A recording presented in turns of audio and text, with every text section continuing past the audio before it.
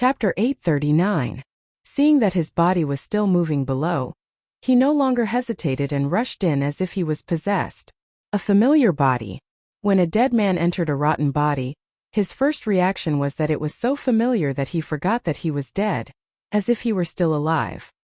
He subconsciously wanted to touch his head, but his arm moved slightly, and he was swallowed by a more magnificent will. When he regained his consciousness, he found that he had become a dead man again, and it was all dark around him. Feeling that he seemed to have done something stupid, he immediately asked Thea for help, but both the light ring and the soul connection were extremely weak. The light ring went out directly, and the soul connection was barely there, as if it would break in the next second. The dead man looked around. It was pitch black everywhere. He had no idea where he was. He couldn't even tell if he was still on Earth. I'm already a dead man. Am I dead again? Could a dead man die again? What would he look like if he died again? He had a lot of philosophical questions in his head, and he suppressed his confusion. There was no difference at all around except for darkness. He could only find a direction to fly in.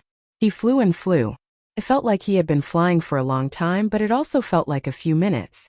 Finally, he saw something beyond the black. There were strands of white floccule crisscrossing and crisscrossing. White should have made people feel bright and comfortable, but the white here was full of decay and dilapidation, like an old house. Who is it? In the distance, a blue light slowly drifted over. The dead man didn't expect there to be an outsider here, so he asked warily. The person on the opposite side was also startled. When the two slowly approached, they were both relieved. They knew each other. Dr. Palmer, why are you here? Where is this place? No. You can see me. The dead man looked at the armored Atom Man and became more and more surprised. They shouldn't be able to see him. Atom Man was also stunned. How could he see a dead man? He wasn't wearing the yellow light ring, so he shouldn't be able to see him. Was he dead? The more he thought about it, the more scared he became. His face was pale. If it weren't for the helmet, the dead man would have laughed at him. Am I dead? Am I alive? The two of them looked at each other at the same time and then looked at each other strangely. The dead man and Atom Man knew each other, but that was all. Only magicians could see the dead. Normally, even if they wanted to communicate, they couldn't. Moreover, one of them was one of the top scientists in the world. He was rich, young, handsome, and well-spoken. The other was simply a representative of feudal superstition. When he was alive, he didn't even finish high school and hung around with all kinds of bad women. These two people didn't have anything in common. When the topic of how to enter this mysterious space was brought up, they realized that the difference in their methods was simply too great. The dead possessed their original bodies and entered this world in a daze. The Atom Man was different. He had received a lot of atomization knowledge from Thea, but he did not know that it was his own research in the future. Now he was standing on his own shoulders, and the door to the whole microscopic world had been opened to Ray Palmer.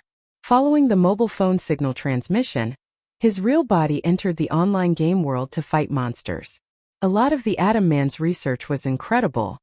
He had already broken away from the shackles of the original time and space.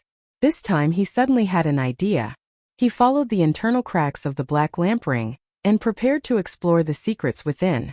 After a few turns, he saw a dead man. The two of them talked for a long time, from the perspective of magic to science, from molecular structure to myths and legends, but they were all confused. In the end, they could only continue to explore together. Thea sensed that there was something wrong with the spiritual imprint on the dead man. It seemed that he had entered a strange place, but she didn't have time to think about it, because there was a huge problem that she had to solve. It was indeed huge. The man in the green hood, who was hundreds of meters tall, was on a killing spree. Cairo theft, you're guilty. Time robbery, you're guilty. Dozens of criminals were directly judged by this person and turned into ashes. Not even their souls were left behind. Not even a trace was left behind. This was the vengeful spirit of God, the ghost. Thea rubbed her forehead. Seeing the big black lamp mark on the ghost's chest, she didn't know what to say. This ghost was nearly 10 times weaker than when she first saw it. She could take it down with some effort, but she just felt that it was stupid to do this. She looked at the void beside her. Stranger, I know you're there. Come out. You need to give me an explanation.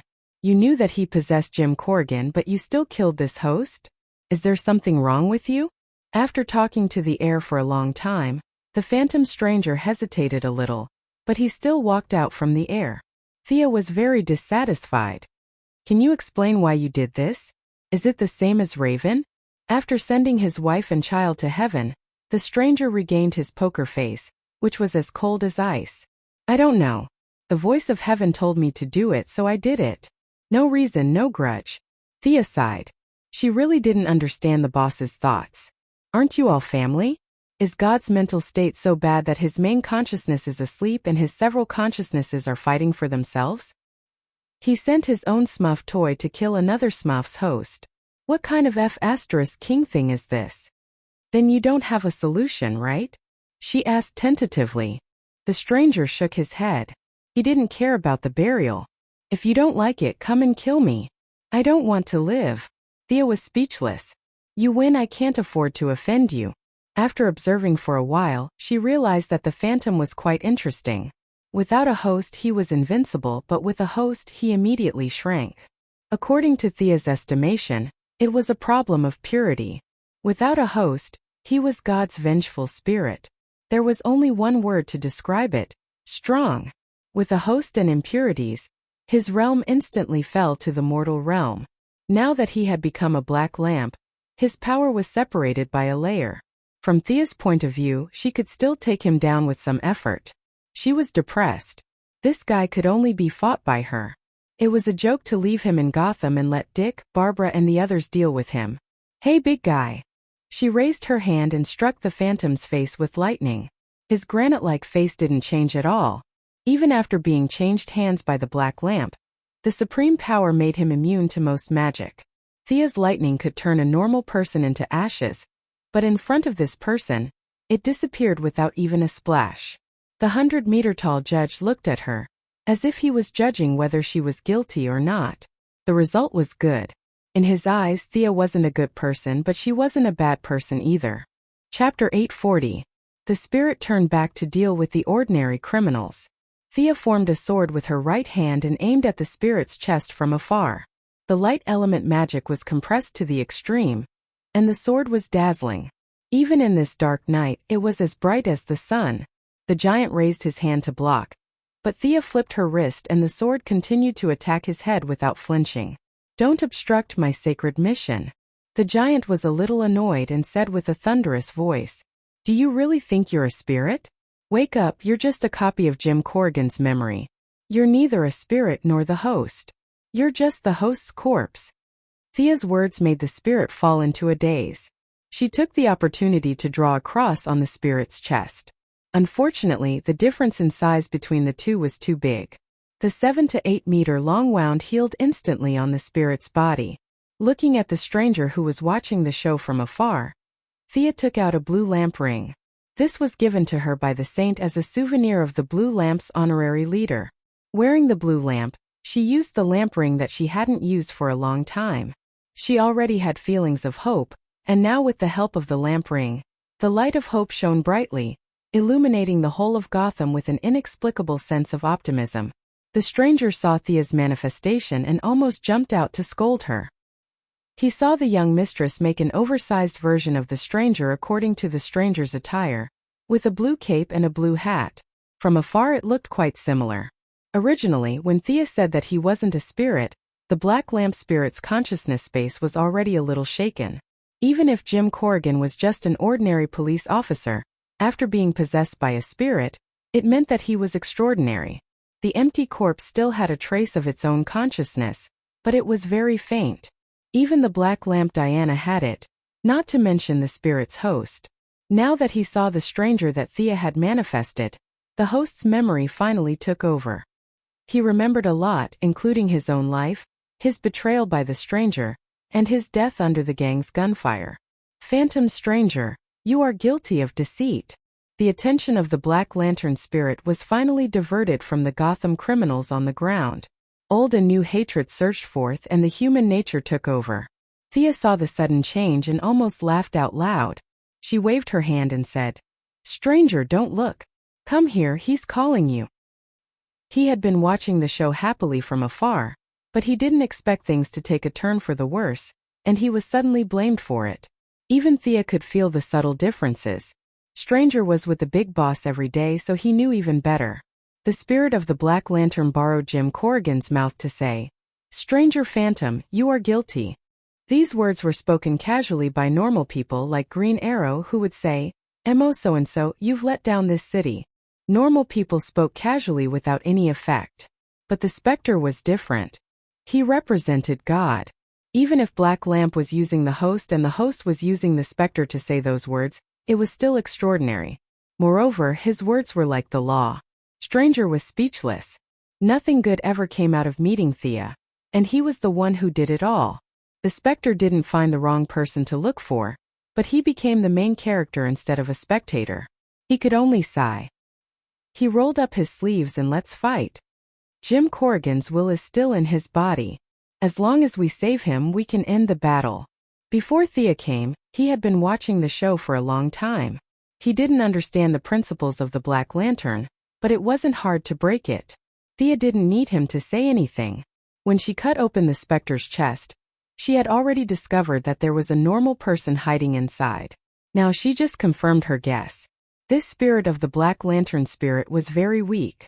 He didn't know how to rebuild his consciousness, control space and time, control the mind, or control energy. He only knew how to punch and kick like a barbarian. Judging criminals was his instinct, but neither Thea nor Stranger was afraid of this move. The Spectre's original body couldn't judge the Limitless clan. Although Miss was only a reserve, this Spectre was also a fake. Stranger was even more so. He wanted to judge him to death, but God didn't let him die. Since death was useless, the spirit of the Black Lantern spirit could only fight with his fists and kicks. Stranger also had the ability to grow. The three giants surrounded each other and started fighting. The scene that appeared in front of the Gotham crowd was two giants with blue capes and blue hats beating up a giant with a green cape and green hat. From afar, the two blue capes looked exactly the same. "Phantom Stranger, you're guilty. Phantom Stranger, you deserve to die. Phantom Stranger." The spirit of the Black Lantern spirit couldn't beat them, so he could only take advantage of them with his mouth. Stranger was depressed. "Two people fighting you, why do you keep cursing me?" The lantern ring was very good at imitating. The stranger that Thea conjured was very lifelike. If you didn't look carefully, you wouldn't be able to tell who was real and who was fake. "You're guilty." The three of them were fighting. Suddenly, the spirit of the Black Lantern spirit slapped towards Thea's right. Who was he hitting? Seeing that she wasn't the target, Thea didn't care. However, she saw Stranger on her left. What was on her right? She heard a loud shout. "Hank, be careful." Thea hurriedly turned her head and saw the Warhawk in his white combat suit and red cloak. Hank Hall was caught off guard as he flapped his wings in a bid to leave the range of the Warhawk's palm. His younger brother, White Pigeon Hall, also stood in front of him, hoping to block the strike for his brother. Unfortunately, Tang Hall was too pure. The spirit of the Black Lantern spirit's hand passed through his body without any hindrance and hit Hank Hall directly. The wrath of God wasn't something he could withstand. His hands were stained with blood. Hank Hall was directly smashed into powder. Even his soul didn't escape. "No! I'll kill you!" The furious Tang Hall ignored Thea and Stranger and punched the spirit of the Black Lantern spirit. "You're not guilty. Get out of the way." The spirit of the Black Lantern spirit looked at White Dove for a long time. This person was surrounded by holy light. Not only was he not guilty, he would be the best of the best even in heaven. He couldn't judge him. White Dove ignored him. He only wanted to avenge his brother. At first, the spirit of the Black Lantern spirit didn't care. Thea and Stranger didn't stop attacking. They wanted to avenge War Eagle at least. However, after exchanging 2 blows, they all retreated. It was because the White Dove was too dazzling at this moment. Being pure didn't mean that he was easy to bully.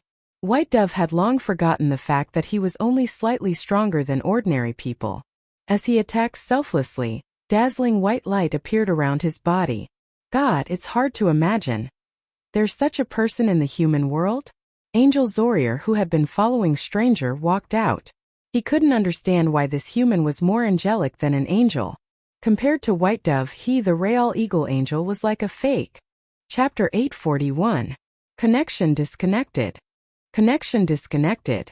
In Gotham City, many of the black lights that came into contact with the white dove's light disconnected and turned back into bones. Everyone looked at the place where they fought, wanting to know what happened. Don't stop it. The white light in front of her became brighter and brighter, covering the whole of Gotham. Thea only felt sad, heartbreaking sadness. In the strong light, he vaguely saw another Sia. He saw the little unicorn waving at her and being separated by force. This represented the kindest side of her. In the end, she fully burned with the white dove and turned into a white light that hit the chest of the Black Lantern Spectre. Thea reached out her hand a few times and stopped several times. The past was the past, and she did not regret it. Even if she had to start all over again, she would still work hard to move forward. The white light enveloped the whole city and spread out for hundreds of miles. All the black lights in the area disconnected. However, the Black Lantern spirit was truly powerful. Facing the final blow of the white dove that burned away its life force, it still managed to hold on. However, its gray body was severely damaged, and its dignified face was also burned by the white light until it looked like a ghost. Thea did not have time to feel sad for the brothers War Eagle and White Dove. She saw an opening and used her arms to block the spirit's punch. At the same time, her hands were like hooks, grabbing the spirit's chest and tearing it apart. The rotten flesh could not stop her. There was no flesh or heart behind the gray chest, only a curled-up figure. "Quick, pull the main body out." She shouted for the stranger's help. The stranger did not hesitate. He reached out and pulled out the host trapped in the Black Lantern spirit. Swoosh! As if a waterfall fell from the sky, a huge amount of energy poured down. The blue lantern was shattered, and Thea retreated hundreds of meters. The stranger was still holding the host in his hands. He was familiar with this energy. The real spirit had descended. The light flowed and the Black Lantern was shattered into pieces. The host returned to his position, and so did the spirit. Phantom stranger, you will die a horrible death. The host opened her eyes and saw the stranger hovering in front of her. She remembered that she was betrayed by this guy and was beaten into a sieve by the gang. The host's heart was filled with hatred, and she blurted out this sentence. The stranger almost vomited blood. You said this when you were under control. Why did you say this when you were out of control? Don't you know that I saved you? The original host and Spectre were much more powerful than before. However, at this time the host had just woken up and was at the peak of his resentment. Spectre might have given control to the host for the sake of unity. Stranger was unlucky. He was grabbed by the neck by the spirit and questioned why he betrayed the host when he was still alive. The stranger was enraged. You're grabbing my neck. How am I supposed to talk? She hurriedly looked at Thea. Can you explain? He turned his head and saw that Thea's face was extremely pale. She reached out and touched the ground. Her expression was as sad as one could imagine. Strangers had wandered the world for thousands of years and had seen this kind of expression too many times. This was the expression of someone who had passed away. Could it be that those two fellows were her relatives? Generally speaking, when Stranger wasn't carrying out Voice of Heaven's mission, he was very humane. Otherwise, he wouldn't have rebuilt his family, and Zawulj wouldn't have stayed by his side all this time. Seeing how upset Thea was, he did not want to disturb her, so he could only take on the spirit. Thea was indeed not happy. Seeing the brothers Warhawk and White Dove die together, she didn't know what she could do. Are they your friends? The angel Zawulj walked to her side. Thea looked at him strangely. Shouldn't you be protecting Stranger at this time? Old Stranger is about to be strangled to death by the spirit. She pondered for a moment and was too lazy to meddle in other people's business. Yes, they are good people. Shall I lead them to heaven? The angel said. But their souls are already. Zawulj pulled out his long sword. The blade lit up with a dazzling brilliance. Specks of fluorescent light gathered in the air. Many drifting fragments slowly gathered and finally took shape. Thea could see that the other party's method was not purely using souls. He had added some blessings, prayers, and the like. It was somewhat similar to the power of will in her order scale. Two colorless balls of light floated in the air. One of them was emitting a red light, which was the War Eagle. The other one was too powerful, flickering with brilliance. Even from far away, one could feel the divine aura contained within, which was the white dove. Zawulj put away his sword. His breath was a little unstable. It could be seen that using heaven's method to reassemble souls was not easy for him. I brought these 2 souls back to heaven. They should be respected, the angel said solemnly. Thea glanced at him. What are you pretending for? The warhawk was just incidental. The white dove was the key. They would be respected. You would also be praised, right? From Thea's point of view, angels most likely had records of performance evaluations. Zawulj had followed Stranger for thousands of years. His previous evaluations had always been a 0. Now he had swept away all the negative trends. A soul like the white dove was rarely seen. Perhaps his promotion and salary would depend on this. Thea nodded lightly, indicating that she would let him go. Zawulj swept up the 2 souls and returned to heaven in a flash of white light. He even forgot about his good friend Stranger. Strangled by the spirit, Stranger reached out his left hand to the angel in despair. What he meant was, brother, don't run. At least give me a hand. Seeing that the angel had disappeared, he turned to look at Thea. She waved at him and ran away too. Thea was relieved. The spirit could not kill Stranger. He would just beat him up to vent his anger. She followed the 2 balls of light from afar. The souls of the warhawk and the white dove were brought back to heaven, but their powers were left in the world. Heaven also needed purity. Heaven did not care about the flying abilities, super strength and super speed on Earth. She saw the balls of light fly into the bodies of a pair of sisters named Holly Granger and Dorn Granger. She made the sisters the new warhawk and white dove before leaving. The souls were taken away. The powers left behind now had nothing to do with her. What they did in the future was up to them. Only then did she have time to pay attention to the dead. After some investigation, she noticed that the dead were gone. At least they were not in the physical world. This guy ran into the Black Death King's body? Thea did not know that the Atom Man was also in there. She could not help much. Fortunately, the Black Death King would be summoned later. Then the dead would be free. Next, she ran around several major cities and teleported around with the Amulet of Anka. The first wave of attack of the Black Lanterns was blocked as expected. Fiora and Hal Jordan worked together and defeated General Zod. After that, they went to Star City. Oliver, who was in a dilemma, could only barely resist the old Black Lantern Robert. Fiora and Hal arrived and solved this big problem for him. Superman was providing support all over the world.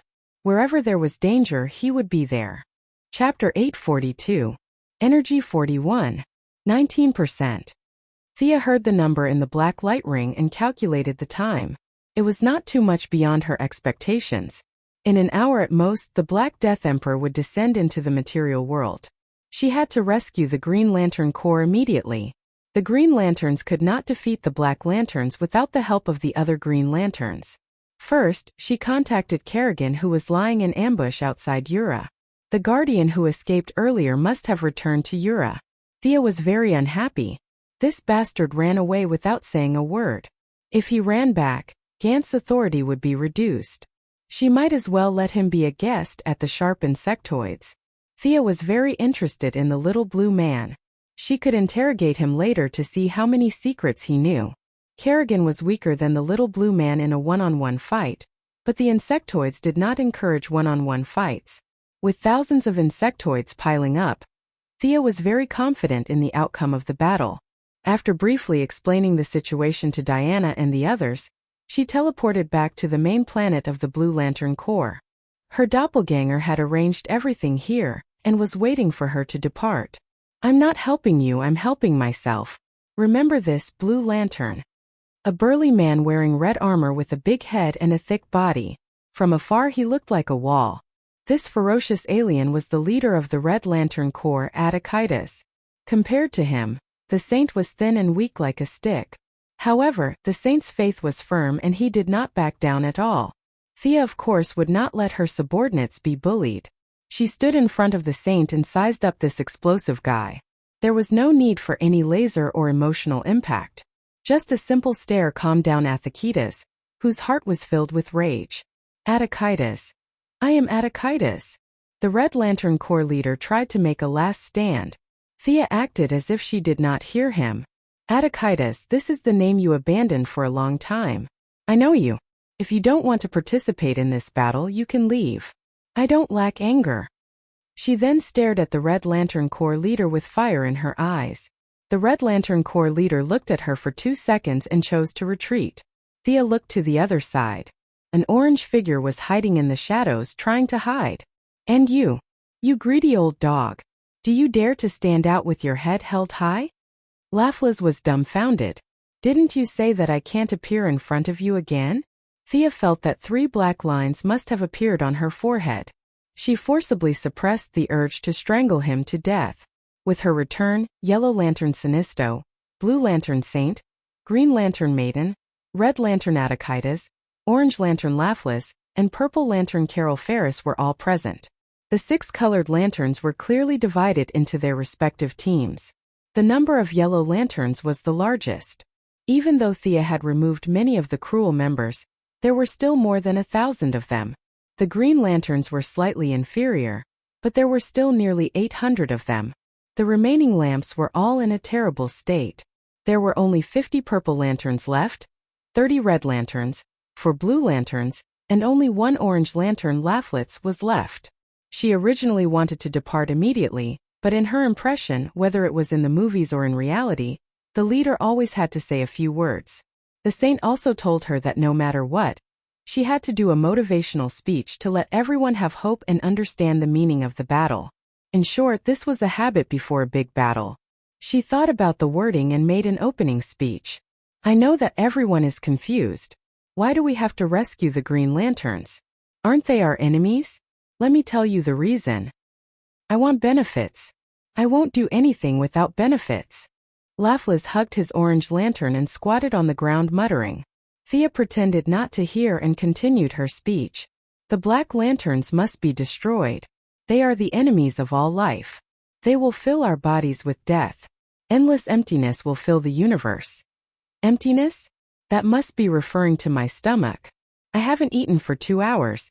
Laughless continued to mutter in a low voice. Thea was furious.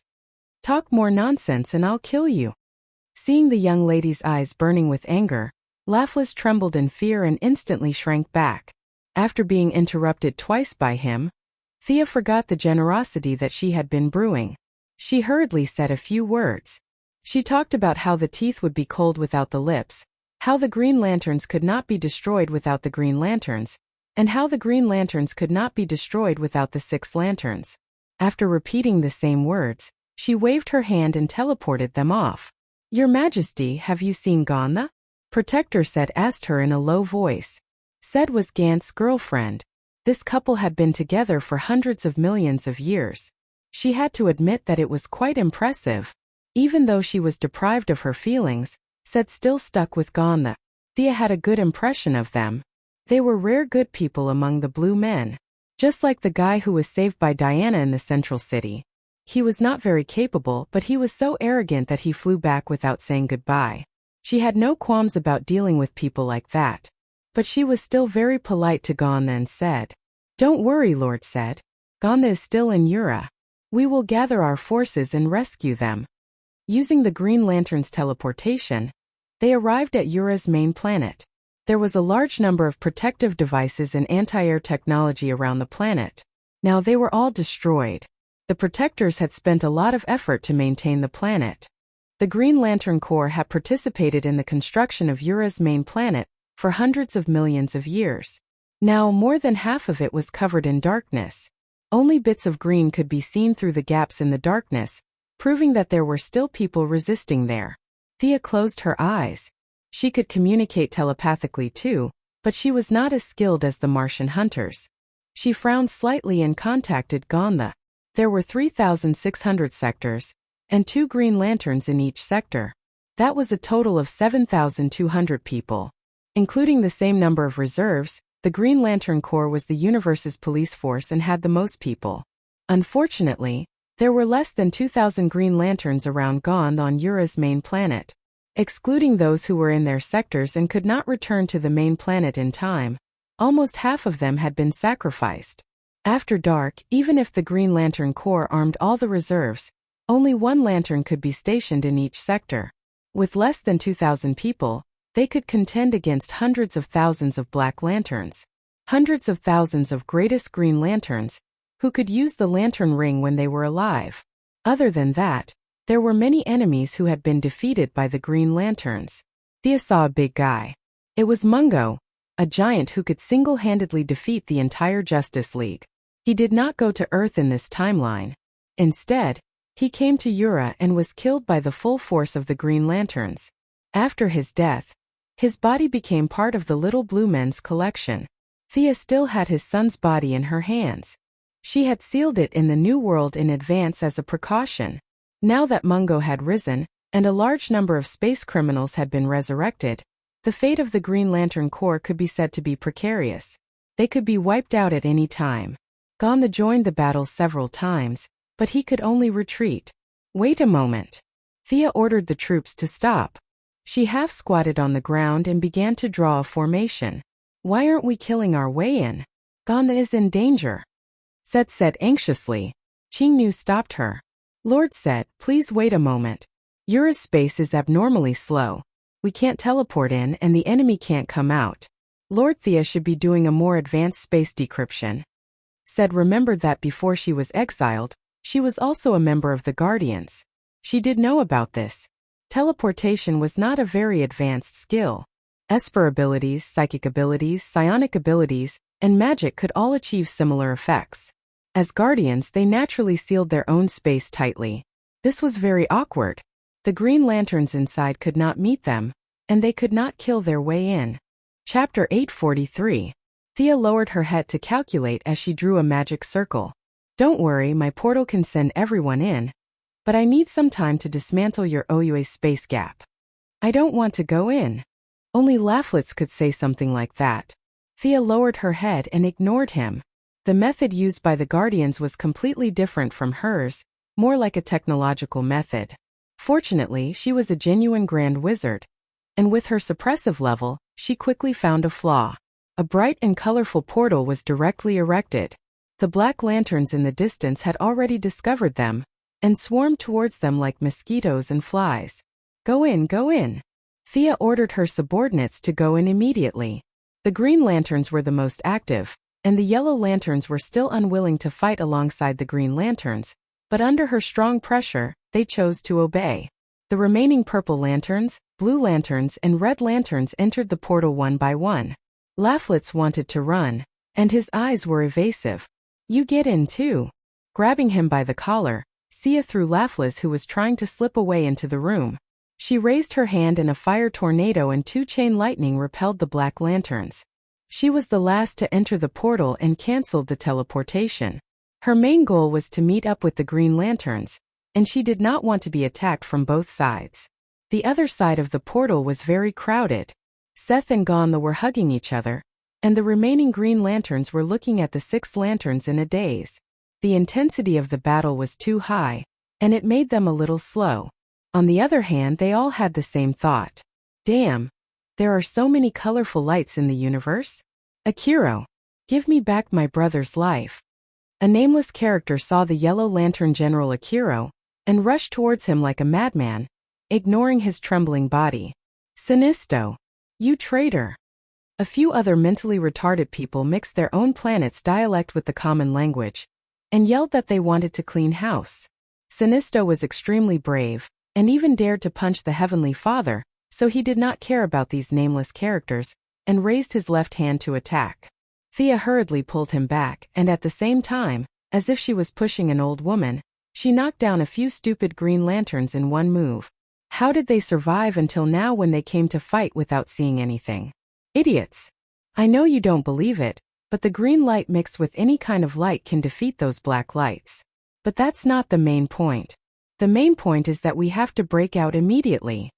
A bunch of brainless Green Lanterns. Telling them about the disaster that the universe was facing was simply unrealistic. They would not believe it at all. Thea's plan was to kill their way out and then find a place to have a chat. Gonda immediately responded.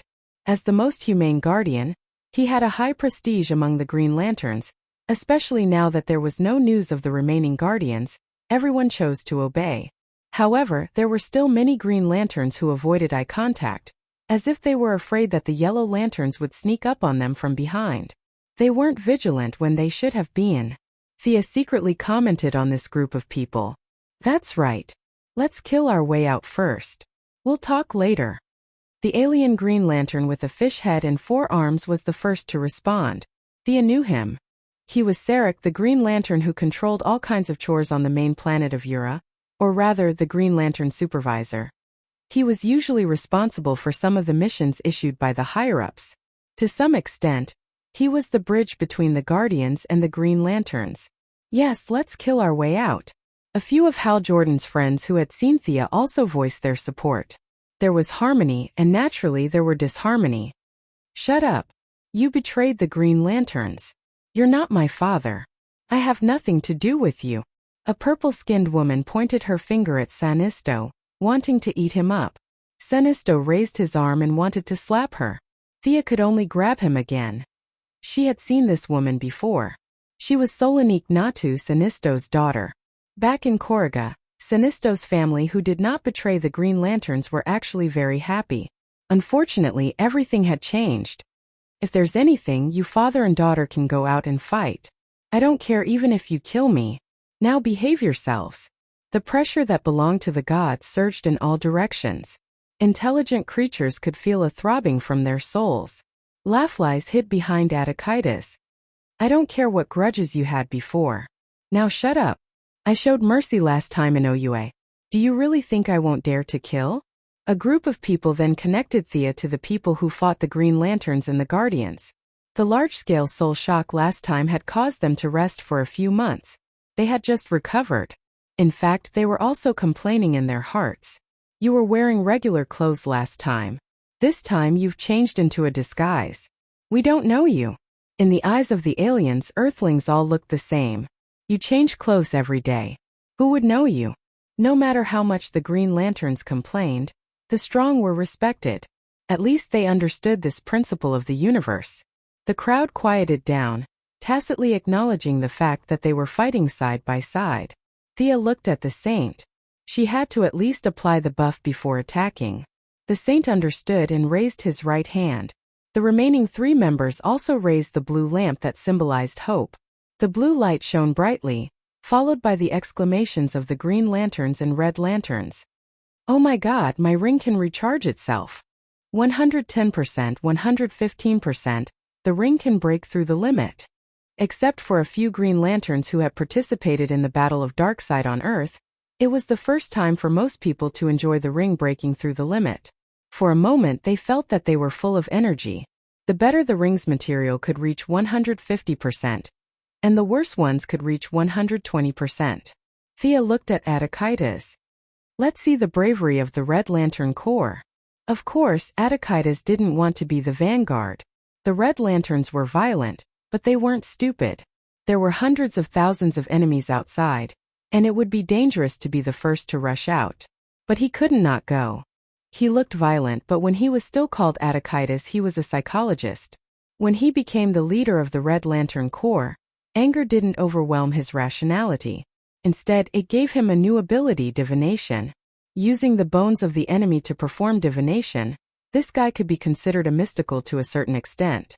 Said found Law Fleets and contacted the Red Lantern with the intention of giving it a try. He didn't expect Law Fleets to agree. This was the reason why the Red Lantern Corps was here. The divination told him that he had to come. There would be benefits if he came, but if he didn't, he would die. Thea saw that he didn't move and was a little impatient. What was the meaning of this? Not listening to orders? I'll go. Although he was more than 2 meters tall, much taller than Thea, he felt like a dwarf. His gaze became colder and colder as he looked at Thea. He didn't dare to hesitate and hurriedly led his subordinates to charge out. Thea gave Qingnu a look. Qingnu led more than 100 people and followed closely behind the Red Lantern Corps. Atakitis was a long-lived species. He had lived for hundreds of millions of years since the massacre in Sector 666. His combat experience could only be described as rich. This was his fighting style. He conjured a blood-red great axe and shield and charged left and right amidst a group of black lanterns. His subordinates were much worse. They were all like madmen, violently attacking any enemy they caught. There was no formation to counter them at all. Unlike the other 6 lanterns, Anger energy surged in their bodies instead of blood. They could spit out this energy in battle and inflict heavy damage to their enemies. But that little bit of damage was nothing to the Black Lanterns. Qingnu was on the battlefield, but she still maintained her otherworldly demeanor. The Blue Lanterns didn't use rings. Instead, they used a kind of cane. One of the important functions of the cane was that it could borrow light for a short period of time. Knowing why Thea wanted them to come out, the Blue Lanterns took turns to use their 7-colored light as if they were performing. Naturally, there was also green light among them. Chapter 844. The green lights were dumbfounded. So it's not us. Their mentality fell from being saviors to the ground, and they began to consider some practical problems. See? Green light with any type of light can make the Black Lanterns go offline. Don't hesitate. Kill our way out of Owe and head to the main planet of the Blue Lanterns. Thea gave the order to break out. The green lights responded in unison. They saw Qingnu and her subordinates working together to destroy the Black Lanterns. Their morale was greatly boosted. As long as they could kill the Black Lanterns, it was fine. They had been fighting for half a day, and none of them had died. That was too desperate. The Yellow Lanterns seemed to want to prove that they were stronger than the Green Lanterns. The Green Lanterns did not back down. They were all elites. If the Black Lanterns could be killed, then there was nothing to be afraid of. After all, the resurrection was a corpse, not the person himself. If the Black Lanterns went offline after hitting the ring, then they would only have 2 health points. They could win with a little cooperation. For a moment, the main planet of Oa was illuminated by a 7-colored light. Everyone rushed out together. Whether it was teleportation or flying, it was better than being trapped in OUA. In order to let them practice their cooperation, Thea used the excuse of running out of teleportation materials and followed the main group. Halfway through, Sarek suddenly thought of a problem. He asked Gantherside, "What about the central power? Without it, the ring will run out of energy very quickly." Thea was surprised. "You still have the central power?" Sarek said truthfully. "As long as the Green Lanterns are in O, the central power will never go out." He looked like a devout believer. Thea was a little amused. "You guys are too idealistic. Do you think you have the central power just because you have the Green Lanterns? How did you deduce this causal relationship? How could you believe this kind of nonsense?" It was the ion shark that was supplying the power. She looked at Gantherside with a half-smile. The ion shark could not be abandoned. It was the oldest lantern beast. There were so many people in the 7-Lantern Corps. It would take some effort to carry it back. The central power was easy to find. It was dozens of meters tall and could be seen by anyone with eyes. The main group made a slight turn and rushed out while carrying the central power. Just as they were about to rush out of OUA, the Black Lanterns behind them covered the sky. The leader was the giant Mungo. There were also countless enemies in front of them. "I'll cover you guys." Hal Jordan's good friend, the hippo head Kilowog, stood out bravely. He wanted to use his own strength to stop the pursuers behind him and buy time for the rest of the team. Green Lantern's courage was not for show. In an instant, more than 10 Green Lanterns stood out, ready to fight to the death to bring up the rear. No need. Keep up with the main group. I have my own arrangements. You, get over here." Thea grabbed Orange Lantern Lafris. This guy was slacking in front of her. Even if she could tolerate it, she couldn't. "Use your materialization to block the pursuers behind us." Many of them had never seen an orange lantern before. Kirawag and the others couldn't bear to watch the skinny Laflis do it. The giant Mungo in the distance had an arm thicker than Laflis' waist. Even the Black Lantern couldn't hide his brutal aura. Which of the remaining people who could be left behind by the Guardians to boast about their battle achievements weren't famous fierce people? The Green Lanterns felt that Laflis wouldn't even be able to make a splash. Wasn't this sacrifice in vain? Thea found it funny. She didn't expose the cruel reality. Your lantern rings had 100% energy, but this guy's energy was 100,000%. It was like a bug in the system. Sometimes she even wondered if it was because God was attached to the Schnauzer, so he had a special preference for the dog-headed guy. Otherwise, it didn't make sense that the Orange Lantern was so ridiculously strong. Laflis was 120% unwilling, but under Thea's coercion, he could only release a bunch of lantern rings to stop the pursuers. A few Green Lanterns, who were full of courage and prepared to cover the rear, were shocked when they saw the overwhelming orange brilliance that filled their vision. They didn't know the special characteristics of the orange lamp ring, and thought that Laffles was a hidden expert. A bunch of people rushed out of Ura's main star with the Green Lantern's main energy source. The Green Lanterns worked together to lead the team back to Ura's main star. The Blue Lantern's main star's quiet and comfortable environment filled with positive emotions made many Green Lanterns relax. A bunch of people were either lying down or sitting down. They were all exhausted. Thea led a few leaders to a unified view. Actually, there was no consensus. Wasn't the reason why they spent so much effort to save them to support Earth? The Yellow Lanterns and the Green Lanterns who were directly under her had no objections. Sinestro was gloriously ignored. The Blue Lanterns who were partly under her, and the Orange Lanterns who were intimidated into silence also had no objections. The leader of the Purple Lanterns, Carol Ferris, was an Earthling. She couldn't wait to fly back. The Red Lanterns Atakitas divined and agreed to support Earth. The only trouble was the Green Lanterns. Zarek was puzzled. Why do we have to go to Earth? There are so many planets in the universe that are suffering. Why don't we support them? Or we can take back Ura's main star. Thea glanced at Gotham. The little blue man shook his head slightly at her, indicating that he couldn't say anything about the spirit of existence. She couldn't explain it to this bunch of Green Lanterns, so she could only let them fight among themselves. She summoned the few Green Lanterns from Earth. Hal Jordan, Guy Gardner, John Stewart, and the newcomer Kyle Rayner, regardless of whether they knew each other or not, spread out to the crowd to explain the importance of supporting Earth. Hal Jordan was a popular man. Half of the army had bragged and drunk with him. Although a bunch of people felt that the reason was a bit far-fetched, they still decided to go to Earth. Some gave face, and naturally there were also cynical remarks that didn't give face. Thea stopped Hal, who was about to go fight. Those who don't want to go can stay here and protect Odium. We can't lose the main star of the Blue Lanterns. If Earth is lost, we can still fight back from here. The large group immediately split up. The Green Lanterns left more than 300 people, and Thea also left more than 300 Yellow Lanterns who didn't look so good to help defend. The rest all went to Earth. Thea Barry said that a big guy came out of Seaside City. Diana said in the long-distance communication, "Was the Black Death Emperor finally summoned?" Thea's eyes narrowed. The moment had finally come. She had a brief conversation with Gotham, and the little blue man nodded at her. Thea immediately took Green Lantern Hal Jordan, Yellow Lantern Sinestro, Green Lantern Lady, Blue Lantern Saint, Red Lantern Atakitas, Purple Lantern Carol Ferris, and the unwilling Orange Lantern Laffles to Earth first. She found Diana first. The Valkyrie was surrounded by the Black Lanterns. Maxwell Lauder, the traitor in the Darkside War, was pulled up by the Black Lanterns again. He immediately gathered the Black Lanterns to find Diana. 7 lanterns descended. Maxwell saw that the situation was bad and turned to run. They didn't have time to care about such a small character. They fought and retreated, and finally broke out of the encirclement. A huge Black Lantern energy has descended on Seaside City. Barry is there.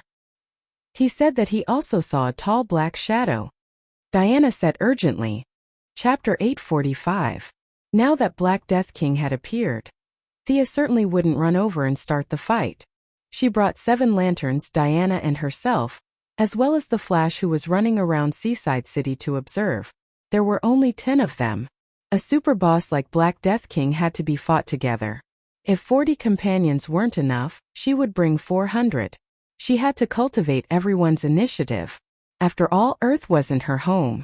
After sensing everyone's location, Thea found the Flash and brought them to the mothership to discuss the final battle. The serious black man with an eye patch was becoming more and more like the braised egg next door.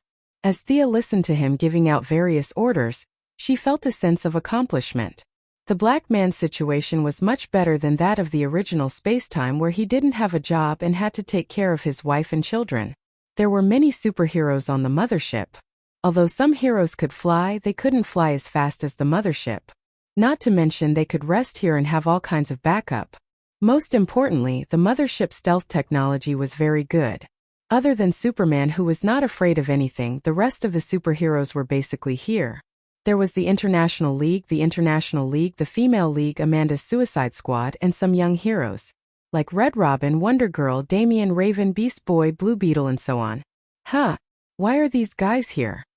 The Flash was a little confused as he looked at a few familiar faces. They were all his good neighbors in the Central City. Captain Frigid, Heatwave, the weather wizard who was pardoned after the rain in the New World, Captain Frigid's sister, Golden Glider, and Mirror Master who could pass through glass. "We're here to help," Captain Frigid said ambiguously, then closed his eyes and didn't say anything else. What help? They were clearly here to take refuge. Thea knew that the passage between the two worlds in the Central City was now wide open. From time to time, a few Black Lanterns would jump out. Cisco, Caitlin, Wally West, Bart Allen, and the other superheroes from Earth 2 were guarding there. However, she didn't expose them. Captain Lung and his gang were not bad people. They followed the principle of don't kill unless it's absolutely necessary. They never bullied women and children. Their main business was to play with the Flash, and their side business was to rob banks when they had nothing to do. To be honest, with the money they robbed, any banker or economic expert could make money faster than them. It could be said that these guys were basically harmless. After pulling Diana away, Thea was about to meet up with the Zhenglian Alliance to discuss the next step of the plan when she bumped into two people. "Constantine, Zatanna, why are you here? Did something happen in the New World?" Constantine's face was pale. Zatanna could only explain. "The new continent is fine, but we heard that a few old friends have been revived. There were too many resurrected people, so Thea did not have time to observe them one by one. She asked casually, "Who are they?" "The ones from the Cold Flame Vatican who died before. Mage Sargon, Great Alchemist Tanarak, and I heard that someone saw my father. Giovanni Zatara." Zatanna nodded. "There's also Nick Nacro and Felix Faust," Constantine added. Thea scratched her head at the sudden revival of so many magicians. She was the one who killed Felix Faust, and Nick Nacro had nothing to do with her. This man was Constantine and Zatanna's old friend. Constantine's yellow trench coat with high magic resistance originally belonged to Nick Nacro. However, these guys were no longer worth her concern. The Great Mage in the eyes of the world and the Great Mage in her eyes were completely different concepts. Thea thought for a moment. In order to deal with these 5 Great Mages, who had been revived, she urgently mobilized 500 spellbreakers from the new creation planet's Magic Legion. It was more than enough to kill Black Lanterns and magicians. The Heavenly Father did not care about such a small matter. The 500 people came very quickly. A sonic boom opened, and 500 magic warriors in bright armor immediately came to receive orders. Thea glanced at Zatanna, meaning, "Is this enough? Not to mention your father's revival, even your ancestor Da Vinci's revival can make him die again." Knowing that she had returned with the 7 lanterns and Superman had entered the mothership, everyone briefly introduced the information they had. In the end, there was nothing much to say. The enemy was at their doorstep. Let's fight. Everything was still going according to the original plan. The Black Lantern's main energy source descended on Earth. It directly chose Seaside City, which was half destroyed by the Parallax Devils and rebuilt. Now it was completely a sea of corpses. Countless Black Lanterns occupied this place. In the center of the city, in front of the huge Black Lantern's main energy source, stood several figures. Floating in the air was the traitorous guardian Scarface. The black chains in her hands were still binding her 7 former guardians. There was also a crazy guy, the Earthling William Hand, codenamed Black Hand. He was hugging 2 corpses and mumbling to himself. In the middle stood a tall figure. His hair was sparse and white, and his skin was covered with dark spots. His whole body was like a corpse. He wore a black robe, and there were huge shackles on his wrists and neck. However, the shackles had long been broken. The most eye-catching thing was the huge scythe in his hand. The scythe seemed to be able to absorb light. It was pitch black, and if an ordinary person looked at it, their heart would beat wildly, as if they were looking at a disaster. Even from a few miles away, the extraordinary aura of the Black Death Emperor could be felt. Calm. Thea carefully observed the path that the Black Death Emperor took. His goal was to die peacefully, to die silently. To live peacefully, to die peacefully. There were no waves, no passion, only a process that looked like a program. All the intelligent lives were like floating sand in a long river in his eyes. They flowed down with the current without leaving any trace. Although the sand was almost endless, he did not care. He only wanted them to finish this journey peacefully. Thea frowned and carefully felt the principles behind it. The Black Death Emperor's death was different from hers. However, even if he did not take this path, there was no harm in observing. Other heroes did not have this realm. Diana knew that she was trying to reach the depths of the soul. She was worried that her lover would eventually go down the evil path. She was prepared to persuade her during their next interaction. But she did not stop her now that they were facing a great enemy. The 7 lanterns were the first to rush out of the mothership. They were all ordinary people and could only feel the bone-chilling coldness. This guy with the scythe was like their natural enemy. "Is this guy a lantern beast?" Carol asked. She had seen the purple lantern beast raiders before. Thea chuckled. "He's not. He's death itself. He represents the death of life." Such idealistic and even philosophical words made the 7 lanterns a little dizzy. Only the magicians Constantine and Zatanna felt that they understood. Chapter 846. Let's attack. Hal Jordan charged forward without hesitation. Carol Ferris, his ex-girlfriend and current lover, was afraid that something would happen to him, so she charged forward as well. The rest of them, except for Laughless, also launched their own attacks. Unfortunately, there were too few of them. The Black Lanterns blocked the 6 of them. Black Hand, Scarface, and even the Black Death King remained motionless. Scarface was commanding the army, and Black Hand was still holding the 2 corpses in a daze. The Black Death King was a little strange. Thea noticed that his attention seemed to be on his feet, and he didn't even look at the 7 lanterns' attacks.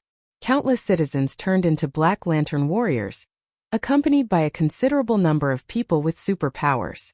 Just Thea alone had seen Charm Witch, Killer Crocodile, Captain Boomerang, Maxwell Lauder, the 2nd-generation Blue Beetle, Reverse Lightning, a few Archmages, and many other familiar faces.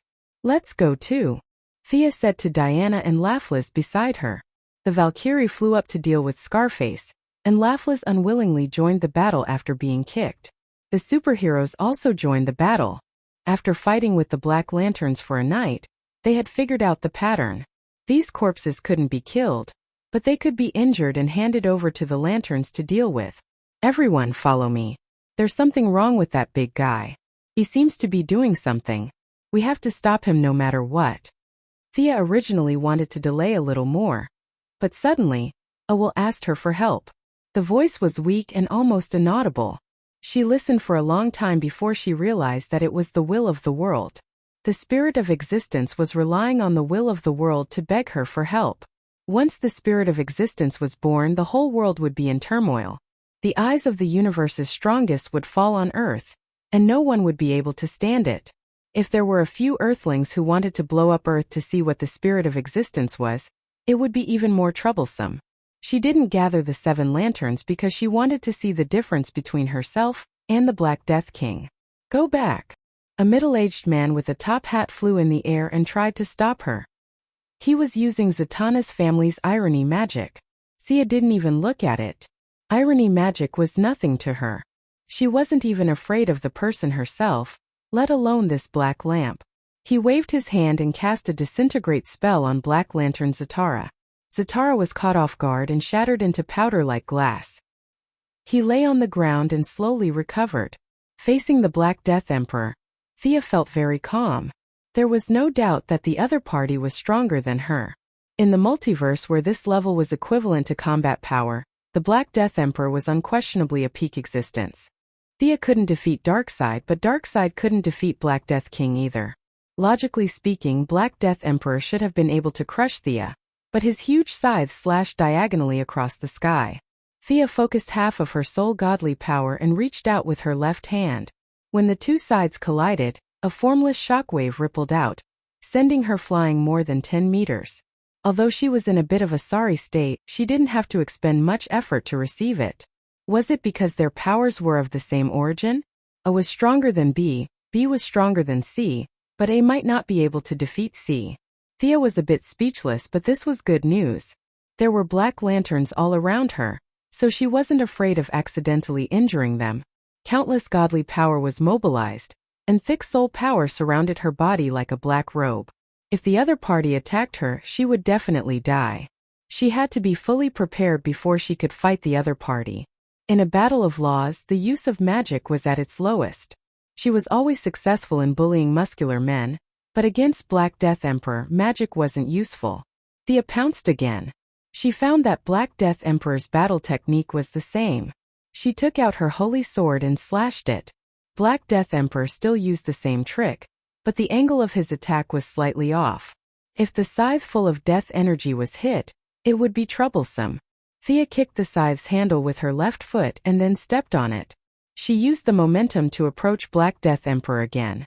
Black Death Emperor used the same trick and was wide open, but he didn't panic.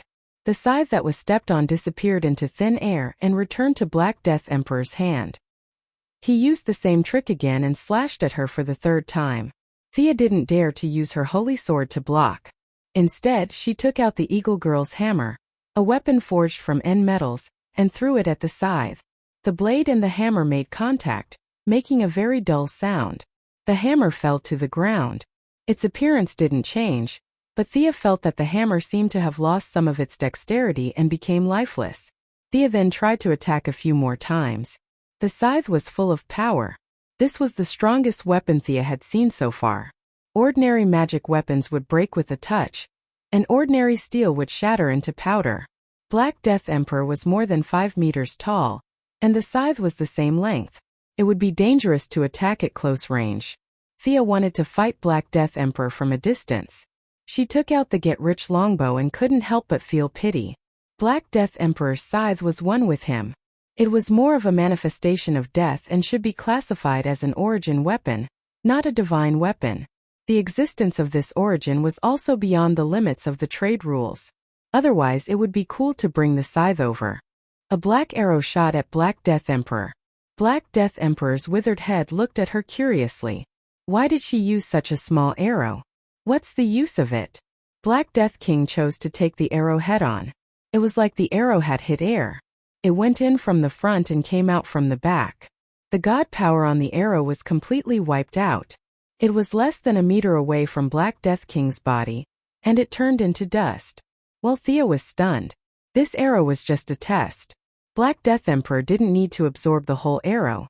She looked at him and found that Black Death Emperor's aura was slightly stronger. Thea almost cursed. This guy looked listless, but he was actually very cunning. He provoked Thea to attack, but he didn't dodge at all. He was waiting for her death. As the Lord of Souls, her understanding of death was definitely not as deep as Black Death Emperor's, but it was still useful. Humph. Looking at Black Death Emperor's calm face, Thea felt like he was mocking her. I'll let you have a taste of this. She drew the bow and knocked an arrow. This time the arrow was imbued with anger. She wanted to see if this guy, who had never said anything, would fly into a rage. The arrowhead was as red as blood. The arrow was wrapped in a red mist-like energy. It shot towards Black Death Emperor with a long tail of flame. The explosion of emotions attracted Attikides' attention.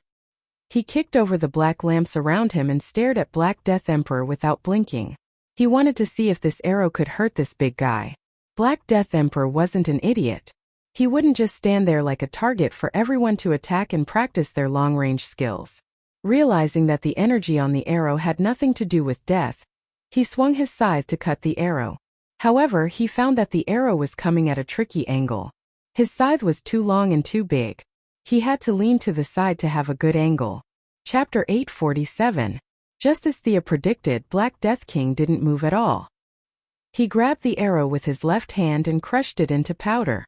The bright red energy didn't disappear because of the loss of the carrier.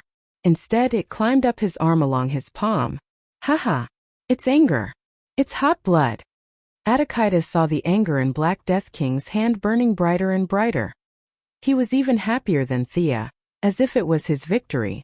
His morale was high. He knocked down a black lantern with his elbow and sprayed another black lantern with blood energy. What's this guy so happy about? Looking at Attikides, who was almost dancing in excitement, Natasha was a bit confused. She didn't stop. Hope, fear, pity, and anger were attached to the arrows alternately. Every time she shot an arrow, she would change her target and shoot at Black Death King. Black Death King didn't move his feet. Something was wrong. She had to lure him. Thea didn't attack blindly. She was still trying to mix several emotions into one arrow. Without the super cheat that Big Brother Fate had given Kyle Rayner, she could only rely on the accumulation of her divine heritage. Anger and fear were undoubtedly negative emotions. Hope was positive while pity was positive. In fact, it was a very inclusive emotion. It could be seen from how Qing Nu and the others could freely use the other 6 lanterns. Thea used pity as the foundation and added the other emotions in turn. Black Death King didn't fight back. Thea couldn't figure out why he didn't move his feet and kept shooting arrows without mercy. Pa! A bloody wound appeared on Black Death King's left hand, and a rotten smell came out. Along with it came the energy of the 4 emotions, but these emotions were all contaminated and couldn't be absorbed again. Help! Thea vaguely heard someone's voice in Black Death King's body. The voice was as soft as a mosquito and also familiar. It sounded like the Dead Man and the Atom Man. At this moment, Black Death King couldn't move his feet. His left hand was expelling all kinds of unnecessary emotions, and his right hand was holding the scythe. 2 little people popped up in Thea's mind. One of them asked her to grab the scythe. This thing had a certain death effect and was very powerful. However, it was a bit embarrassing to grab it. After all, she was a goddess. The other little person clapped his hands and shouted, "Good, good, go quickly." She didn't have time to think. While the Black Death Emperor was clearing his emotions, she covered her hand with soul power and grabbed the death scythe. At the same time, she poured a huge amount of divine power into the scythe. In the previous exchange, she had already discovered that this scythe had a higher requirement for purity. It was automatic when there were no external forces, but once there were external forces, only the Black Death Emperor could do it. She was afraid that the other party would take it away halfway, so she didn't care about the consumption and directly filled up her own god power. Hehe, I do have a bit of fate with this item. Who cares if it's an origin weapon or not? I'll take it and study it. That was what Thea thought, and that was what she did. One grab. He couldn't grab it. It was as if the Black Death Emperor was rooted to the ground and gripped his weapon tightly. Thea felt that something was off. She had to let him walk. If the enemy wants to do something, we must destroy it. This guiding principle is absolutely correct. Originally, Thea wanted to act like an expert, but she found that no matter how hard she tried, Black Death Emperor wouldn't budge. Was it really that strong? Her one hand turned into 2, but he still didn't move. Although she wasn't good at strength, she wasn't that far off. Besides, what was this guy's feat? Was it the spirit of existence? No matter what he wanted to do, she had to destroy it. Diana, come help me. Cara, Fiora, come over. The young mistress had never had high moral values. Seeing that she was no match for him in this tug-of-war competition, she shamelessly called for help. As the Black Lanterns gathered, Earth superheroes were also in a tough battle. Superman, Supergirl, the Righteous Alliance, the International Righteous Alliance, and a few other heroes were all present. The 7 Lantern Corps' main force had also arrived. Colorful emotions shone on the Black Lanterns. Although there were countless Black Lanterns, the heroes had already started their counterattack. Hearing the call, Diana and the rest hurried over to help. Don't touch the scythe. Grab me and pull me back. Thea ordered loudly. Then Diana hugged her waist, Cara and Fiora each grabbed one of her legs, and the 4 of them pulled together. Harder. Harder. They were playing a game of tug-of-war with the Black Death King. By right, the 4 of them should have pulled the planet away, but the Black Death King still didn't move. Get a few more. I want women, strong ones. Thea continued to make arrangements. Her reputation was indeed high. Raven, Casey, Princess Spark, Starchaser, the new Battle Eagle and White Dove sisters, Mayla, Blazing Fire, Icy Frost, Zatanna, and those who could fly and considered themselves strong, all went up to help. No one was stupid. The enemy didn't move. There must be a reason behind it. The bunch of heroines had lost their image, but they didn't mind because Superman and the rest were dumbfounded. Don't grab my breasts. Who is this? Cara looked back with a strange expression while guessing who had touched her. Hug my waist. Don't pull my skirt. Princess Spark couldn't figure out who had pulled her skirt away. And the bunch of women clamored. Sia's goddess-like demeanor was thrown out of the window when she saw the female heroes piled up on top of each other. desperately tugging at the Grim Reaper's scythe. A bunch of people could not touch the scythe and could only drag her along. Some hugged her waist, some hugged her thighs, and some hugged her legs. At this moment she looked terrible. In contrast, the Black Death King also changed. His robe was still the same, but the unapproachable aura had dissipated. He couldn't care less about the residual emotions in his body. He wanted to get his weapon back. His legs didn't move, but his knees were bent, and he was in a not-so-standard riding position. His hands were also gripping the handle of the scythe tightly. It could be said that the goddess image was completely destroyed. The Black Death King wasn't much better than her. The unparalleled demeanor of the evil king was gone. Now he was like a fool competing with a bunch of people. The power is enough, but the level is not enough. Thea was a little annoyed. Why didn't the Black Death King let go of her? Her image. Ganda Akiro Karo Chingnu. Release the lantern beasts. Before coming, Thea had communicated with a few lantern beasts. There was no problem with possessing them now. The Black Death King wasn't just a great enemy of intelligent life. He was also a great enemy of the lantern beasts. After all, he was already dead. The Green Lantern Beast, Ion Shark, the oldest lantern beast, found Diana immediately. The God of Valor and the Lantern Beast of Valor were a perfect match. After wearing the yellow lantern for many years and holding the Book of Inspection, Fiora fused with the Parallax Monster. The Purple Lantern Plunderer chose Kara, who was full of love and was willing to sacrifice for love. In the end, Thea fused with the Green Lantern Changer Cuttlebone. She also had compassion as her foundation. Chapter 848. Green, purple, yellow, and cyan lights illuminated the sky, and the strength of the four women increased greatly. Among them, Diana was the most obvious. She wore a soft armor different from the Green Lantern, a green mask, dark green wristbands, boots, bright white stockings, shoulder pads, and a cape. At this time she was full of firm belief. Even if it was just a glance, one would feel that their courage had increased 1,000 times. God, this appearance is Ion Man? He can become Ion Man without the lantern ring? Green Lantern Sarek, who was in charge of many secrets, asked Gonda with some uncertainty. Yes, Ion Man without the Green Lantern ring, Gonda said calmly. In fact, there was something in his heart that he did not say. The Guardians could fuse with the Lantern Beasts without using the lantern rings. The higher-level new gods would have no problem doing so. However, he did not expect the Ion Shark to be so eager to find Diana. There was almost no hesitation. For the Ion Shark that had lived for hundreds of millions of years, this was simply incredible.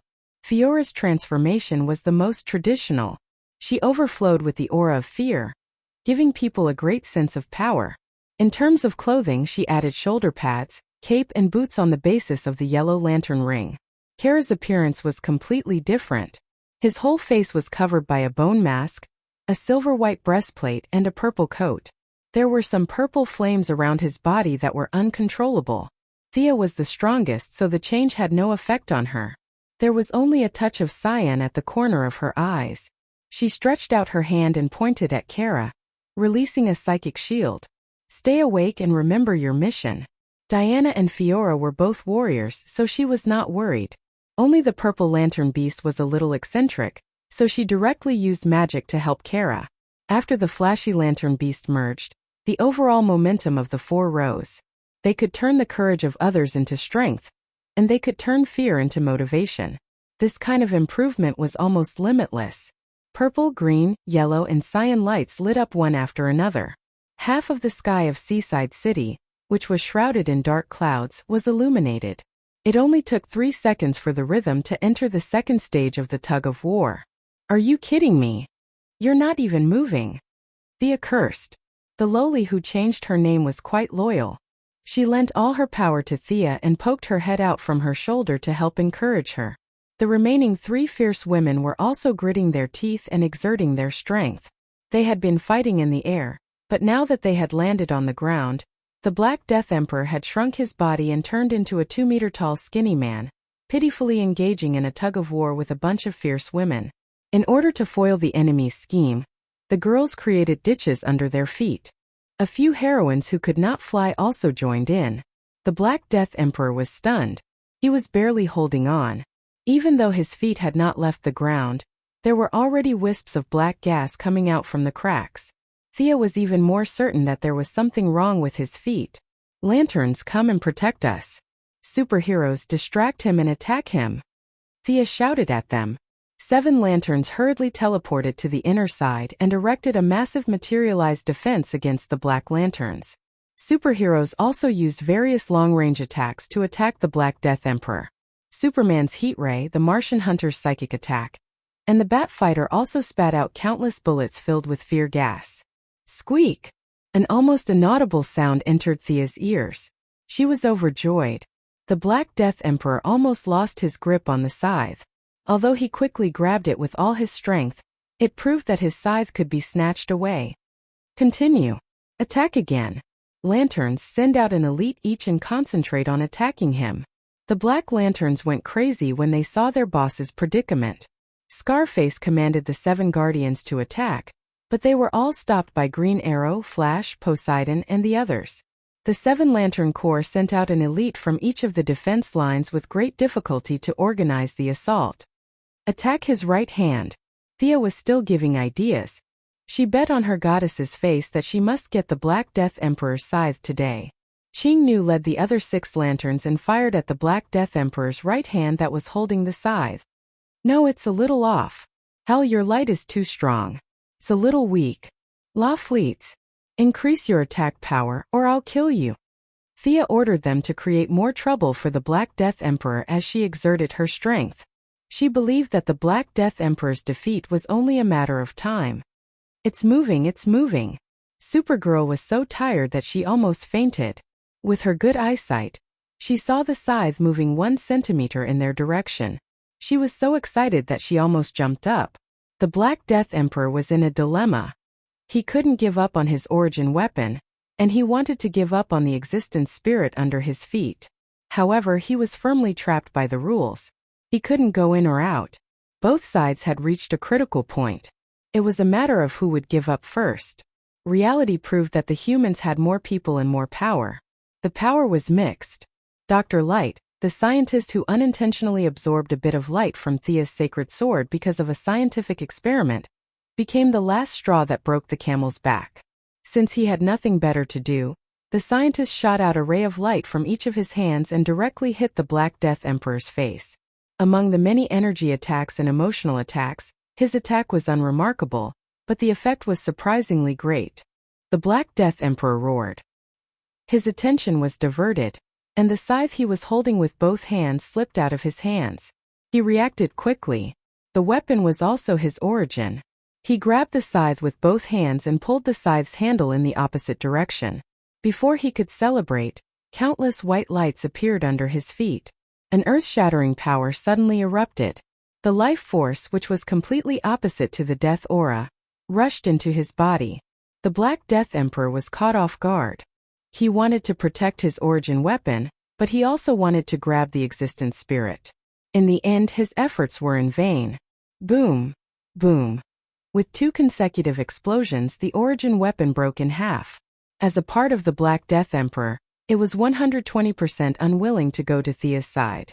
However, the girls were too enthusiastic, so the death scythe could only choose to cut in half. It exploded in the middle.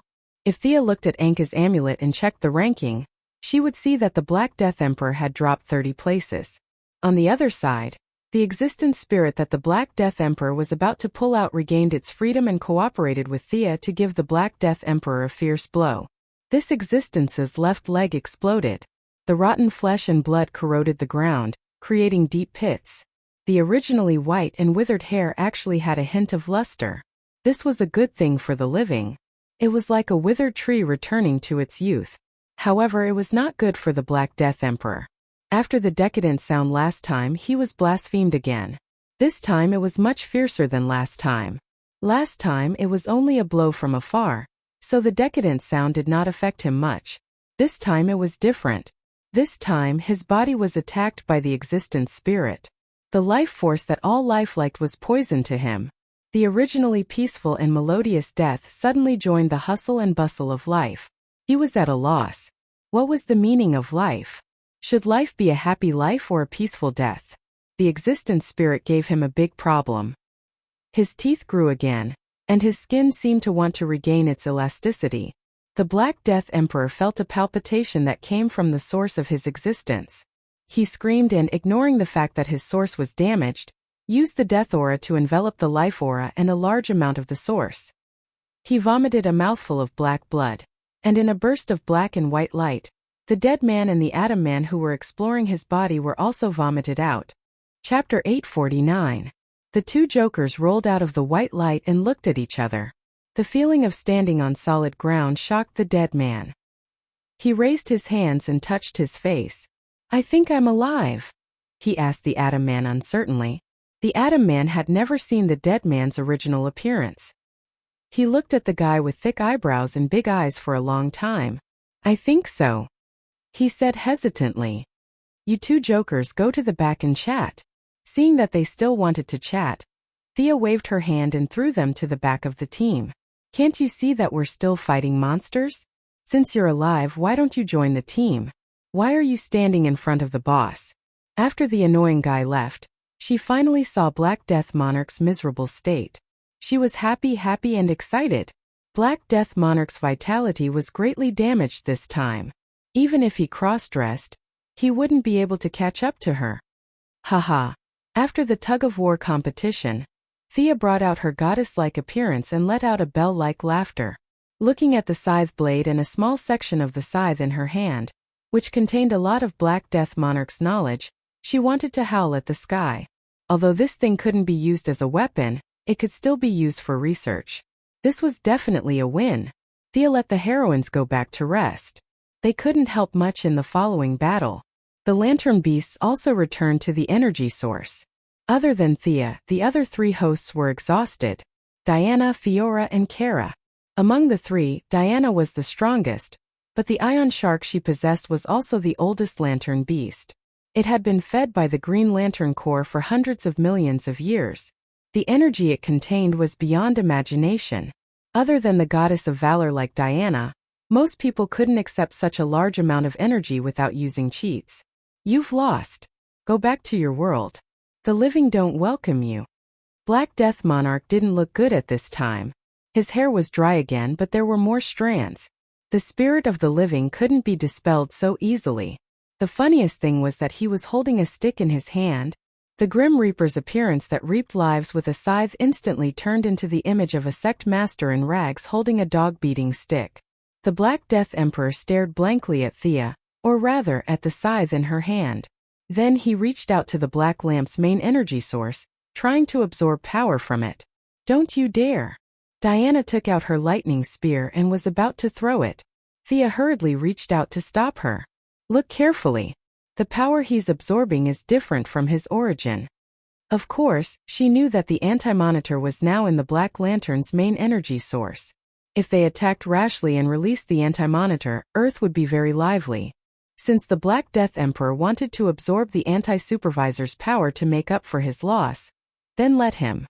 Purely accumulating energy would instead lower his own realm. The young miss was happy to see this happen. It's the opposite of creation. It's similar to Darkseid's godhood of destruction, but it's of a higher level. She did not say too much. Otherwise, she would not be able to explain how she knew that the Anti-Monitor was trapped in the energy source.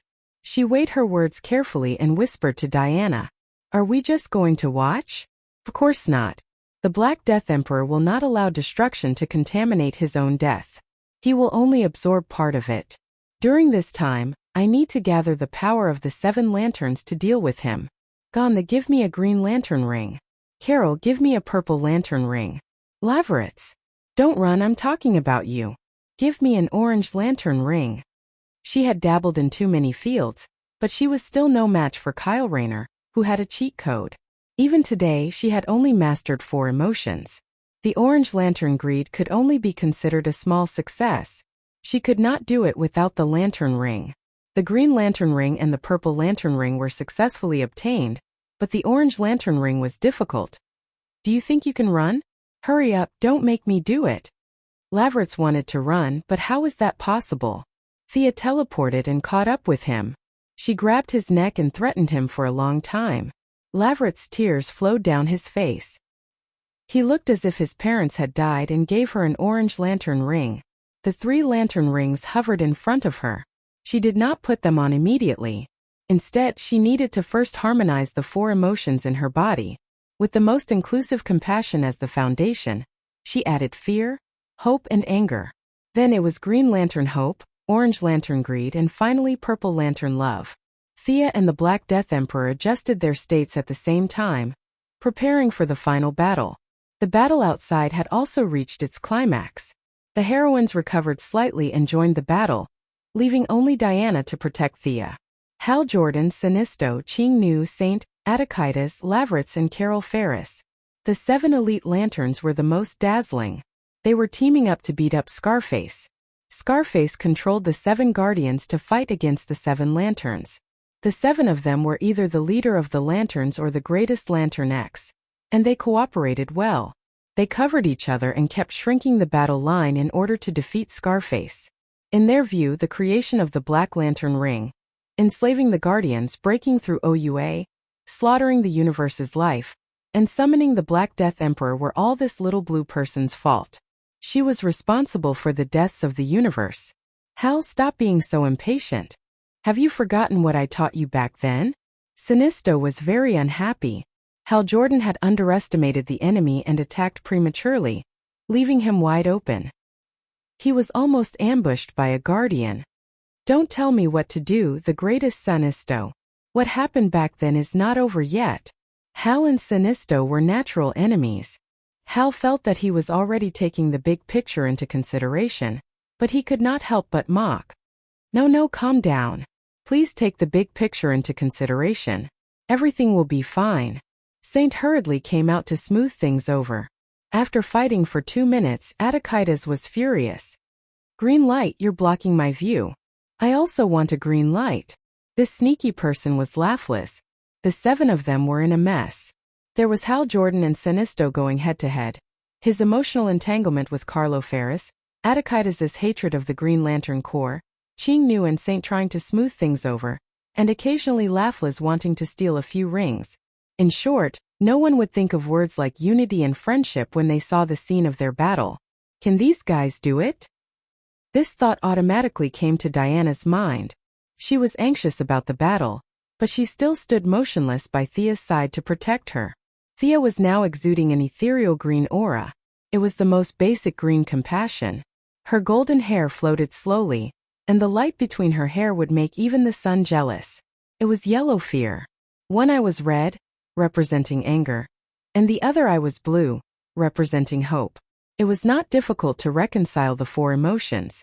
After all, she had done many experiments in private. After checking it once, there were no problems. The emotions were stable. She first put on the green light of courage. This emotion was external, but to her, controlling a light ring was simply child's play. There was no need to chant those slogans, and there was no need to pledge loyalty to the Green Lantern Corps. Thea smoothly added an emotion.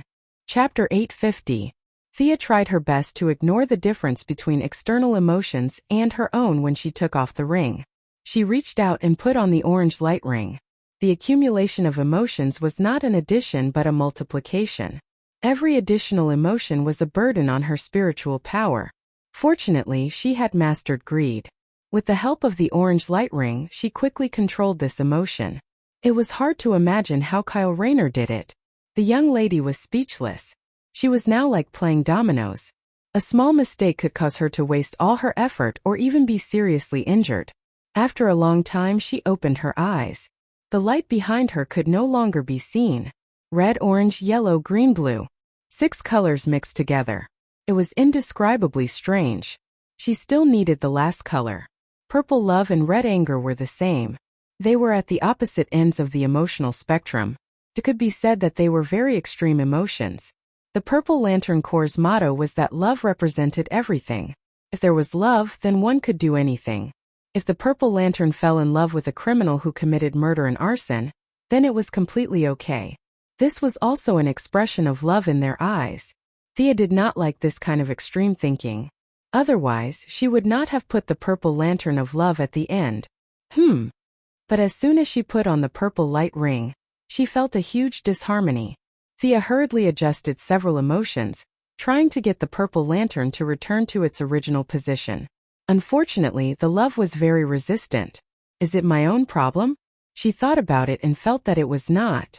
The light ring was a stupid device. Could be used as soon as she put it on, but it would be useless if she took it off. No matter what, she was still better than those purple lanterns. Even if there was no love at all, Thea felt that she could forcibly control it. Emotional energy was mysterious, but in essence it was just a kind of energy. But now the purple lantern was completely ignoring her. It was like a rich young master who had prepared 81 brilliant plans, and then went to ask a beautiful woman out for a meal.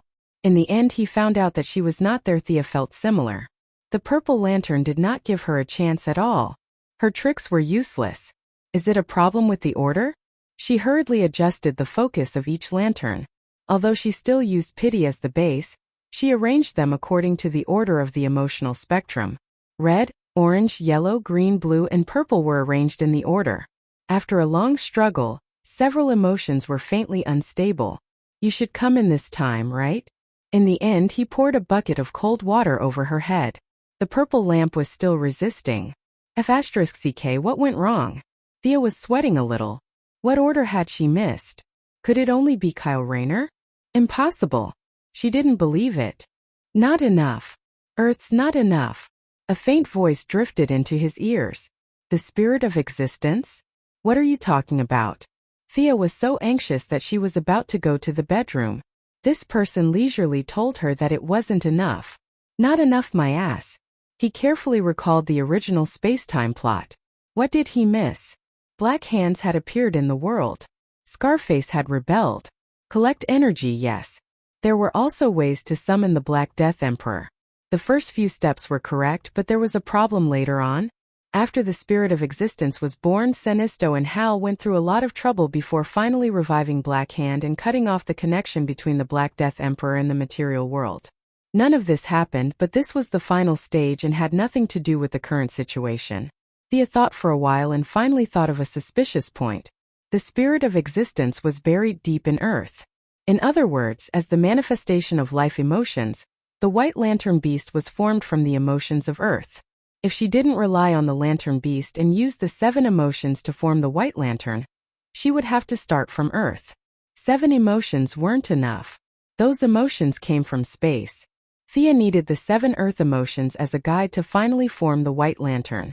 She didn't know if her guess was right. After greeting the few of them, the Martian Manhunter and the Martian Maiden replaced the 7 lanterns. What's the matter? Sinisto felt that he had the upper hand and was unhappy to be replaced at the last minute. Thea closed her eyes and maintained the 6 emotions. She whispered a few words to Gonda through the telepathic channel. Gant's face was bitter. You can still think of me when you're being scolded? You're so righteous. But the little blue man looked at the big picture. The people scolding them could circle half the universe. A few more wouldn't matter. Gantz carefully looked at the 7 of them, then snapped his fingers and uttered a word.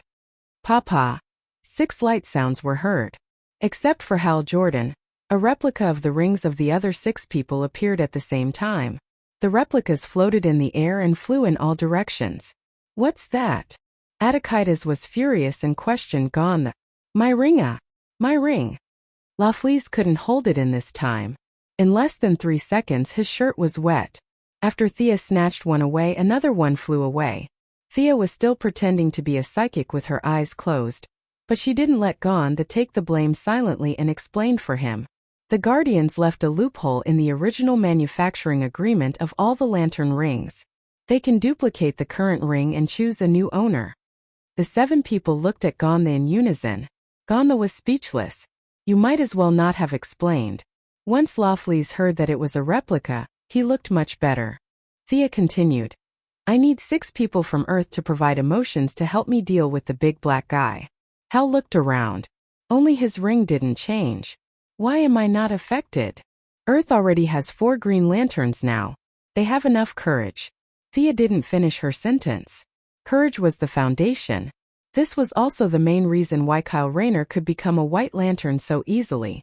Because the small Earth had 4 green lanterns, and there would be 2 more in the future, which equaled to 6. The Guardians stipulated that each sector had 2 green lanterns. This was a very scientific and strict judgment. It wasn't a blind guess. The various emotions involved could stand up to scrutiny. 1 or 2 green lanterns on a planet were more than enough to provide emotions. Technically, her yellow lanterns also had people on Earth. Unfortunately, the yellow lanterns had their own abilities. The lantern rings were like superphones to them. The secretary who wore the blue lantern was a homebody, and didn't use her lantern rings often. To be safe, Thea let them go completely. It was just 6 temporary rings. The heroes were all on the battlefield. Purple, blue, and green chose quickly. The purple lantern slightly compared between Diana and Kara and finally made a choice. Diana glanced at Thea. Thea nodded at her. Only then did she put on the purple lantern ring. Intelligent life has been selected. Diana, Prince of Earth, you have deep love in your heart. Welcome to the Purple Lantern Corps. Intelligent life has been selected. Barry Allen of Earth, you have the ability to instill firm hope in others. Welcome to the Blue Lantern Corps. Intelligent life has been selected. Ray Palmer of Earth, you have an incomparably compassionate heart. Welcome to the Blue Lantern Corps. The Flash and the Atom on the other side also chose to accept. After they accepted, Thea instantly felt that the Purple Lantern of Love showed signs of integration. It wasn't easy to get such a result. The 3 relatively positive rings chose their wearers on the spot. The 3 less positive rings took a few minutes to choose their wearers. The Yellow Lantern of Fear still chose the Scarecrow. The Orange Lantern of Greed chose Lex Luthor. This guy was hiding in an underground base. The Orange Lantern didn't expect to drag him out by force. The 2 of them didn't surprise Thea. After all, the original Time Lantern ring also chose them. The Red Lantern's choice surprised everyone, including her. The Red Lantern chose a house cat. Chapter 851. Looking at the short-haired cat lying at his feet, Atakitas was a little dazed, but more than that, he was angry. What is the meaning of this? What is the meaning of this?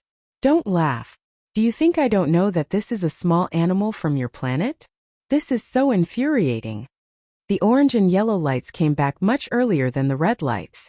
Atakitas had been looking forward to the stars and the moon, but he never thought that the red light would give him such a result. This cat was thin and small, weighing only 4 to 5 kilograms. It was now wearing the red light vest, but there were still some damages on its head and claws. Obviously it had been abused before. Ha ha! The one who laughed so happily and didn't give anyone any face was Hal Jordan. Although he knew that the enemy was right in front of him, he still couldn't hold back. Atakitas had a fiery temper, and when he saw Hal Jordan holding his stomach and laughing beside him, he exploded on the spot. Not to mention Hal Jordan, who had never been serious and could even laugh and scold the Heavenly Father. The few people from Earth were a little stunned, and then they laughed. Even someone as steady as Diana laughed. Thea also couldn't help but laugh, but she could still distinguish the severity of the situation. She coughed twice and tried not to look like she was gloating. Atakitas, look at this cat carefully. It completely meets the standards of the Red Light Corps. The lantern ring was chosen correctly. She had already seen that this cat was originally very ordinary, but it had the red of all beings in its body. The red of all beings forcibly raised its life level, which was why it was finally chosen by the lantern ring. After all, it wasn't hard to find an emotion like anger, and there were rough men everywhere. Atakitas held back his anger and looked carefully. This cat looked weak, but in fact it had an uncontrollable anger in its body. It could be said that it met the standards of the Red Light Corps. It had abundant and irresistible anger, but it also had a certain degree of restraint. It could be said that this cat was completely qualified to join the Red Light Corps. The Red Light Corps only required anger, and the stronger the anger, the better. If the standards were relaxed, the entire universe could recruit thousands of them in minutes. But Atakitas, as the leader of the Red Light Corps, couldn't make such a choice. He needed subordinates who could control their anger and listen to his orders, not a group of crazy idiots. This was the main reason why there were so few Red Light Corps. If he opened the recruitment, how many people in the universe with bad tempers couldn't be found? It was impossible. Atakitas was lying on the ground. Its big head and the cat looked at each other as if they were communicating. Hal Jordan wanted to kick his big butt several times, but he was stopped by Carol Ferris. I will accept it as an official member of the Red Light Squad after the war. Attikides looked at Thea from the corner of his eyes. After all, this cat came from Earth. The eldest miss nodded slightly, indicating that she could do so. Diana has been with Thea for a long time. Although she has never worn the lantern ring, she has seen too many of them. She knows how to use it after a little thinking. The purple lantern ring was not a lantern beast that had lived for hundreds of millions of years like the ion shark. Its clothes did not change at all. Diana easily mastered this temporary purple lantern ring. On the other side, the Saint Walker was telling Barry about the path of hope. Qingnu also briefly explained to Atom Man how to use mercy. The scarecrow was quite well behaved. It was familiar with the use of the ring on its own. From time to time it would conjure a few small birds that danced in the air. The only troublesome thing was the orange lamp. Baldy, don't even think about taking my lamp. Lafleetz held the charging lamp tightly. On the other side, Luther's eyes were shining. He was fighting with Lafleetz for the lamp. Do you know how to build a huge organization, country, or empire? You idiot, that ring is a waste to give it to you. Luther stepped on Lafleet's face with one foot and pulled Lafleet's fingers with both hands, trying to grab the authentic orange ring. What's going on? Everyone was surprised. Thea was still trying to communicate with the various colors of light. She could only spare a little of her attention to deal with this matter. She reached out and pointed in Luther's direction, throwing out a psychic shield. He is controlled by the greed in the orange lamp. However, Thea also knew that Luther was indeed difficult to deal with. He wanted too much. It was not unreasonable that the orange lamp chose him. Everyone from Earth, I don't need you to do anything for me. You just need to vent the emotions in the ring. Thea saw that they were ready and directly sent them to fight monsters.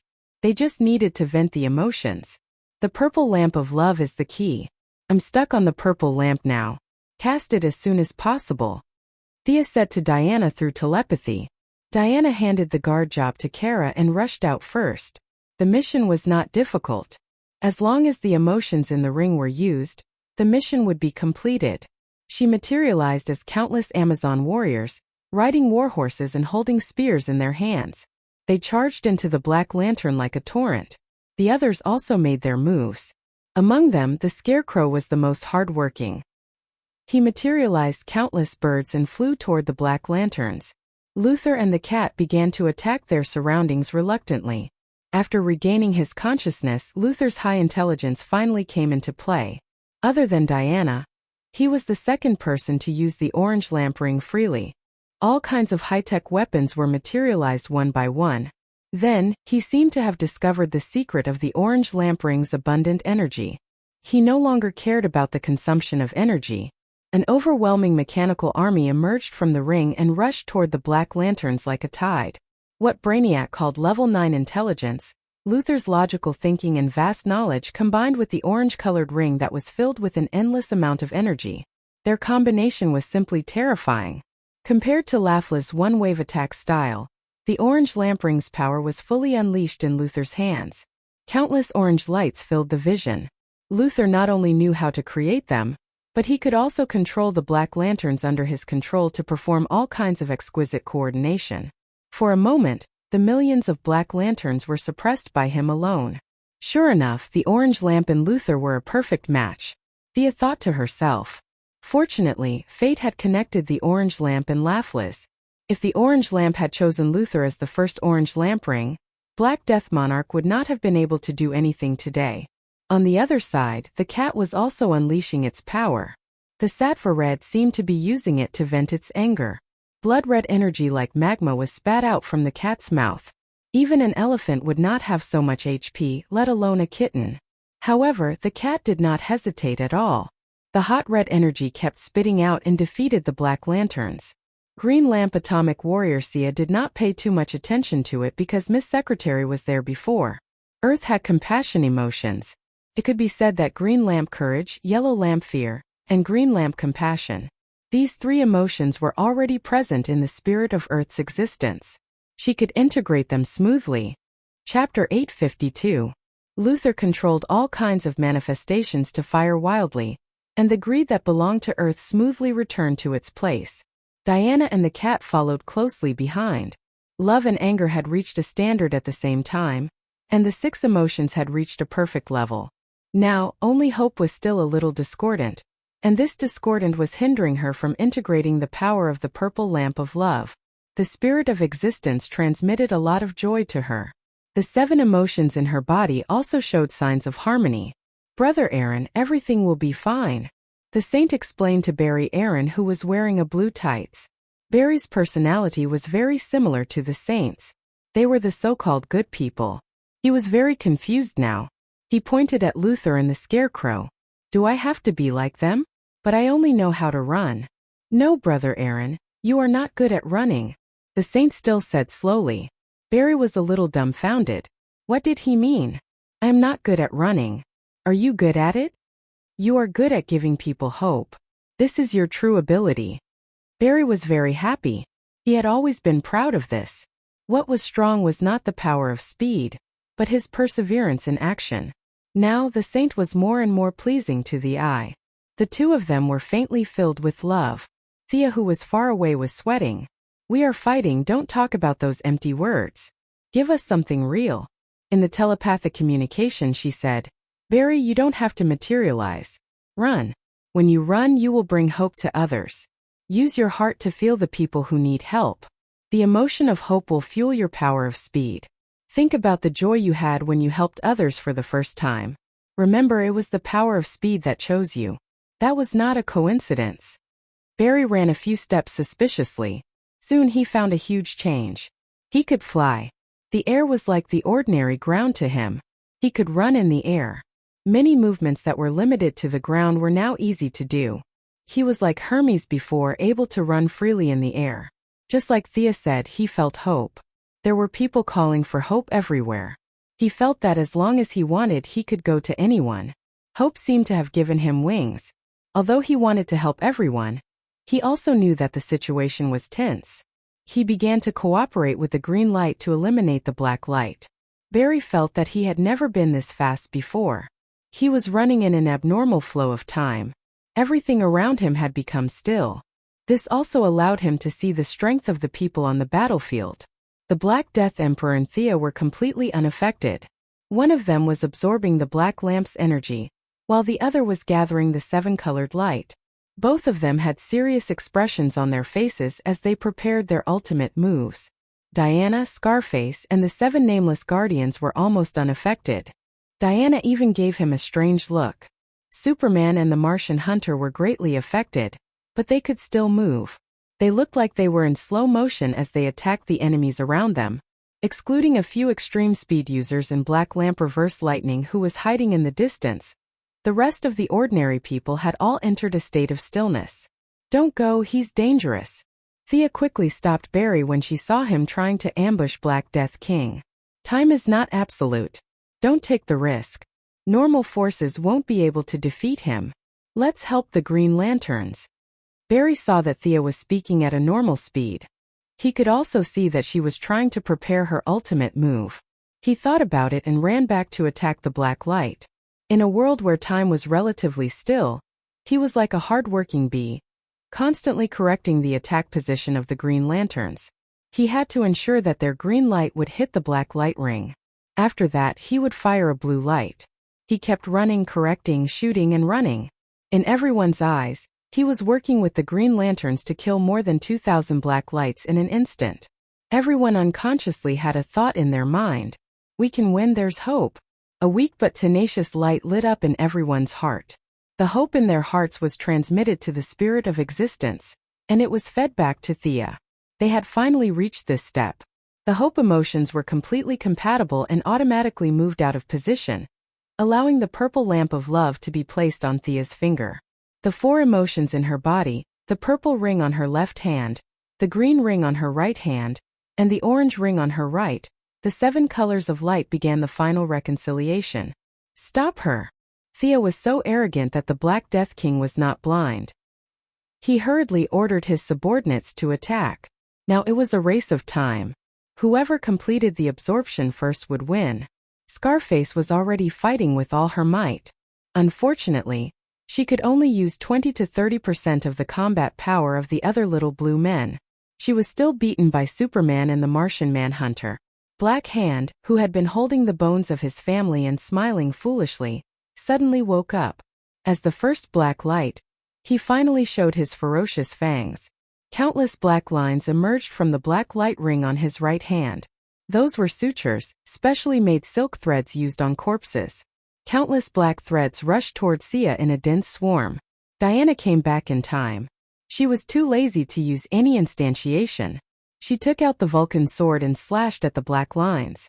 On the other side, Hal Jordan and others were also attacking Black Hand.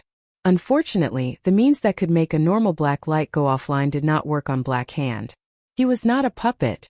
He had his own consciousness and thoughts. Even if 100 lights hit him, he would be fine. Black Hand's sutures trapped several Black Lanterns and superheroes. This kind of thread looked ordinary, but it was actually very tough. There were some barbs on the thread that were as thin as a cow's hair. After binding the body, the life force would be constantly depleted. Hal Jordan was entangled for less than 3 seconds. His face began to turn abnormally dark. Diana cut a few threads. Seeing that Hal was about to die, she hurriedly threw out a gem. The gem contained the firestorm that Thea had sealed. The black lines were restrained for a moment, but in less than 10 seconds, they came back again. Burn with fire. Using a sword was too inefficient. Diana could only cast a few fireballs. Magic was really not something she was good at. She could only call on the other heroes to help. The Kryptonians fought back with heat rays. Several heroes who could use fire, like the Revenge Demons of the Suicide Squad, the Firestorm, and the Inferno of the International Righteous Alliance, all attacked. But the most eye-catching one was Raven. Her face was covered by the hood, but 3 pairs of scarlet eyes could be seen in the shadow. The power of Raven's blood was fully activated. The big lowly shouted, and a magic raven flew out from the shadow behind her. Hellfire was mixed with evil magic. The raven wrapped the black lines and burned all the way to Black Hand. The bloodline of the 3 Palace Demon was not something that mortals could resist. Black Hand tried to use the black thread to bind the crows several times, but it was burned to pieces. The decaying and gray aura of death instead encouraged the shadow crows. The raven let out a low cry, passed through Black Hand's body, and flew toward the Black Death in the distance. Chapter 853. Black Death King hurriedly mobilized his subordinates to block Raven's attack. He was in perfect condition, and he could take it head-on with his origin weapon, but now unfortunately, these subordinates were all mortals, and they were burned to ashes like moths to a flame. Scarface chose to take Superman's punch head-on, and used the opportunity to mobilize the Guardians under his control to block Dark Raven. Puff, puff, puff. After passing through 3 Guardians in a row, the Shadow Raven's magic power was finally exhausted. Controlling such a terrifying amount of magic power was a huge mental burden. Raven Big lowly exited the bloodline state and knelt on the ground, gasping for breath. The price for the Black Lanterns was that 3 Guardians were burned to ashes. 3 of his kind with eternal lifespan were burned to death, and they had lost their emotions. Scarface did not feel it was a pity. She was in great danger now. 1 was saved by Diana, and now another 3 were dead. She only had 4 little blue men under her control. Although her control would increase exponentially with fewer people, she did not have time to celebrate under Superman's fierce attacks. The battlefield was in a stalemate. The human army at the outermost area was rescuing the residents of the coastal city and attacking the Black Lanterns. The city was already filled with Black Lanterns. They blocked the attacks from the outskirts and focused their firepower on the city center. In the city center, the 7 Lantern Corps and the human superheroes were fighting to the death. At the center was Thea and Black Death King. Black Death King's black aura was mixed with some nothingness. It was the aura of the Anti-Watcher that destroyed the multiverse. It was strong and long like an eternity. Unfortunately, this aura was strong enough, but it was not compatible with Black Death King. He could only borrow a small part of its power, and he would have to give it up later. But for victory, he did not care how to recover. He had all the time. On the opposite side of the black aura, the other side was as bright as day. Even an idiot would know that the 2 energies corresponded. The Black Lanterns and the heroes were fighting hard to hold on until dawn arrived. Originally, the white light was a little mixed, like a piece of white cloth with some scattered spots. As Sia tried her best to reconcile them, The spots slowly disappeared. Although there were still some mixed spots in the fine areas, there was no problem with the general direction. Death is not a disaster but a friend of life. Growing old is not a bad thing but a blessing. Thea could not help but express her own understanding. The Black Death Emperor, who had always been silent, finally had emotions. This was a battle of ideals. He loudly retorted. Death is the end of life. It is the final destination of all life. There is no distinction between us. There is only eternal peace. That's not right. Death is the friend of life. Every life will encounter death twice in their lifetime. Once is birth and once is death. He will wait for every life at the beginning and the end. You're talking nonsense. The two of them did not give way to each other. They each explained their own theories and began to debate. The Black Lantern was controlled by the Black Death Emperor. The Black Death Emperor was sometimes thinking and sometimes shouting, causing them to be a little absent-minded. The heroes were also dumbfounded. What was the meaning of this? Could they beat the enemy with their mouths? You should have said so earlier. Let's spray him to death. Of course, Thea did not have nothing to do. At first, she was thinking about something and did not control her mouth. Later, she found that the Black Death Emperor was anxious to debate with her, so she did not mind delaying a little. Compared to the Black Death Emperor who hid in his own space and pondered for hundreds of millions of years to comprehend a peaceful death, she had a broader view. No matter if it was Doomsday's destruction to death, or decaying Black's death to decay, or Ramer's death or Black Runner's death, they were all part of death. It was just that their understanding from their own perspectives was biased, but it could not be said that they were wrong. Now many ideas were thrown out by Thea. She was not as pure as the Black Death Emperor, but she could disturb him. Let the Black Death Emperor ponder over the messy theories. She was afraid of the pure Black Death Emperor, not the mixed Black Death Emperor. While chatting, she accumulated power in her body. When the 7 emotions were finally reconciled, Thea felt a little regretful. After all, the 3 emotions were not her own. No matter how hard she tried, there was still a flaw. But this was enough. Countless lights came out from Thea's body. Diana and the others covered their faces. The light was too dazzling. It was not hot, but it was filled with endless vitality. The superheroes had been fighting for an entire night. They were exhausted and mentally exhausted. Some were even covered in wounds. But under the illumination of the white light, they were surprised to find that they had recovered to their best state. Ka. With 3 crisp sounds, the 3 rings on Thea's fingers were all shattered. What replaced them was a fluorescent snow-white ring that flew out from the ground and automatically put on her left hand. Thea Quinn from Earth, destiny has been waiting for you for a long time. Everyone felt that a white light filled their vision, but it was not uncomfortable. It was like a friend next door whispering to them. It was warm, friendly, and made people want to get close to it. Even the Orange Lantern Laughless, whose heart was filled with desire, recalled memories from a long time ago. At that time he was weak, helpless, ignorant, and didn't have an orange ring, nor did he have an army, but he was really happy. The red light's heart had long been occupied by the lamp ring. But from Attikitas down, everyone seemed to hear their own heartbeats again. The purple lamps walked out of their fanatical love. Love was not everything in life. Friendship and family were equally precious. On the battlefield, no matter heroes or villains, every intelligent life felt a long-lost peace. It was as if countless emotions were pouring into their hearts. It was as if countless people were helping them share their worries. Superman thought of his quarrel with Louise and smiled gently. This matter was very troublesome at the time, but now it seemed like a small matter. Dick thought of himself wavering between Barbara and Starfire. He was ready to make some things clear after the battle. More people had more things to do. They usually felt heavy, but now everyone seemed to have put down 1,000 pounds. The white lamp's light calmed everyone's hearts.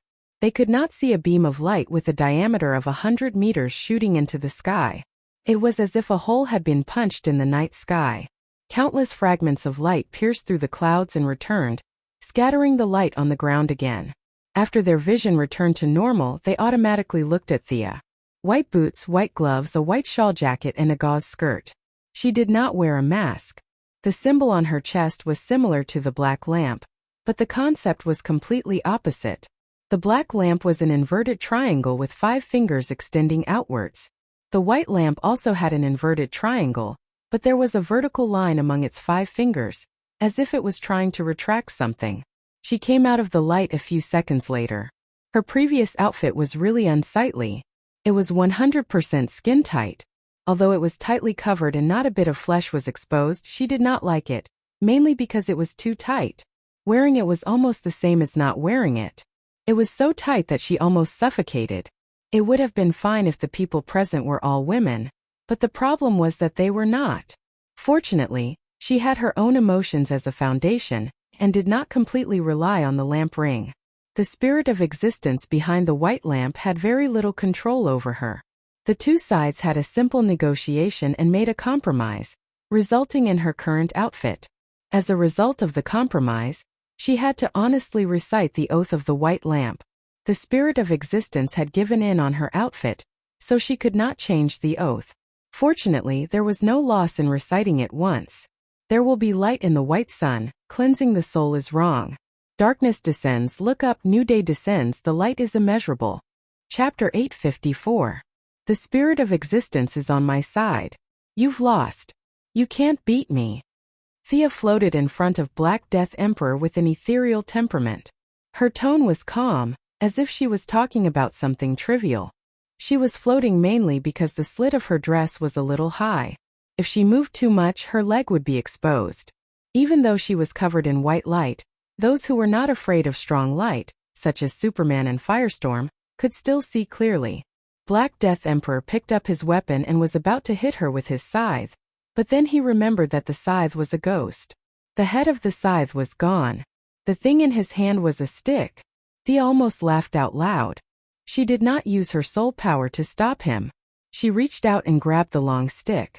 The impact was easily dissolved, and the death aura on it was directly dispelled. See, you can't do anything to me anymore. The white lamp connected me to all the intelligent beings in the world, sharing everyone's life. How can you kill me? Not to mention this origin weapon of yours. Hee. Sia chuckled as she pulled out a large sword. It was a holy sword. The white lamp was the lamp of life. It did not have a weapon in its standard equipment. As the host, she should not use a weapon. However, for 7/7 of it was her own energy. The spirit of existence did not have much say, so she could use her holy sword without any pressure. It was originally a fantasy weapon made of light. Now that it was in her hands, it was like adding wings to a tiger. The 1-meter-long sword did not need to be driven at all. It emitted a 2-meter-long sword light. The purity of the energy was the strongest she had ever seen since she used the holy sword. She gathered all her emotions and slashed down with the sword. Black Death Emperor had no choice but to raise his stick to meet the attack. Now that his feet could leave the ground freely, Black Death Emperor began to diversify his attack methods. Thea could pull all the lives to share the damage, and he could also absorb the memories of all the dead. Among the dead for hundreds of millions of years, there were always a few who knew how to use a stick. He directly absorbed the memories as if he knew how to use it himself. Black Death Emperor raised his stick. Thea moved to the left. In the nick of time, a silver chain appeared in her left hand and wrapped around Black Death Emperor's right leg. Seeing that he couldn't break free, Black Death Emperor took a step back with his right leg, and the chain fell to the ground. At the same time, Thea sucked in her abdomen and spat out a large mouthful of black mist. Without saying a word, she retreated and slashed out a silver slash with her holy sword. The two of them used their own methods and probed each other with a few moves. The intensity of their attacks began to rise exponentially. Martial techniques were at the end of the spectrum. When sword and staff clashed, it was more of a contest of comprehension and what each represented. The 7 emotions converged to form a white lamp.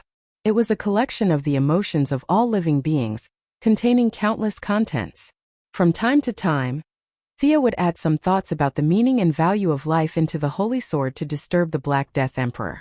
When a new life opens its eyes and sees the world for the first time, do you like it? Do you like the thrill of being promoted, getting a raise, and reaching the pinnacle of life? Do you like the satisfaction of being surrounded by your children, enjoying the rest of your life, and leaving this world with a smile? The Black Death Emperor responded with calmness. No matter what kind of emotion was thrown at him, the Black Death Emperor responded with calmness. Fanaticism. I am calm, sad. I continue to be calm. Thea felt that she was about to become mentally ill. Her emotions fluctuated between high and low. She acted out what it meant to gradually stabilize her emotions, and her smile slowly disappeared. Her borrowed emotions were still not as good as the Black Death Emperor. Fortunately, all the intelligent beings in the universe helped to share the burden, so the impact on her was almost negligible. The Black Death Emperor's realm was frighteningly high. Death was like the most basic instinct to him. His casual attacks were comparable to necromancy legendary spells. Thea estimated that if she did not have the white lamp ring and only relied on herself, she would have to run for her life after fighting for a minute. Now she was not afraid. Her 9,999 attack power was shared among everyone in the universe. Not even a strand of hair would be lost. Thea was calm. Victory would definitely be hers. After all, her attack power was not low. The Black Death Emperor was alone. He had to take all the damage by himself. No one helped him share the burden.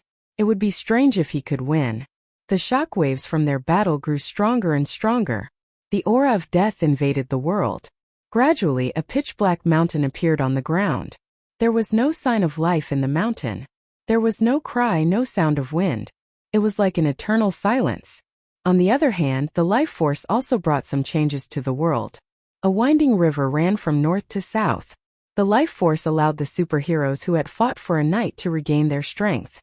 Even if they were heavily injured, they would be healed immediately by rubbing the river water on their wounds. At the end of the river, Thea and the Black Death Emperor were still fighting. The shockwaves from their attacks entered the mountain and the river, changing the climate. "Save me!" A voice faintly reached Thea's ears. At first she thought it was a spirit, but soon realized that it was not. The voice came from the black lamp. Thea suddenly realized that it was the Anti-Watcher. Thea had nothing better to do than to save him. She would leave the Anti-Watcher to Darkseid. Uncle Da had been eyeing his anti-life equation for a long time. Although she would not save him, she still took a look. Perhaps he wanted Thea to save him, but the Anti-Watcher allowed her to look at him without holding back. This guy is dead. Looking at the lifeless body of the Anti-Watcher with only a little bit of consciousness remaining in his body, this was Thea's first thought. It was not too surprising that the Black Death Emperor killed the Anti-Watcher. No matter how powerful the Anti-Watcher was, he was still alive. Without anyone to share the burden, and without any attributes that countered the Anti-Watcher, no matter how long his health bar was, it was useless. If he could not be killed in a day, he could be killed in a year. However, the Anti-Watcher's strength was also one of the best in the multiverse. Even the Black Death Emperor did not have a good time fighting back. This was also why Thea felt that the Black Death Emperor was much weaker than she thought. She dealt with the Black Death Emperor while looking at the Anti-Watcher openly. This was a rare opportunity, so she had to take a good look. "Save me. Your energy can definitely save me." The Anti-Watcher was still pretending to be pitiful. As long as he could be revived, he would destroy a universe to recover his strength. He felt that the universe under his feet was not bad. Thea knew what he was thinking.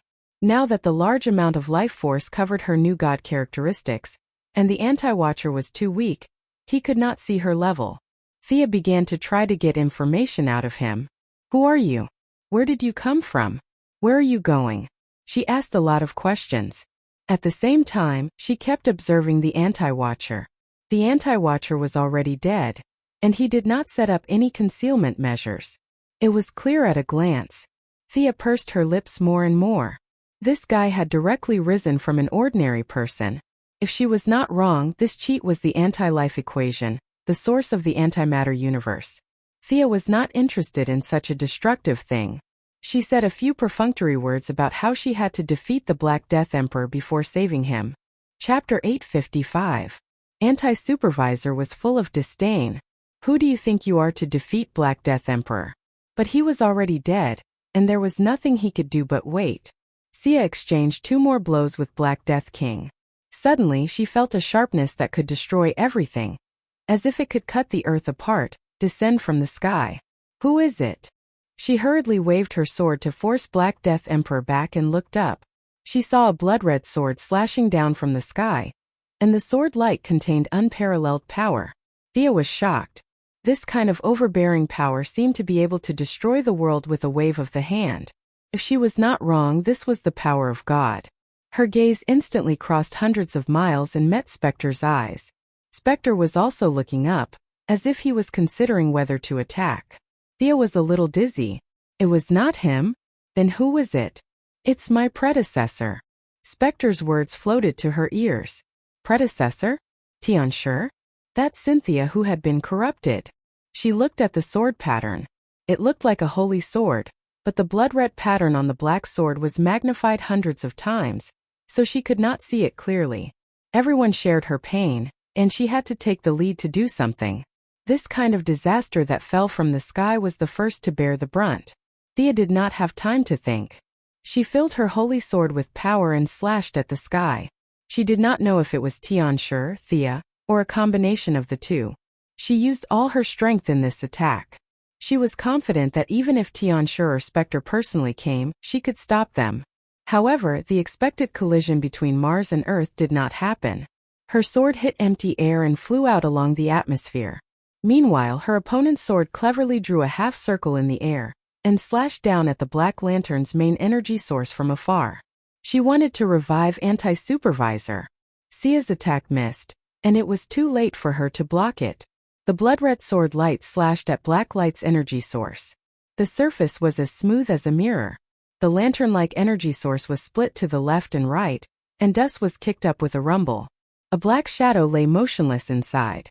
The sword light did not dissipate and smashed into the river of life. Not good. This river was formed by the aftermath of her attack mixed with seawater. It was meant to be used to heal the heroes present. It contained a huge amount of life force, but she did not expect it to be used by the enemy. She hurriedly raised her left hand.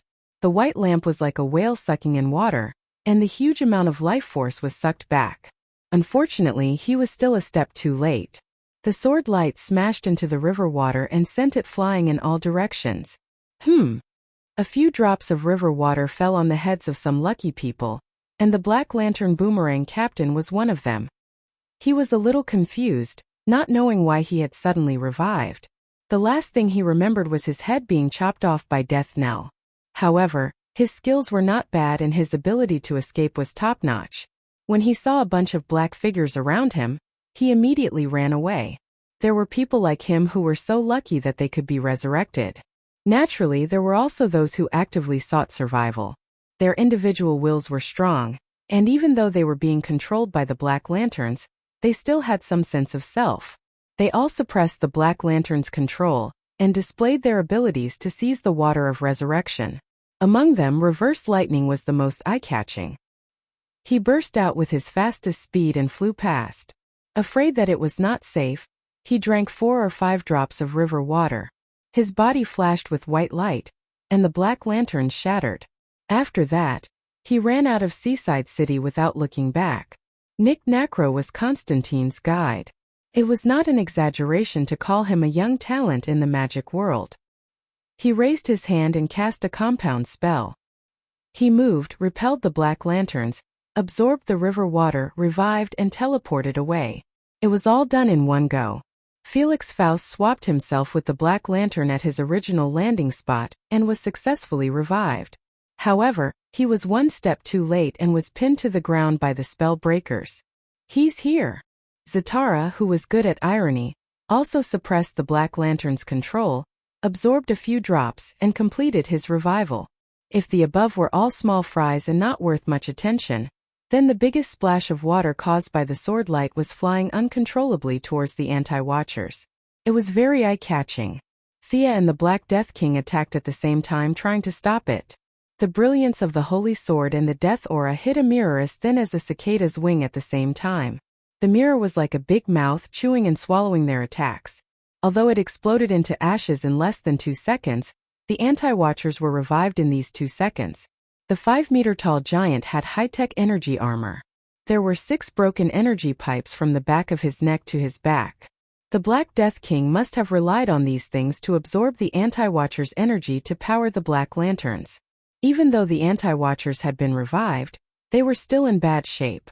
They wore a funny helmet on their heads, and their right leg was broken at the knee.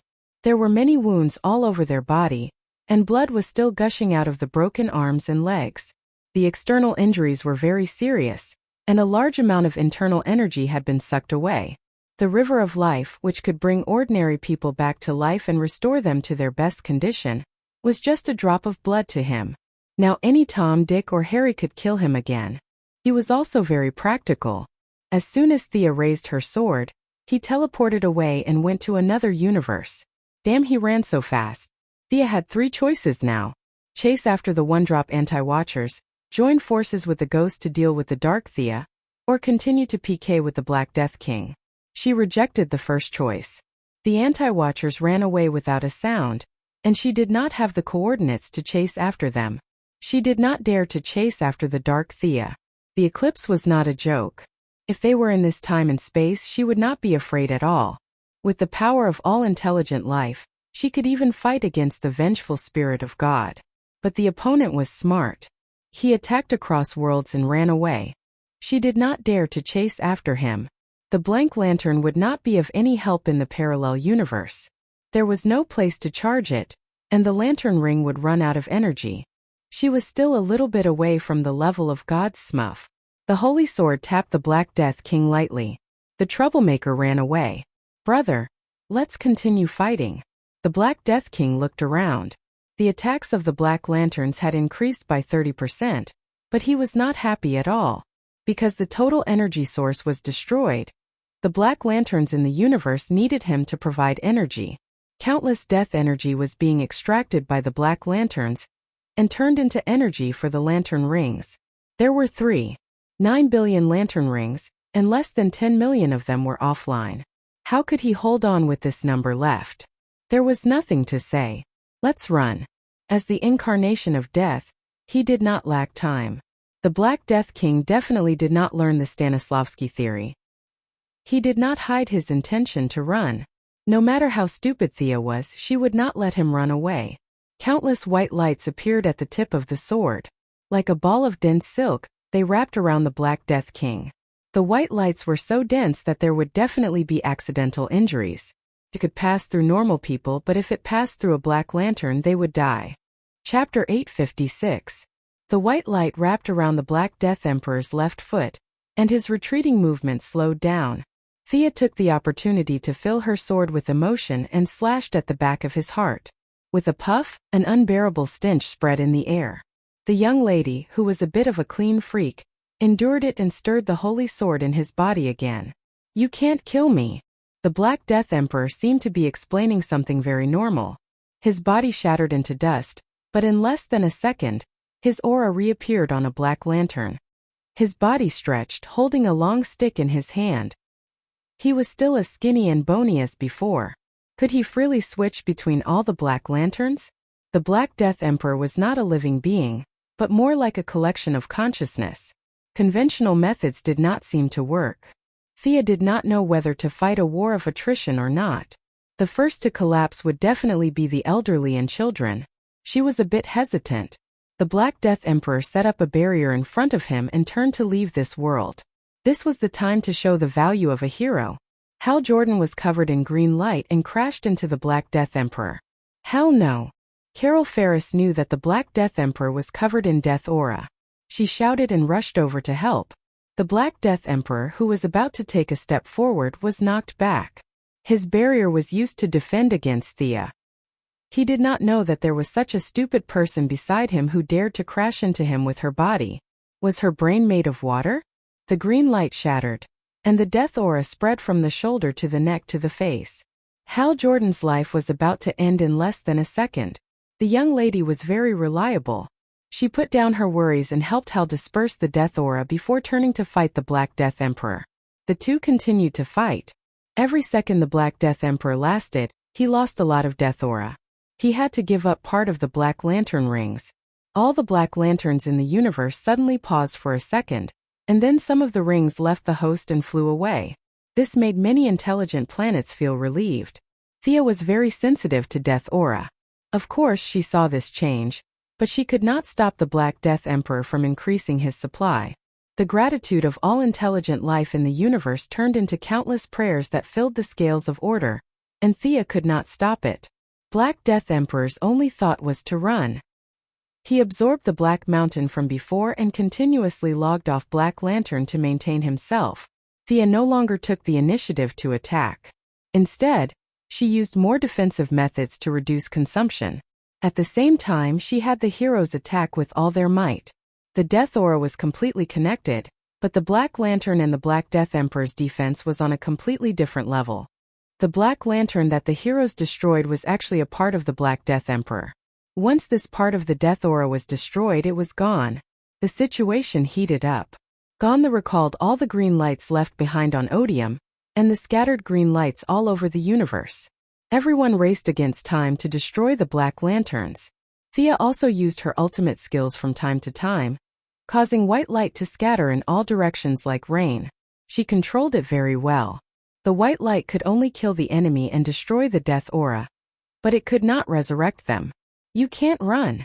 Another slash landed on the Black Death Emperor's shoulder. With a sizzling sound, one of his arms was wiped clean by the Death Aura. However, he took the opportunity to open a passage behind him and jumped in without looking. Thea thought for 2 seconds. She did not know how long the White Lantern ring would last in there. In the end, she decided to chase after it because she realized that the passage that the Black Death Emperor had opened was actually a time passage. At the end of time there was the Time Master Council, and at the beginning of time there was the Endless Family. What was she afraid of? Although time was not her home ground, she still had people inside. The moment she entered the time passage, the White Lantern ring's energy became 99%. Thea did not mind. Time was fair to everyone and everything. Father Darkseid and the others were far away from time because of this fairness. If too strong a power entered time, it would be weakened like a dog. Previously, she could only enter with a clone. Now she had to rely on her identity as a death reserve to get out of this predicament. Thea did not think that the Black Death Emperor would be in such a situation. If he could not win, he could just run. This is a time passage. I'll go after him. With that, she rushed in. She was reminded in advance that she could not be blamed if any superhero insisted on going in. The river of time was as vast as ever, and there were all kinds of strange things. The originally long, wide, and tall three-dimensional world had a new kind of change here. Space was like a frame, and in her eyes it was all stagnant. This was a dimension piled up by countless three-dimensional worlds, and many three-dimensional projections appeared in front of her. Thea's eyes pierced through time and soon found the Black Death Emperor. He was not far away. You're chasing death, new god. The Black Death Emperor saw the white light on her body start to fade, and there was a hint of smugness in his voice. What are you bragging about? Thea also saw that the opponent's aura was less than 1/5 of what it was at the beginning. What was there to be afraid of when a big account with no weapons, no HP, and no mana? As expected, the Black Death Emperor did not fight back. Instead, he ran with the flow of time and occasionally jumped into time to hide. One ran and the other chased. Time was advancing and retreating around them. 1 second they were in the Middle Ages and the next second they were in the 30th century. On the way, they met extreme speed and Miss Ballistic.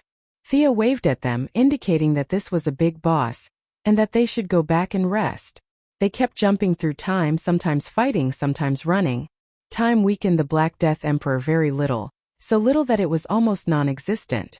Thea was even more afraid of his death, and did not stop to rest. She wanted to see who would be the first to give up. Hey Thea, I'm here.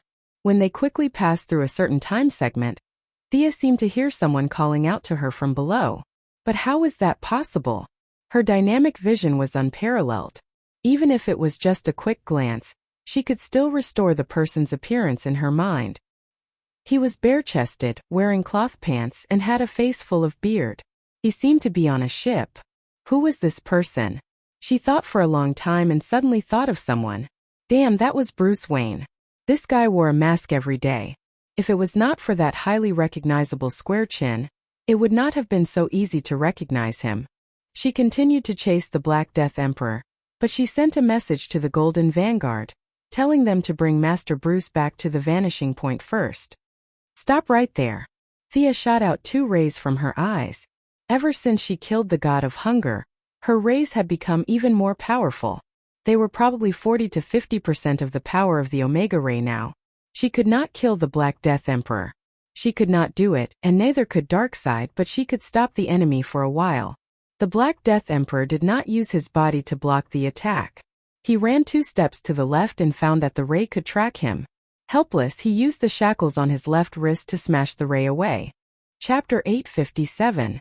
Thea had already noticed that the shackles were extraordinary. It seemed that someone had imprisoned the Black Death Emperor before. She had never seen the material of the shackles before. It was not any metal, fantasy material or magic material, but it was extremely powerful. Any elemental energy that hit the shackles did not cause any effect. The young lady was very envious, but unfortunately, it was useless even if she cut off the Black Death Emperor's left arm. The arm automatically regenerated in the next second, and the shackles were still on it. This was even more advanced than his original weapon, the scythe.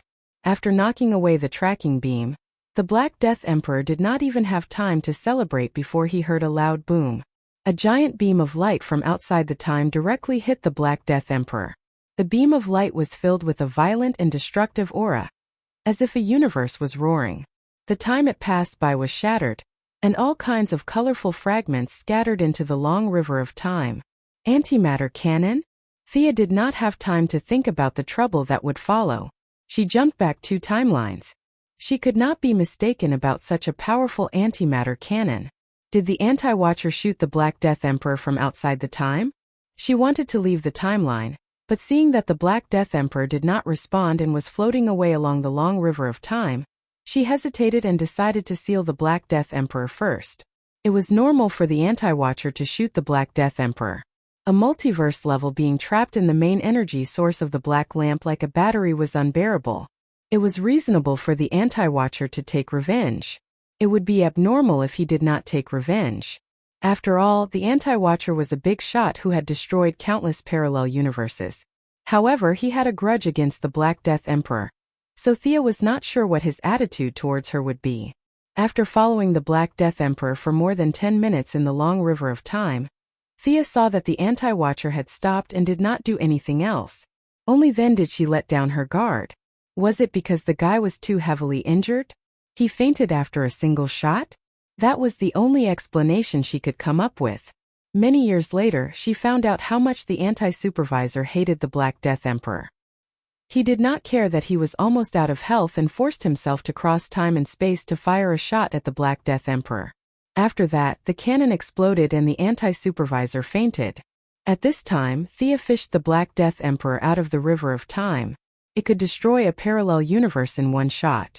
The power of the antimatter cannon was reflected in the Black Death Emperor. The Black Death Emperor was completely unconscious. There was a burning hole in his chest, and even his body could not heal it. One had to know that the Black Death Emperor was not a living being. He was some kind of conceptual existence. Flesh, blood, and bones were all external manifestations to him. If intelligent life forms were all humans, then he was a human. If they were all fish, then he was a fish. Ordinary life forms had nothing to do with him. Even so, he was still knocked unconscious. To be able to knock out a concept, the antimatter cannon's sharpness was evident. Hand it over. Thea didn't say anything. She seized the rod from the Black Death Emperor's hand and put it on the head of the scythe. She didn't know if it would work. She then looked at the shackles on his wrists and neck. They couldn't be removed, at least she couldn't. Even if she forced a trade, Thea could only give up. Thea had taken the soul-sealing chains from the Heavenly Father's treasury when she was building the magic net. It was said that it had once tied up an ancient black dragon. She had originally planned to deal with Darkseid, but now she had to tie up the Black Death Emperor first. For light mirrors were attached to his limbs, constantly whittling away his aura of death. She then threw a bunch of random things into the hole in the Black Death Emperor's chest like sand. There were 4 emotions: the black of decay, the green of all things, the red of all life, the cells of the doomsday, and so on. Finally, he took out a coffin. This was one of the treasures in Hades's treasury. It was the huge ship that the Egyptian main god, the sun god, had taken to the underworld. Later, it was left in the hands of Osiris, and then changed into a coffin in the hands of Hades. Finally, it was passed to the young lady. She tied the Black Death Emperor up like a dumpling and threw him into the sun god's coffin. Decadent music was naturally indispensable. She added a bit of divine power to the echo stone of the underworld and set it to play on a loop. It could last for 3,000 years. She took out Eagle Man's hammer and Apollo's arrow. After a series of smashes, Thea nailed the coffin tightly. Only then did she heave a sigh of relief. This guy wouldn't be able to escape for 1,000 years if no one came to rescue him. She checked the Black Death Emperor's ranking. The result was gratifying. This guy had fallen to 210, and with the corrosion of the antimatter energy and the various things she added, his ranking continued to drop. It was only a matter of time before he and Uncle Da fell to the 300th rank. After sealing it, where to put the coffin became a problem. The starting point of time was eliminated immediately. She couldn't let the Black Death Emperor know about the endless family. The disappearing point of time was also not suitable for a bunch of weaklings.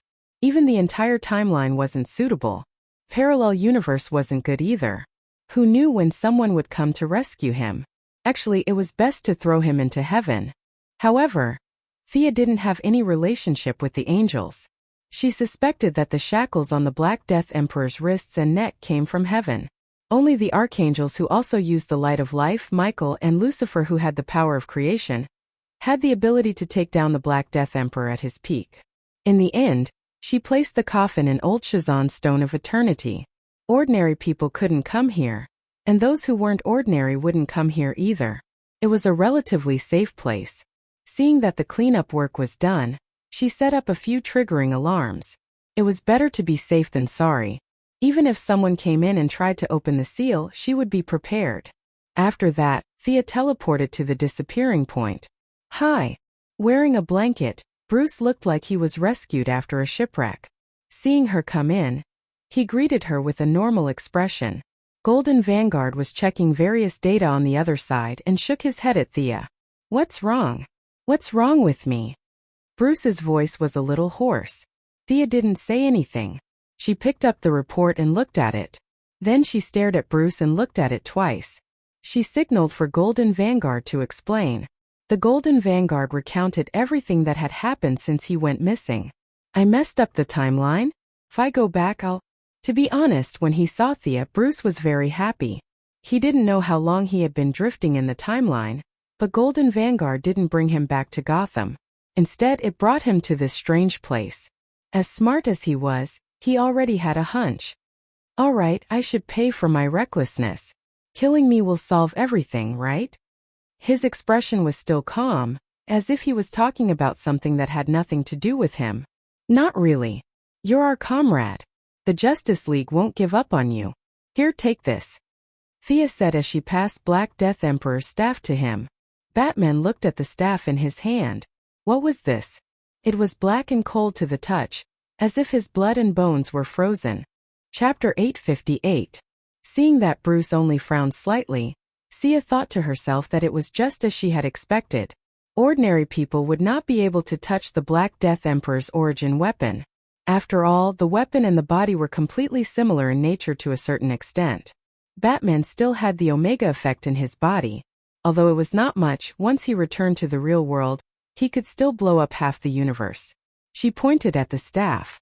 The energy in this will neutralize the Omega effect. Originally, Thea wanted to use her own divine power to cleanse the death aura. Now that there was a strong labor force, it saved her a lot of trouble. I just have to hold it like this?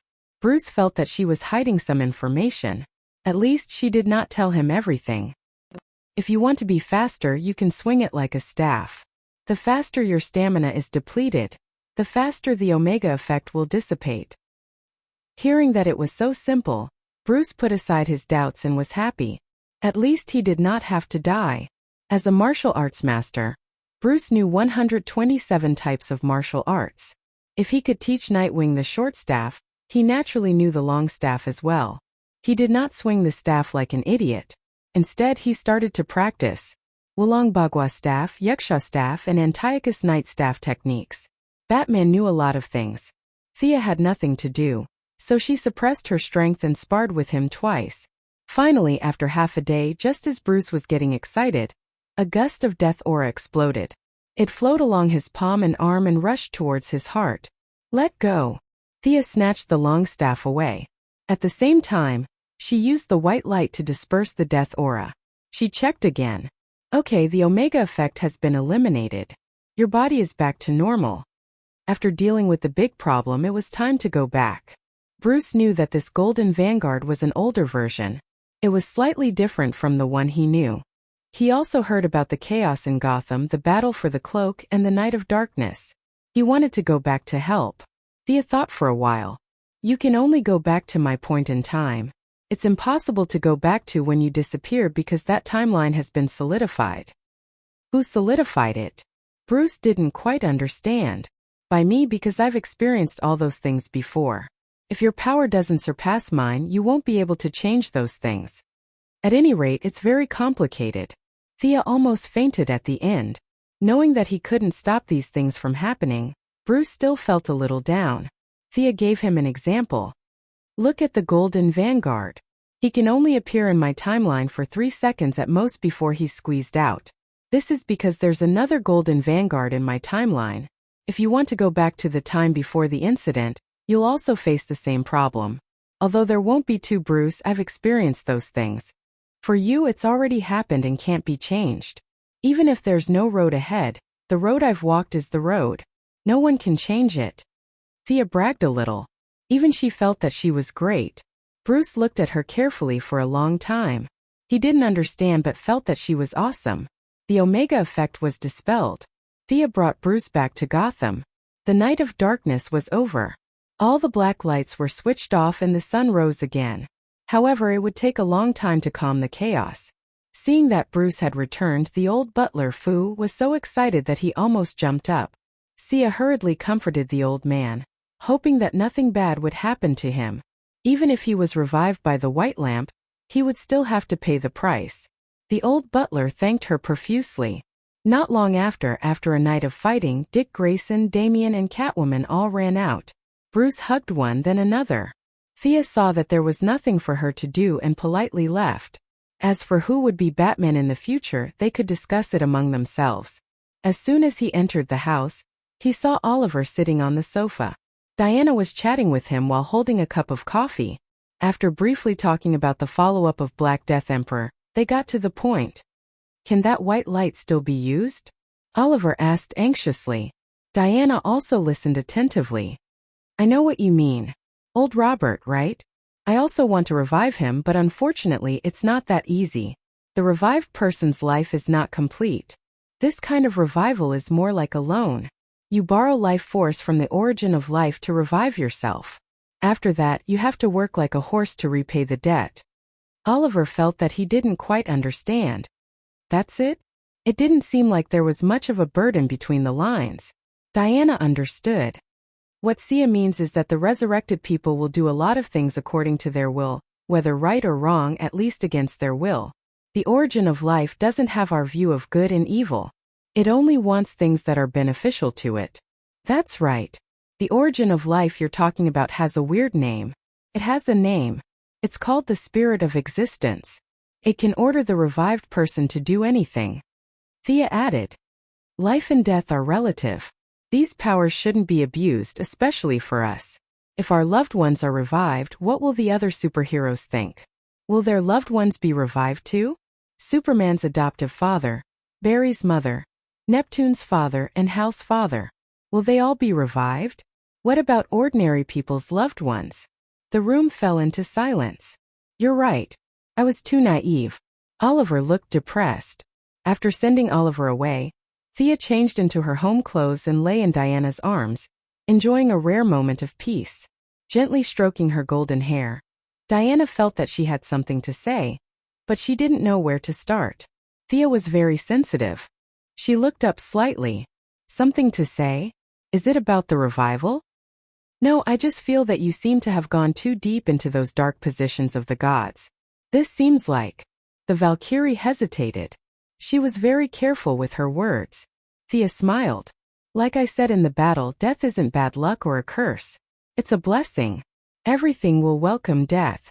Even the gods and the world will die one day. Death is life's friend. That's my philosophy. Live with a smile and die with a smile. Perhaps that's what I can bring to this world. Diana frowned slightly. The conversation had gone off track from the start. But Black Death Emperor wants to destroy us. Although I don't know how he's going to do it, but... Before she could finish, Thea sat up abruptly. She looked stunned. You don't know what Black Death Emperor wants to do? You don't know? Diana didn't know anything. She fought the whole night in a daze. Thea was also dumbfounded. She thought that everyone knew, but no one knew. Black Death Emperor lost unjustly. Actually, you should have felt it. Our Earth is the center of the universe. It was first born from a ray of light. When this ray of light came into contact with a physical body, it gave birth to the spirit of existence. Oh right. When we fought for the scythe, Black Death Emperor didn't move because he wanted to pull out the spirit of existence. Chapter 859. Diana hugged the pillow as if she was listening to a story and signaled for her to continue. This being's spirit is connected to all life. Without a host, it's very weak. If the Black Death Emperor kills it, then all life will die, including us. That's his plan. That's what he planned, and that's what he did. Thea finally realized the problem. In this space-time, because of her interference, no one saw the being's spirit. A few with good eyesight might have seen the white light under the Black Death Emperor's feet. What was that? No idea. A bunch of people fought for an entire night without knowing the cause or the result. The only people who really understood were her and the Black Death Emperor. Even Scarface and the others didn't know how the Black Death Emperor was going to destroy life. Diana's clear eyes widened. Is there such a huge meaning in us fighting over the scythe? Of course, what did you think? I thought you saw how powerful the scythe was, so... Sia blushed. Not to mention at that time she was thinking the same thing now, but she couldn't admit it. She pretended to be angry. How dare you accuse me? I won't do it again. Take out the truth lasso. I want to hear the truth. Diana hurriedly passed the lasso to her. The young mistress tied the Valkyrie up tightly, but her posture was a little suggestive. As if she knew what she was going to do, Diana was a little embarrassed. No, what if the Righteous Alliance comes looking for us? There's so much going on outside. Let's do it at night. It's okay. The Righteous Alliance has so many people. They don't need the two of us. I'm going to teach you a lesson today.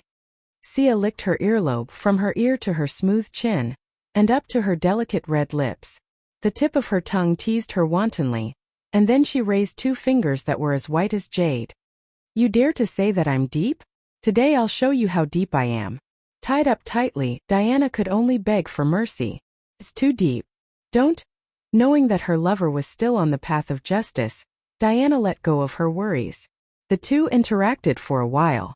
In the first half, the young mistress had the upper hand and could be said to be majestic. In the second half, the Valkyrie showed her strength. She was instantly defeated and bullied. How dare you say that I've gone astray? You're the one who's been corrupted. What's this? How dare you forge this kind of quasi-artifact? So what if you can forge it? Sia raised the shackles on her wrists and questioned loudly. Diana has never been gentle and virtuous. Now that she has been in the human society for so many years, she is experienced, has the lasso of truth and many indescribable semi-divine weapons. Dealing with Thea proves that she knows how to forge and has all kinds of rare materials at hand. She can really do whatever she wants. After fooling around for a whole day, their faces were still red when they went to the Zhonglian Club for a meeting the next day.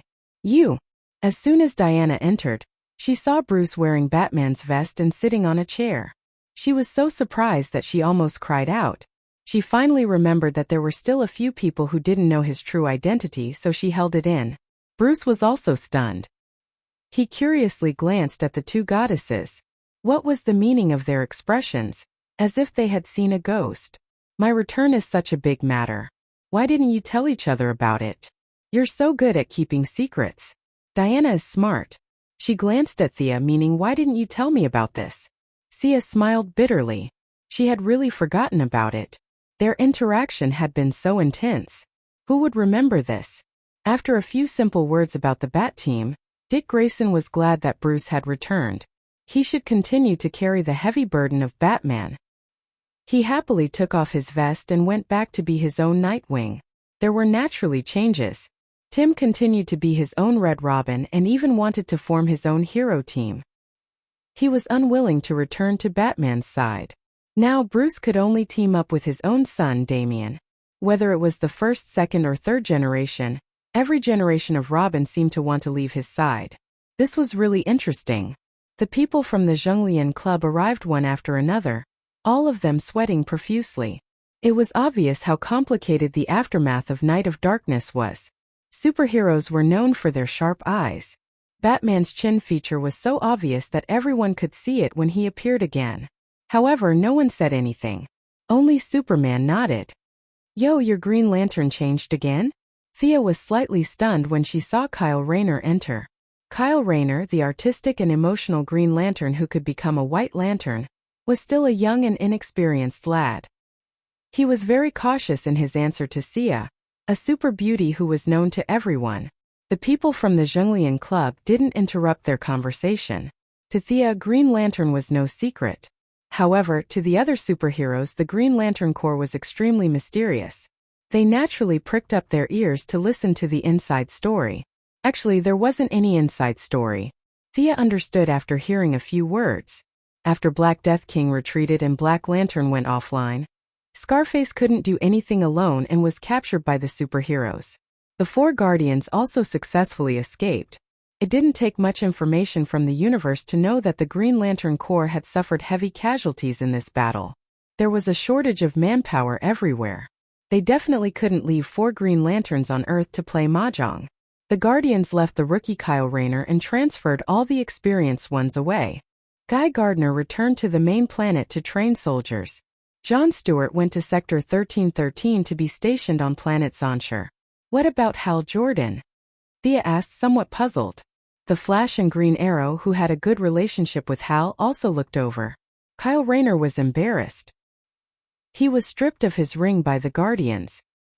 He's now an ordinary person. Noticing the uneasy expressions on their faces, Kyle Rayner, who was once an artist, knew how to conduct himself better than John Stewart. He quickly explained the situation. The truth was disgusting. The Green Lantern Corps had suffered heavy losses this time.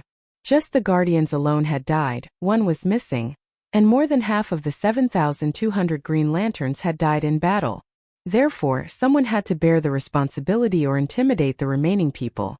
The 4 little blue men targeted Hal Jordan. Their reasons were reasonable. Black Death King's appearance on Earth must have something to do with Earth. Guy Gardner's prestige wasn't enough to be this chicken. John Stewart had been following the Guardians closely. Kyle Rayner had been a Green Lantern for more than 2 days. The most suitable candidate was Hal Jordan. During the internal meeting, the Guardians stripped Hal of his ring in public with a groundless accusation. They fired him without giving him a chance to explain. There weren't many fools among the superheroes. Kyle Rayner had said it very straightforwardly. The few of them were very unhappy. Although they were unhappy, the heroes couldn't interfere with the internal affairs of the Green Lantern Corps. As for comforting Hal Jordan, the few of them felt that it was unnecessary. This guy had nerves as thick as steel. He might be having a one-night stand somewhere right now. Chapter 860. We'll have to trouble you with Central City's seal. The people from Earth 2 have already retreated, the Flash said. Thea agreed without hesitation. Superman held back and asked, "Can that white light revive the dead?" He was not the only one. The Flash and the Sea King looked over as well. They all had deceased relatives. Thea could only repeat what she had said to Oliver. On a practical level, there were many hidden dangers. On a moral level, one's ability should not be abused. This could not even be opened. Once it was opened, the world would be in chaos. Besides, the white light isn't completely under my control. Forcefully controlling it will lead to more bad consequences, Thea said honestly. The white light was useful when used passively, but it was too difficult to take the initiative. I understand. You're right. The dead should die. Their mission is over. We shouldn't revive them. Superman made a statement at the end.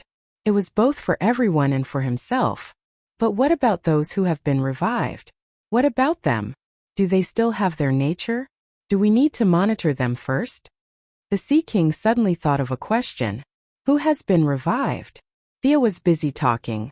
She had been fighting the Black Death Emperor all this while.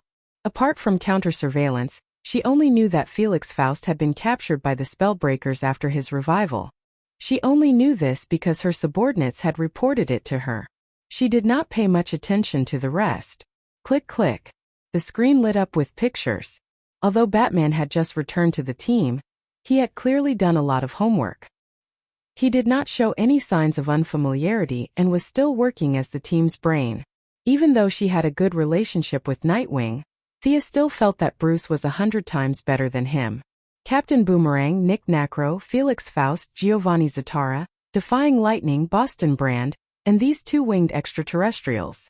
Thea looked at the Eagle Knight and Eagle Girl on the screen. Her gaze was a little dazed. Were these two also on the battlefield? Did they fly over from the main planet of Purple Lantern? She really did not see them. They're not aliens. This man is Khufu, the Khufu from the Egyptian pyramid. This woman is the priestess of that time, Chayara. They died on an extraterrestrial planet, but they were Earthlings through and through. In addition, Boston Brand is different from them, very different. Thea had an expression that said, "I'm not pretending, but you're giving me this opportunity." Perhaps you can't tell, but in my eyes, even through the screen, I can see that Boston Brand's resurrection method is completely different from the others. The pure aura of life and the aura of death are acting on his body at the same time. His originally strange life form is now even stranger. Those people were resurrected by absorbing the aftermath of the White Lamp's attack. It's not too complicated, but Boston Brand was resurrected by the spirit of existence. To be honest, I don't really understand it anymore. Thea hugged her elbows and studied it for a long time, expressing her confusion.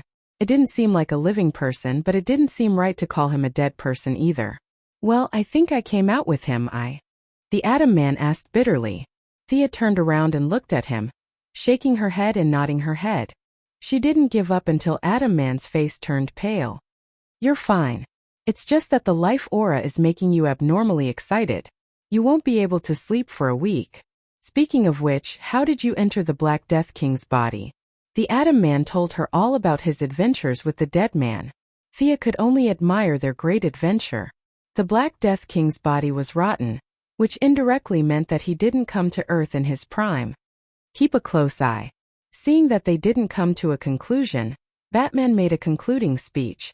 Thea, Diana, and Superman smiled bitterly at each other.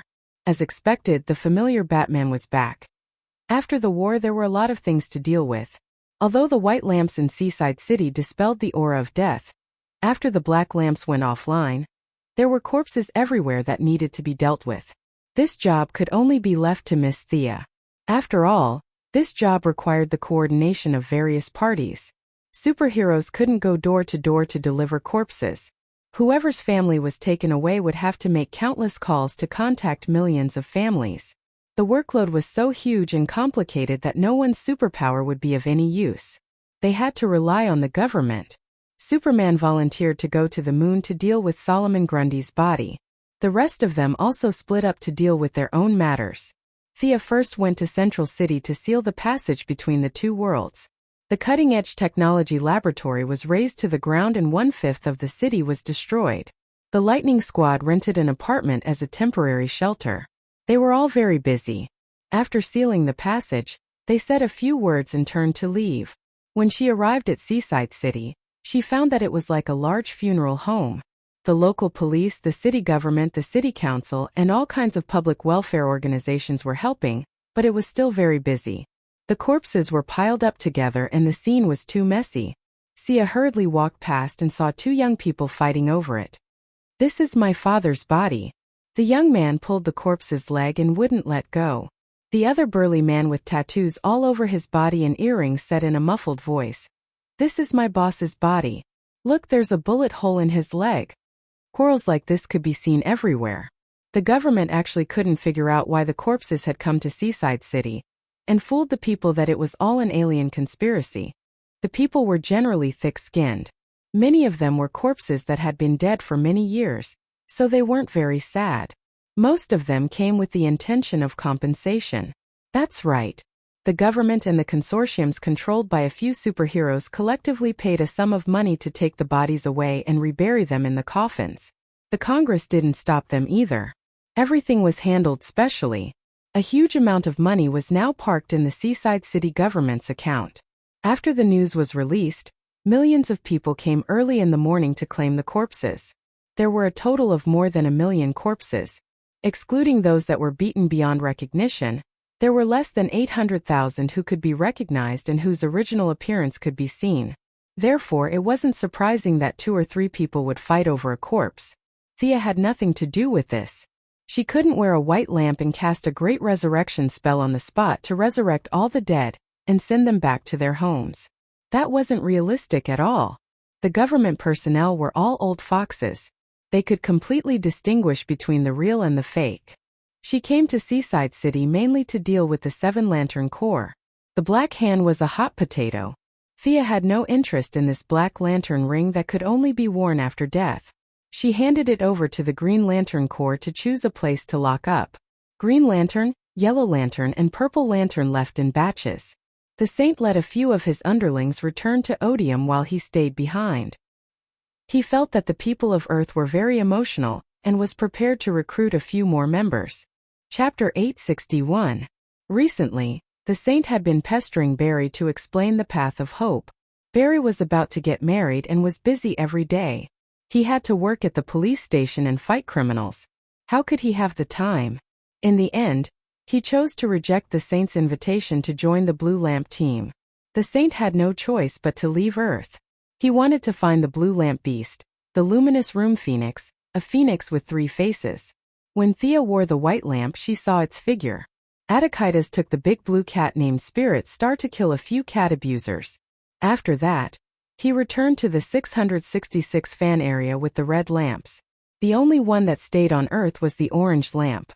Thea found Laffles in a place that looked like a junkyard. This guy had collected a lot of junk, such as old refrigerators, cars, and buckets. Whether they were useful or not, he picked them all up and brought them back.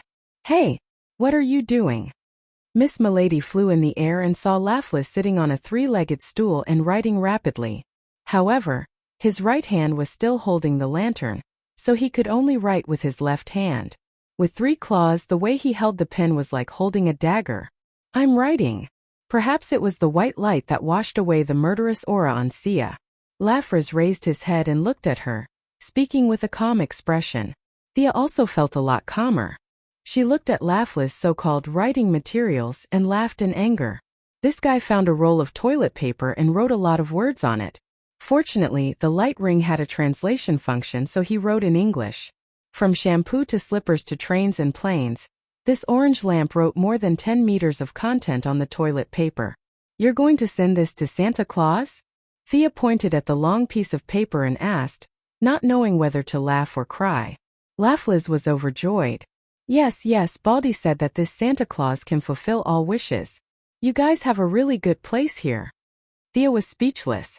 If Luther had a level 9 intelligence, this guy in front of her was not even level 2. He was only a little stronger than the husky because he could talk. If Luther were to stay on Earth and eventually get the orange ring, Miss Milady would not be surprised at all. While Laffles was still chattering, a portal opened behind him, and Thea pushed him in. Realizing that she was not intimidating enough, she took out the Black Death scythe and waved it at the portal. "Get lost. Go back to your Akolo. If you dare come to Earth again, I'll chop you into pieces." After dealing with the chores, he finally had time to organize his thoughts. He put away his scythe. The Black Death Emperor could use it as a reference, but he couldn't imitate it. Those who learned from him would live, while those who imitated him would die. This was because their paths were completely different. Just like what she said before she wore the white lantern, death was life's friend. The two did not repel each other. Instead, they should be closely related. Peeking at death from life was the path she had chosen. At this moment, on the other side of the earth, Cairo, Egypt, the light of civilization had long since left. Now there was only a group of ordinary people who were running around for basic necessities of life. The country had no foundation. Externally, the roads were narrow, and there was a lot of garbage piled up in the street corners. Everyone was numb to life. But today, their leisure life seemed to be a little more interesting. A man and a woman were walking on the street dressed strangely. Nowadays, young people wearing short-sleeved shirts and jeans could be seen everywhere on the streets of Cairo. The woman could wear a veil and any kind of clothing. Even so, the man and woman's dressing was still very eye-catching. The man looked like he had just come out of a bathhouse. He only had a white cloth around his waist. His upper body was bare, and the muscles on his arms and chest bulged as if he was full of strength. The woman wore a flowery robe. Instead of walking quickly with her head down, she looked around wantonly. The two spoke in a low voice, but the locals couldn't understand their language at all. The young people might be watching from afar, but some of the more traditional old people couldn't accept the woman's unorthodox behavior at all. An old woman, short and stout, wearing a black robe that covered her feet. Behind the veil was a rigid and serious old face. She scolded the two loudly and kept poking the woman with her finger. The muscular man's eyes were as sharp as a knife. He grabbed the old woman's collar and lifted her up. The young woman whispered a few words to him. The man looked around and saw that everyone avoided his gaze. Only then did he pull the woman away. "Chayara, this is no longer our world. At least, it's not the world that I know." The woman was silent. These two were naturally the first-generation Hawkman and Hawkgirl, who were resurrected by the river water formed by the white light. At this time they were still using their original names, Prince Khufu and Priest Chayara. The two's consciousness was very chaotic during the Black Light period. The purple crystal of love, 1,000 years Horus divine power, and the end metal made their will far stronger than ordinary people. Otherwise, they wouldn't have flown back to Earth with the black light ring after being shattered by Thea. They were lucky enough to be resurrected by the white light. However, Earth had changed too much. Ancient Egypt had already entered the history books. The two didn't speak the same language. At first, they flew in the sky without wearing any clothes. When they saw an ordinary person, they wanted to take him as a servant. After that, they were beaten up by the police with all kinds of guns. Only then did they become obedient. Without the end metal hammer, their strength was limited. After leaving Earth for 4,500 years, they returned again. The two carefully explored the world. Everything was new to them. Their curiosity was more than their fear. "Wait!" Khufu suddenly reached out and stopped Chayara. He looked at the shadow behind him. A tall man in a cape walked out slowly. "Why are you following us?" Khufu's intelligence could only be said to be average. However, after thousands of years of continuous influence of the end metal, both his brain and body had been strengthened. He stuttered and asked in Arabic mixed with some English. These two languages were spoken by people in Egypt. In his opinion, these were the mainstream languages of the current world. Batman, who volunteered to monitor them, was slightly stunned. However, he also knew Arabic. It was always good to be able to communicate. Previously, Thea said that the two were not aliens. Instead, they were natives of Earth. They were people from 4,000 years ago. Now he just wanted to verify it. Batman wasn't too surprised. In this day and age, there were aliens and goddesses. Adding two more ancient people wouldn't be a big deal. After leaving a warning that he would monitor them and not do anything wrong, Batman prepared to retreat. "Hey, wait. Did you see our hammer? I think it's on Earth," Khufu said and gestured. Such a long and wide thing. Batman was such a sneaky person. Why would he return the target's weapon to them? The two of them didn't have names on their foreheads. What if they were bad guys? Chapter 862. Batman comforted the two ancient people very pretentiously, saying that he would look for it and return it to them when he found it. After that, he left Egypt in the Bat Fighter under the two people's gratitude. The two simple ancient people felt that Batman was a good person. They did not know each other, but he was so enthusiastic about helping them. They told him all about the characteristics of the hammer. Realizing that the hammer was extraordinary, the world's #1 detective, Batman, began to analyze all kinds of details. Following the clue of the purple crystal, he found the purple lamp Carol Ferris. After that, he did not need to do much to know that the hammer was in the hands of the young lady. When she received Batman's call, Thea was cleaning up the trash left behind by Lafleets. Just like Bodhisattva was afraid of the cause, mortals were afraid of the effect. The more powerful she was now, the more cowardly she became. Based on her personality in the past, she could just open a portal and throw this messy trash mountain to another planet. However, she did not dare to do so now. What if it caused an ecological disaster? What if some substances in the planet had a violent reaction? The destruction of a planet would also affect her. White Lamp was very picky. In order to prevent all kinds of accidents, she could only find a company under her to deal with these things. When she heard Batman ask for the hammer, she did not insist that she did not have it. According to fantasy, Eagle Hero and Eagle Girl were people who had great karma for this world. Do they want it or do you want it? Thea thought about it before speaking. Batman had a criminal record.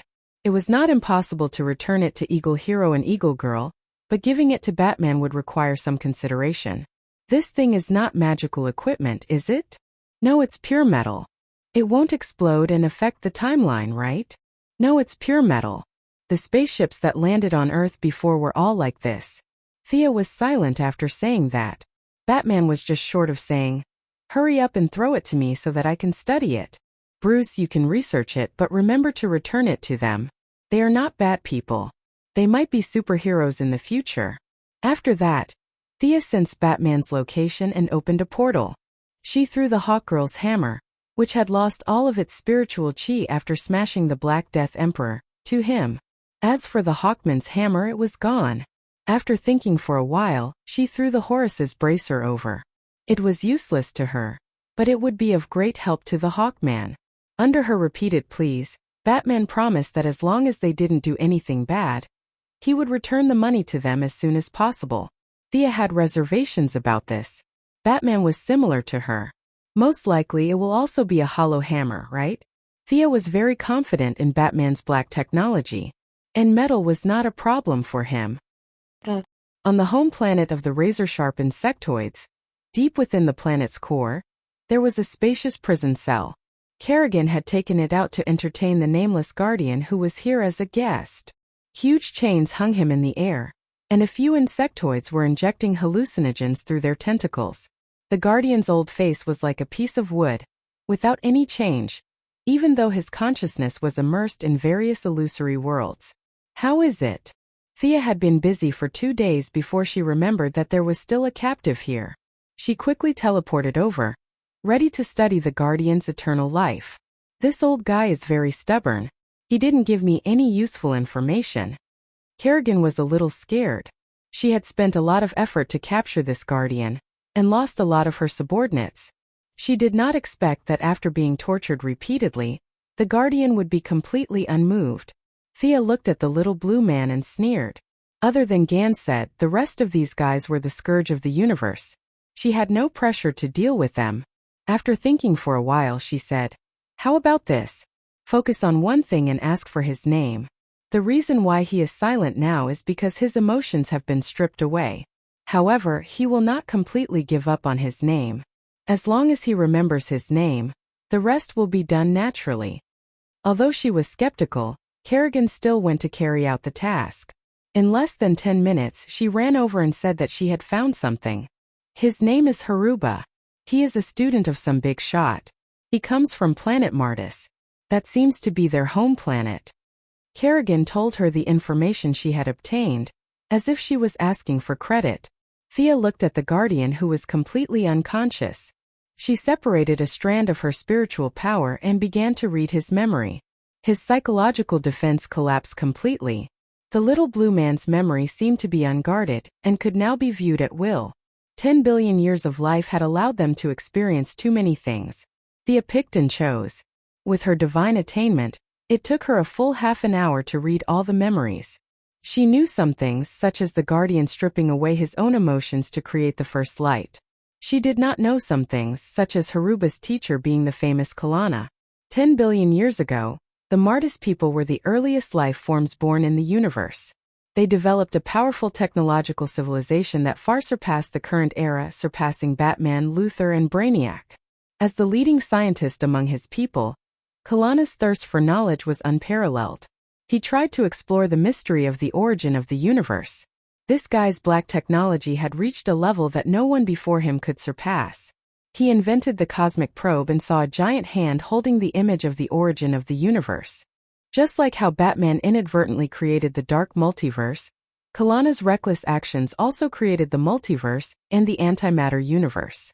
In order to monitor the countless parallel universes, Watchers and Anti-Watchers were born on a conceptual level, and it lasted until today. Kalana and his people, including Ganser and Sed, had shrunk from their normal height to their current height of 3 inches. God knows what the big shot was thinking. He might have thought that the essence was condensed. When he shrunk his body, he gave them eternal life. They were older than the old gods and the new gods combined. The spirit of existence was born on Earth, but they were the first life forms in the universe. The little blue men now were at least 1,000 times weaker than when they were at their peak. Only Kalana and Ganser had seen the image of the first light's giant hand. Haruba had only heard of it.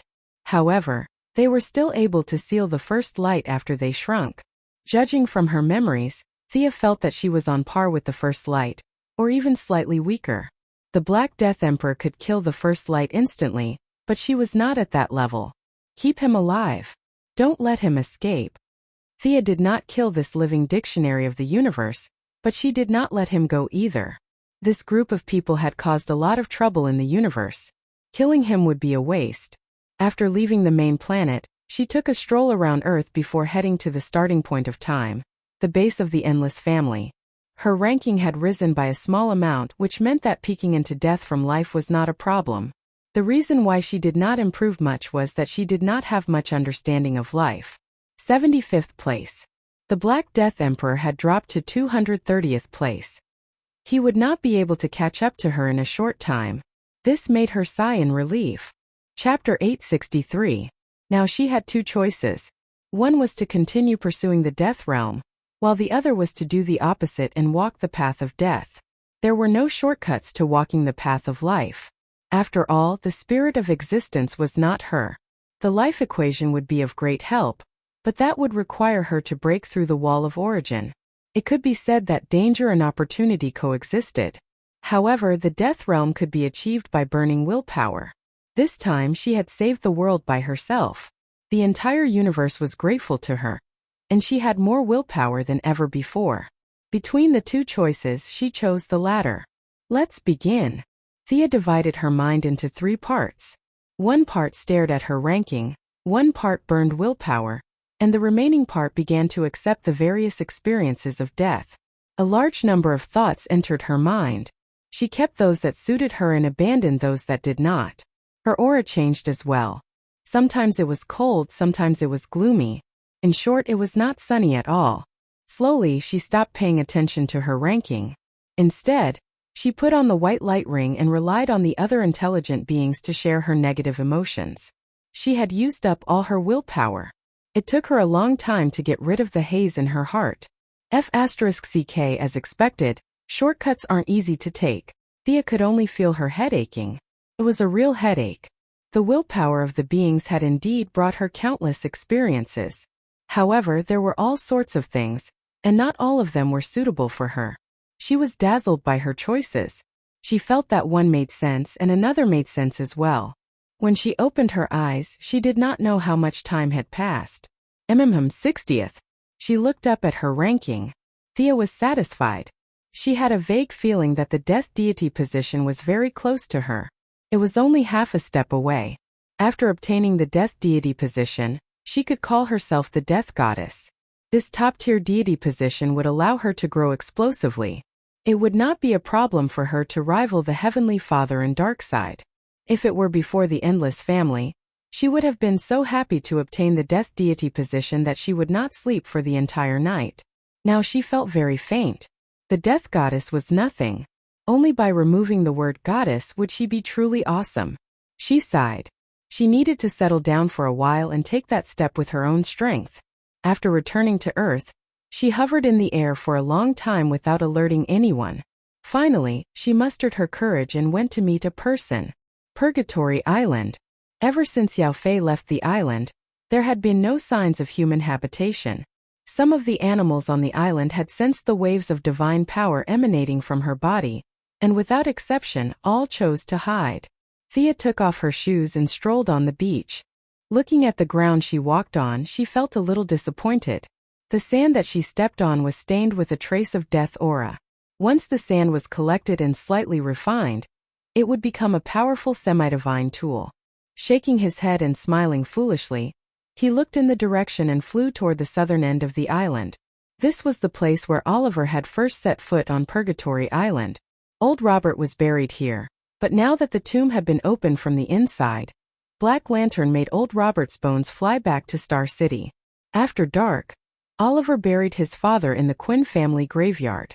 But Thea knew that they were just bones. Old Robert's soul was still on this island. At first, the tomb was very simple and crude. At that time, Oliver was a good-for-nothing. He simply dug a hole and buried himself. Later on, due to various reasons, it was not repaired. When the Black Lantern was unearthed, it completely destroyed this place. Thea picked up a wooden stick nearby and gathered the dirt together. Then she hugged her knees and sat in front of the tomb. I can't resurrect you. I'm sorry.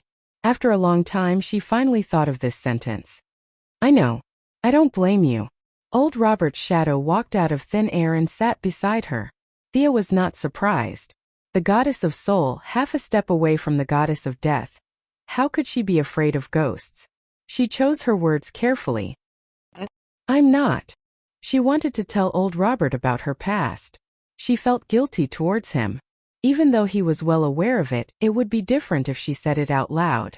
However, she couldn't find the words to say. Old Robert stroked her hair. I know. It's my fault. I wronged Moira first. You'll always be my daughter. You Oliver Moira, you're doing well.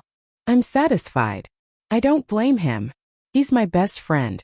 I'm happy for him. He has a chance to make up for all his mistakes. Thea knew that the he old Robert was referring to was Malcolm. The two of them did have a deep friendship, but fate had played them. But I have the ability to resurrect you. A little backlash is nothing to me. Your life shouldn't stop here.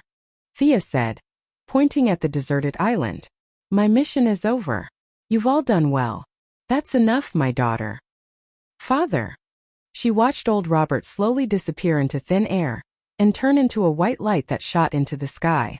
She did not speak for a long time. A normal person's soul could not survive for 10 years.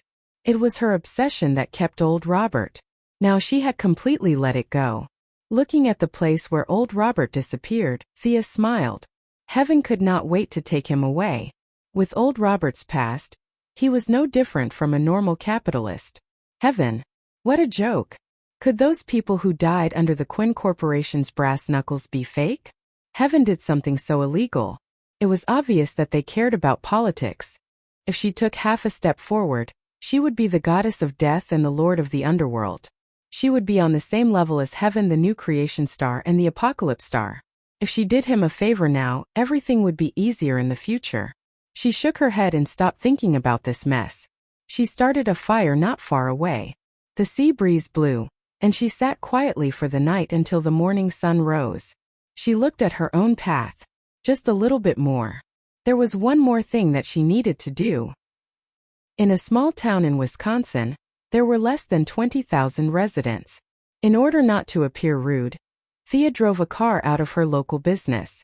The doorbell rang for a while, and a woman who could be considered pretty opened the door. Thea smiled. Hi, we've met before. It was 11 years ago. The young woman was very nervous. She stood in front of the door helplessly. She looked behind Thea for a long time. Seeing that she was alone, she sighed in relief. Please come in. Thank you. Thea looked at the furnishings in the room. Many of the furniture were old, but they were clean and organized. There was a picture of the young woman and a little boy on the wall. What's your purpose here? The young woman looked at her, looking at the picture. Her tone was a bit unfriendly, but because of her personality, she could not be forceful. William. I'm here for William. He's my brother's son and my father's grandson. Thea's words were very direct. If it weren't for the fact that she had a child and had some blood ties with Oliver, she wouldn't have been able to care about him. This child was old Robert's direct descendant. She had an obligation to do something for him. Chapter 864. He's my son. He has nothing to do with you. The woman was a little agitated. However, under Thea's indifferent gaze, she shrank back. You've misunderstood me. The child is still yours. I just think that the child should know the truth. If he just wants to be an ordinary person, he can. If he wants to become extraordinary, it's not difficult for me. She wasn't exaggerating. After all, First Light and troublemakers could change the reality of ordinary people. Although the effect of such changes was very short, Big Brother Fate was still alive and well. Without his consent, the result of a casual change would be corrected by fate.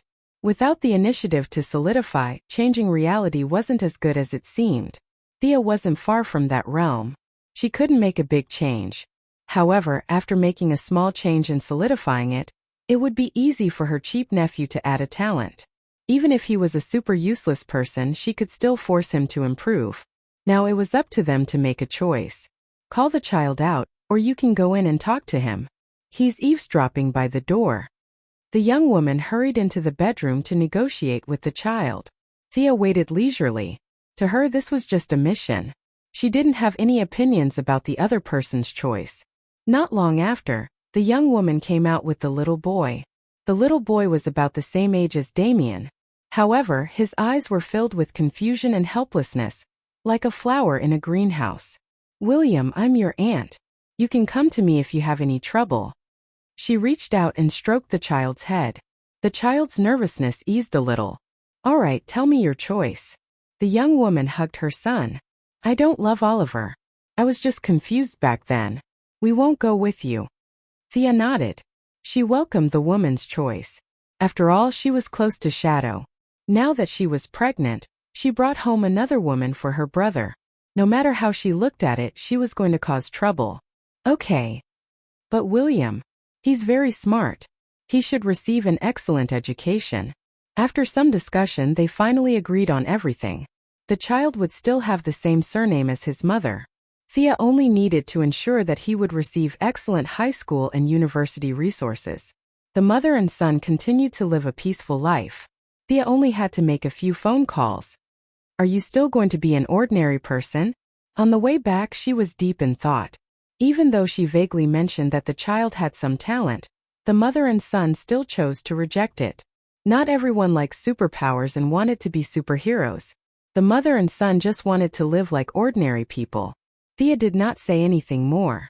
Leaving the town, she could say that she had completed all her tasks. She respected the wishes of the mother and son, protected them, and let them live a peaceful life. That was enough. Now, she only needed an opportunity, and success would follow naturally. After thinking for a while, Thea realized that it was a little arbitrary for her to make a decision in private. After all, the child's father was still alive. She didn't ask the young woman's name from the beginning to the end. The young woman didn't want to marry into the Quinn family, so she avoided a lot of drama. From all aspects, she was a good woman. Thea felt that she should tell Oliver that this was his son and he had the right to know. But no matter what, this required some skills and methods. She remembered that some time ago, everyone in the Righteous Alliance knew that the grandson of the Barry family had come to their door. A bunch of heroes were laughing so hard that they almost couldn't breathe. Among them, Green Arrow Oliver laughed the loudest. In order to save her brother's face, she felt that she had to study how to say it. Two heads were better than one. She took a step forward. She wanted to discuss it with Diana. As a specially invited expert of the Louvre, Diana also had an independent office and assistant here. The young lady walked in with familiarity. As soon as she entered the door, she found that the atmosphere was not right. The Valkyrie was sulking. "Who provoked you? I'll vent your anger for you." She was very confident. In a place like Earth, she was very confident. "That guy is so rude. It's hard to believe that he is a prince." In the office, Diana endured and endured, but she still complained to Thea. The matter was not complicated. A few days ago, out of kindness, she introduced a job to the weak duo, who had now changed their name to Carter and Kendra. The combination of an ancient Egyptian prince and a priestess was more than enough to be an expert of ancient civilization in the Louvre. At least that was what she thought. In the end, he was taken aback. What modern people thought was a sacred weapon was just a daily decoration in Kendra's mouth. What gorgeous weapon! Carter said that it was a ceremonial weapon used by the guards. In short, it was just a pile of junk. The two ancient people spoke bluntly and bluntly. They scolded the experts and professors of the Louvre and finally parted on bad terms. After pouring out a lot of grievances, Diana was much more comfortable. Today she had a single ponytail, wearing a beige top with a skirt and high heels. It was a completely different style from when she was fighting. She took off her shoes and put her feet on her lap. "Give me a massage." Thea used her fingers to gently press her leg muscles.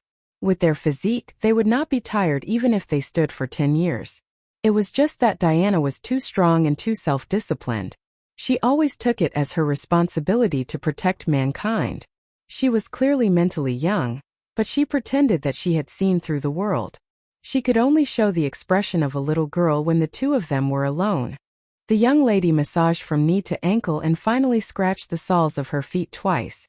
"Ha!" The goddess of war rolled her eyes at her. Thea felt that she could give her a score of 99. "Your breath seems to be longer?" Diana wanted to say darker, but it did not seem like it when she looked closely. "That's right. After the battle with the Black Death Emperor, I have a deeper understanding of death. But I'm here today to discuss something else with you." She skipped the beginning and the end and told her about Oliver's illegitimate son. Diana's face was full of gossip. "He has a son? He's already 10 years old? Was the child smart? How tall was he? How fat was he? Could he shoot an arrow?" Thea had done a lot of research and she could answer all of them without any problems. Half an hour later, when they talked about whether they should call the police or learn martial arts to fight back, the two goddesses realized that they had gone off topic. "We should tell Oliver the truth." Diana could not think of a good excuse in the end. The two of them decided to talk about it together. When they found Oliver, they realized that the archery club was crowded. A bunch of people they knew were here. Big Sister, Miss Thea, Sister Thea, Sister Diana. A bunch of people greeted them. They looked at Damien, Tim, Raven, and Cassie. The two goddesses were confused. These people did not keep in touch with each other. They usually lived in different places. Why did they come to Green Arrow's place today? Chapter 865. At that moment, they heard the sound of continuous fighting coming from the room. They turned a corner and saw Oliver fighting with someone with 2 bamboo knives. His opponent was Nightwing Dick Grayson. He was good at using short sticks, and his bamboo knives were equally fierce. The two of them were evenly matched, and it was hard to tell who would win. Sia beckoned Damien to her side. She asked him carefully and found out the whole story. Tim was going to set up his own superhero organization. Compared to the calm Dick and Jason who advocated strength, he preferred to use his brain and unite a group of people to fight for a goal. In his opinion, this was the true way of being a hero. To set up an organization, there had to be a place to train and communicate with teammates. After leaving Batman, he was going to do this on his own. Without many choices, he set his sights on Green Arrow.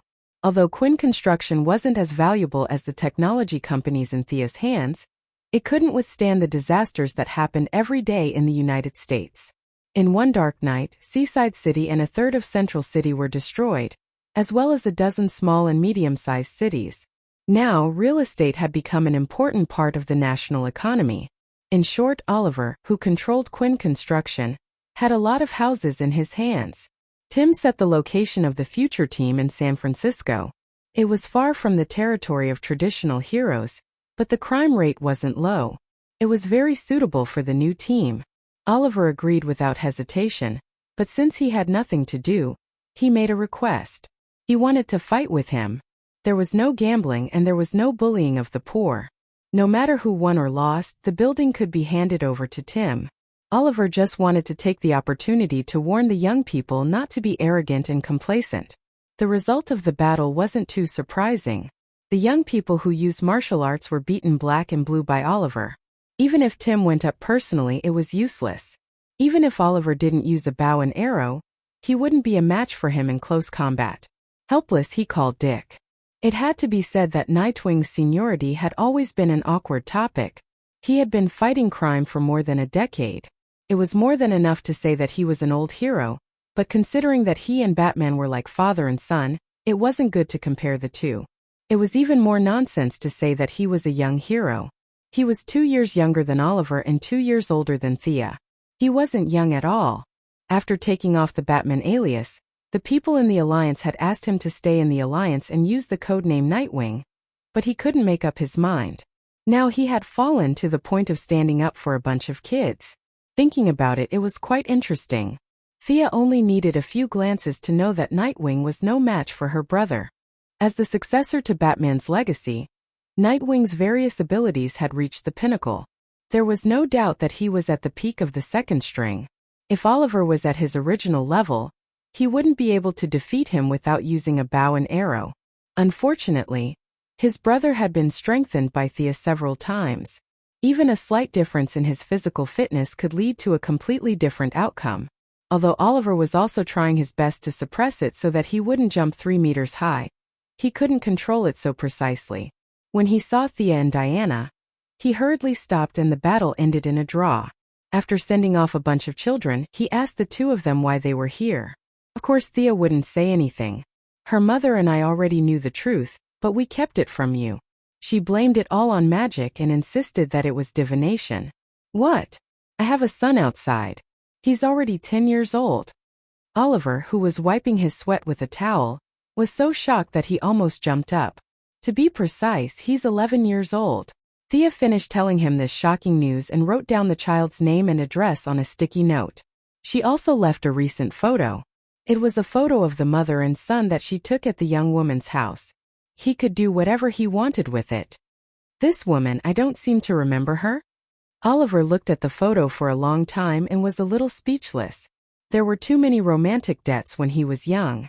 He really couldn't remember. Thea clapped her hands and left with Diana. What happened next had nothing to do with her. Diana went back to work. She thought about it. It had been a while since she went to the company. It was a good time to go back and take a look. She entered her office and finished her chores as quickly as possible. After reading a few comics about her and Diana, the secretary led someone in. Who's this? She was reading with great interest. She raised her eyebrows and glanced at the person. She didn't recognize him, so she asked casually. The secretary smiled faintly, and the man beside her almost cried. Boss, it's me. Thea looked away from the computer and took a closer look. He was dressed like a tramp with thick eyebrows and big eyes. Wasn't this Boston Brand? In Thea's eyes, the dead always looked the same after they died. Red tights, black eyeshadow like a ghost. Now that he was a living person, she didn't recognize him at first. Fortunately, the mental connection was still there. She pretended to be enlightened. What's the matter?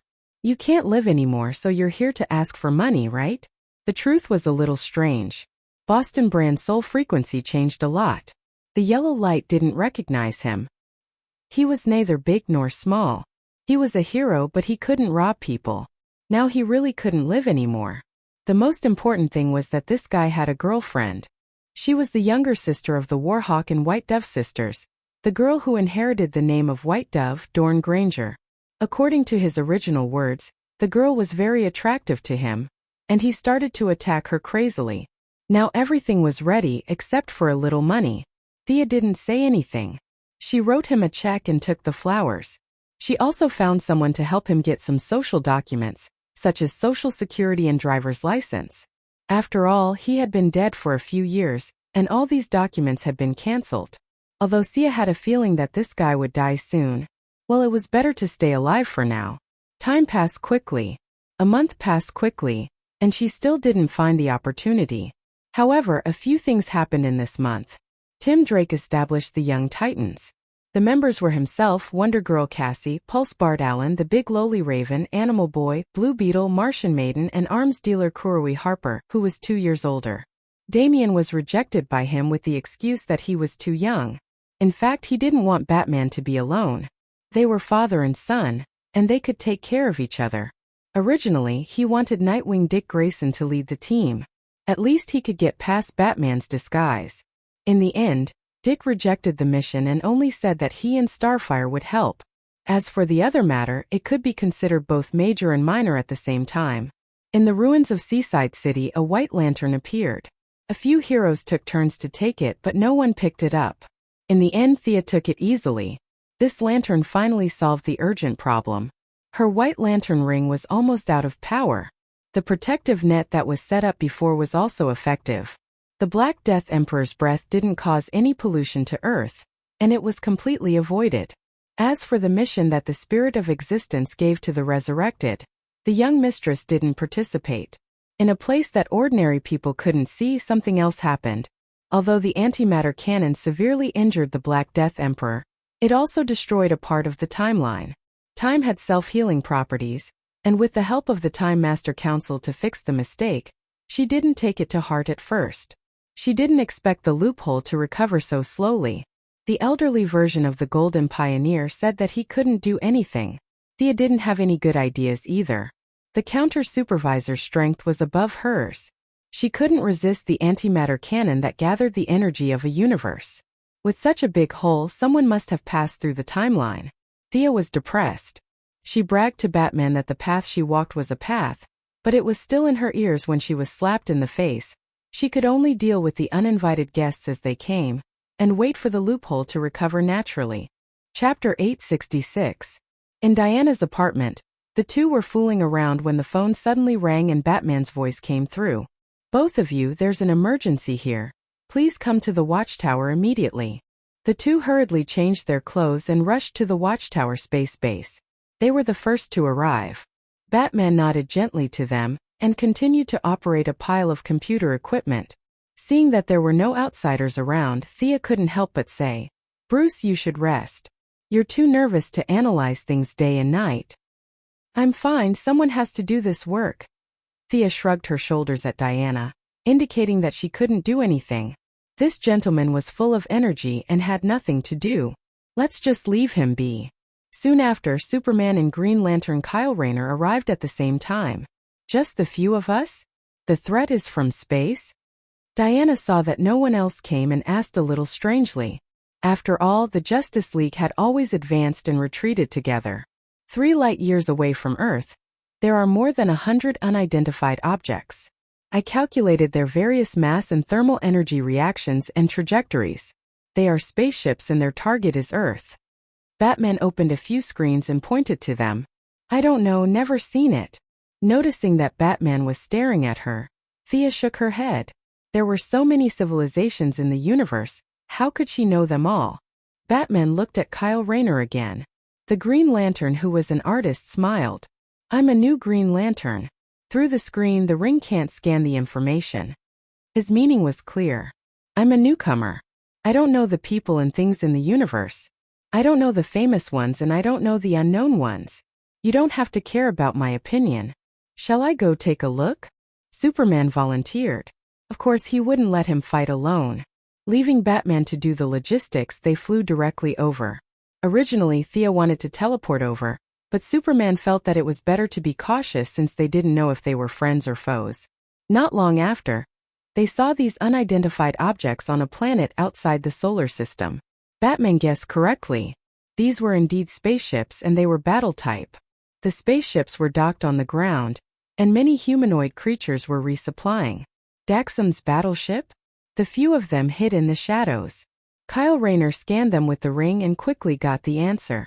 Unfortunately, the ring was very cold. It didn't ask, but Kyle Rayner didn't know how to ask. He could only turn his head and look at the few people around him. Where is Daxam from? How is it compared to Earth? Batman, who was far away in the watchtower, hurriedly asked. Planet Daxam is the sister planet of Krypton. They should have disappeared into the universe with the explosion of Krypton, Superman said uncertainly. His knowledge was self-taught in the Fortress of Solitude, and he was not sure if he was right. He could only look at Thea. The young mistress had obtained 10 billion years of memories from the guardian Haruba.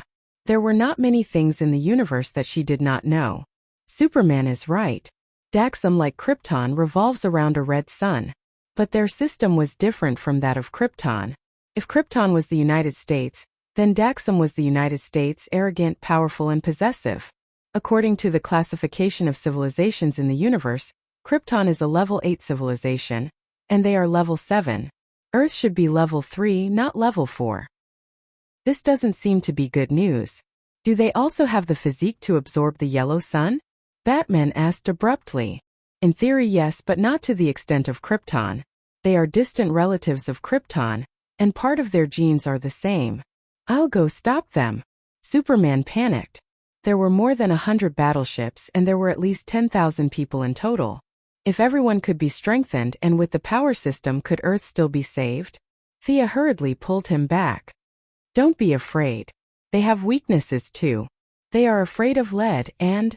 she said uncertainly. I see that they are shrouded in the air of death. They are either dying or already dead. Oh. As soon as she finished speaking, one of the battleships burst into flames. The violent explosion blew up 3 or 4 other battleships around it. In the flames, a figure slowly flew out. Many of the Daxramites, who looked no different from Earthlings, raised their weapons and attacked the figure madly. More battleships began to take off, ready to use their cannons to deal with this uninvited guest. However, the attacker was extremely fast. It was as if he could appear in several places at the same time. In the blink of an eye, he destroyed more than 10 battleships. It was hard to imagine that he was going against more than 100 battleships alone, and he planned to wipe them all out. He is slaughtering. We can't just watch, Superman said and rushed out. Thea pursed her lips. These Daxramites were not good people. They were here to invade Earth. Why did you save them? You have people helping you and you want to stop them? However, to prevent Diana from saying that she went deep into the darkness again, she still flew up. She flew slowly. Diana knew what her lover was thinking. She did not want to make things difficult for Thea, and she also slowed down. Kyle Rayner was just an ordinary artist a month ago. To be honest, he was not confident in fighting against aliens. Naturally, he was not fast either. The 3 of them had not even flown 2 miles when they saw Superman being hit back at a speed faster than when he had rushed up. Thea reached out and pulled him back. That person is so strong. Superman rubbed his chin in disbelief. Thea did not have that much sympathy. The Daxramites were all battleships. They were obviously preparing to invade Earth. Now that there was a kind-hearted person helping, she would not have to dirty her hands. She looked at the figure in the distance. He was almost 2 meters tall, with messy black hair and a red shirt tied around his waist. His skin was pale green, and there was an S carved deep into his muscles on his chest. He was rough and barbaric but gentle and elegant. The 2 completely different temperaments mixed together. The attacker glanced at them and did not stop attacking. When he got closer, Diana and Kyle Rayner saw that this guy had a teleportation ability. He could also use some strange method to break down the energy weapons that attacked him, as well as various creatures. The energy weapons were broken down with a wave of his hand, and the Daxramites were turned back into atoms and disappeared completely. Stop your massacre! Superman caught his breath and rushed up again. He did not know why, but he felt that the other party made him very uncomfortable. Unfortunately, his strength that could move stars and his iron fist that could break through mountains hit the attacker's chest. The other party did not feel anything. Like an indestructible wall, he did not take half a step back. Instead, he frowned and looked at Superman. As if a little annoyed, the attacker grabbed Superman's shoulder with his left hand and threw him out as if he was throwing trash. Superman's figure became transparent and suddenly disappeared from their sight. Child's play. Thea sneered. A warrior and a mage using teleportation? She grabbed at the void with her right hand, broke through the spatial barrier, and pulled Superman out of the spatial gap again. Who is he? He can actually repel Superman head-on. Kyle Rayner was a little dizzy. These few attacks, whether it was the attack speed or the attack pattern, were a little beyond imagination. Who is he? Genetically, he is a Kryptonian. He has all the abilities of a Kryptonian. In addition, he can teleport, control energy, and maybe other abilities. I think we can call him a super Kryptonian, Thea said with a hint of curiosity in her eyes. Chapter 867. What Kryptonian? Superman was thrown into the dimension like a piece of merchandise and then pulled out by Sia. He was a little dizzy after 2 consecutive short-distance translocations. He did not hear a few words clearly, but he heard the word Kryptonian. That's right. Thea pointed to the logo on the attacker's chest. Look at this guy's chest. It's obviously an inverted triangle with a sharp weapon and an S symbol. It means that he's a loyal worshipper of the Iyer family. She wanted to say loyal dog, but she changed the word in the end. There are survivors of the Iyer family? Batman's voice came from afar. It sounded a little distorted. He couldn't be blamed for being puzzled. The planet had exploded, and how many people from the Iyer family had escaped one after another?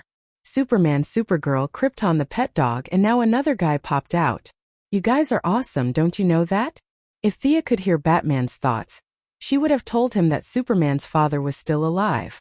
Supergirl's father, Superman's uncle, was also alive, but no one knew if he was alive or dead in this time and space.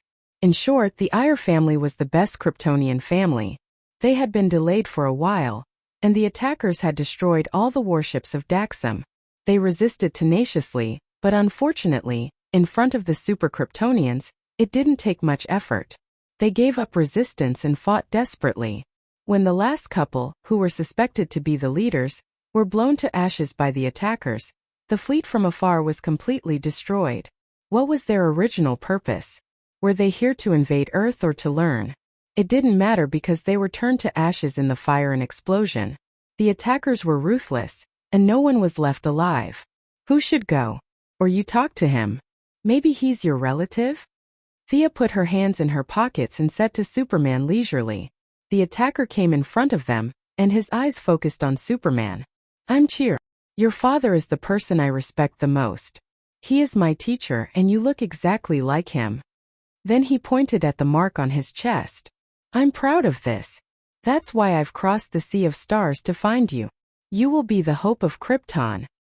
You are not the first person to tell me this. I have answered you before, and I will say it again. Krypton is gone. Superman thought of General Zod, but he did not let his guard down. Krypton is a great civilization. It can point out the direction for the development of the universe. If we work together, we can fix this mistake. Come and help me. Ku-Er was very calm, as if everything was under his control. There was a hint of pain in his eyes. Although he spoke very sincerely, Superman still saw some uncertainty in his eyes. He firmly shook his head and refused. It seemed like a gentle opening, but just when the few of them thought that he was going to use his mouth to escape, the guy named Sure-Air unexpectedly emitted wisps of green gas from his palm, and his entire body seemed to have disappeared into thin air. Before the few of them could understand what this meant, Thea heard a gust of wind behind her head. Is this guy trying to sneak up on me? How laughable. It's just an alien with a little superpower. She put away her original playful smile, twisted her waist, turned around, and raised her leg to meet the incoming fist. The two forces of different attributes collided fiercely. The opponent's attack was very pure, and it was an extremely strong physical force. Thea was in a hurry to fight back, and she did not have time to use her full strength. The two sides were tied. Superman was angry at his relative's despicable behavior. After talking about his father for so long, his father taught him how to sneak up on others. This is blasphemy. With a loud shout, he rushed out. Diana was even faster than him. Without saying a word, the Valkyrie drew her two swords and slashed at Ku-Er without using a lasso or a shield. Ku-Er seemed to have expected this. Before Diana could draw her swords, he had already reached out a hand, grabbed Diana, and threw her to the other side. At this time, Kyle Rayner had just raised the ring when he was hit. Thea felt that it was very strange. The speed of this place was not that fast compared to them, but Diana was subdued in one move. This was a bit exaggerated. With the improvement of the realm of death, even her necromancy spells were strengthened 100 times, but considering Superman and the others' perception, Thea did not use her current strongest means. Without time to think, she opened her left hand, and a giant hand appeared above Ku-Er's head, and the giant hand slammed down with an irresistible force. But Sure-Air was still calm and unhurried. His hand struggled to tear open a crack on the top of his head. Just as he tore open the crack, Thea's giant hand had already smashed down. The two of them seemed to be acting, and their coordination was extremely ingenious. How is this possible? Thea's first thought was that this guy could read minds, but she quickly overturned this conclusion. She was a half-step goddess of death. If she resisted, even a great demon like the three palace demons could not do it. Then she thought that it might be a prophetic ability, but after 3 consecutive moves, her opponent was able to take the initiative and make her attack disappear. She had never heard of anyone who could predict 100% in a battle. This was almost to the realm of omniscience and omnipotence. If he really had this realm, he could kill Thea in one move and there was no need to attack slowly. The most likely options were eliminated, and the least likely option was the truth. You have experienced these things? What is happening now is not the first time for you, right? You can predict our every move because you have experienced it before. Your timeline is wrong. Thea felt that it was very troublesome. This guy was obviously a variable that jumped out after the antimatter cannon broke her timeline. Seeing that Ku-air was silent, Thea knew that her guess was not far from the truth. After all, her strength was close to the ceiling, and there were only a few who could be stronger than her, and there was definitely no Kryptonian among them. Seems that I guessed right. In my present, in your past, you have fought with me. Where did you find the courage to stand in front of me again? Thea's momentum began to rise. She spoke disdainfully, but in her heart, she had already raised the threat level of her opponent to the highest level.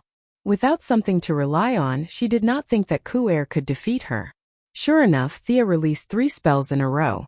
2 of them were transferred away by her opponent, and he might not have seen the remaining one. However, he also relied on Superman to block the shot and survived without much effort. Ku-air's attacks were equally fierce. Diana could attack him, but Superman and Kyle Rayner were completely passive. Thea had to constantly rescue them, and the battle scene was extremely ugly for a while. Your Majesty, this is the 3rd time we have fought. I know your attacking methods better than you think. Ku-air spoke to her for the first time and exposed her true life level. Chapter 868. One had to know that the people of the Righteous Alliance never called them goddesses. The term god was very vague to modern people. Plus, they didn't put on airs and just joked around. No one took the term god seriously. For example, Batman Luthor treated the gods as a high-level life form. Other than the little blue people and the holy walkers who had received her favor, in this universe, there were very few people who called her a goddess. Seeing her frown, Shire smiled and attacked Kyle Rayner with all his strength. Thea could only use her weakness to attack Shire's strength and compete with this super Kryptonian. She had never felt so aggrieved before. She had always been the one who had all the information and defeated the enemy. Now the tables had turned, and she was being defeated by Shire, who was obviously weaker than her. How could she be described as depressed? You fought us 3 times? Why? Diana hurriedly blocked Shire's attack with her shield. She knew that her lover's strength was his weakness. On the other side, Superman also began to attack. With the cooperation of several people, they tried to take the initiative. Shire was obviously at a disadvantage, but he didn't panic. Kal-air, I sincerely invited you to rebuild Krypton, but you rejected me 3 times. Your soul has been corrupted by Earth. You are no longer a Kryptonian. You are a Kryptonian, a disgrace to the Air family. Shire became angrier as he spoke. He seemed to have thought of something and roared. He grabbed Superman's collar and smashed his head on Superman's nose. Bright red blood flowed down the corner of his mouth and chin. Thea hurriedly pulled him away by the back of his collar. Both she and Shire were strong, and neither of them let go. With a tearing sound, a large piece of Superman's uniform was torn from his collar to his chest, revealing a patch of chest hair. Just as he saved brother Superman, Kyle Rayner was sent flying with a punch on the other side. Ark was very smart. 70 to 80% of his attacks landed on Kyle Rayner and Superman. Thea and Diana could only provide support from behind. Thea couldn't use many of her dark spells, and she didn't know if her opponents were aware of her remaining spells. In addition, she had to save people and take care of their self-esteem. Thea couldn't let the 2 men hide behind her and watch, so the battle became extremely intense. Kryptonite, don't worry about me. Use kryptonite.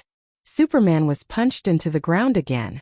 Chi-air seemed to be venting his anger, and he even stomped heavily on Superman's head. Superman's voice came from the ground, and it sounded a little muffled. Kryptonite. Thea searched her ring for a long time, but she couldn't find it. The Kryptonians were not a threat to her. She was not Luthor Batman, who carried kryptonite in his pocket every day when he went to the toilet. However, she had a lot of things in her ring. It would take her at least 180 minutes to find such a small stone. Out of the corner of her eye, she saw a green light for Kyle Rayner. She might as well simulate one on the spot. She sent the wavelength characteristic of kryptonite to Kyle Rayner, the number 1 cheat in the 7 Lantern Corps. His talent could be said to be unprecedented. After thinking for a while and trying twice, a green longsword appeared. The wavelength characteristic on it was kryptonite. When the long sword was swung down, The expected scene of the enemy falling to the ground did not happen. Instead, Ark looked a little ferocious, as if he had recalled an experience. He jumped up high and punched the long sword that appeared from the kryptonite. The punch that could move mountains and fill the sea hit the ridge of the sword, and the sword was smashed into pieces. Damn it, Thea cursed silently. She could see a lot from this blow. This guy had almost no shortcomings. Superman could only rely on his willpower to resist kryptonite.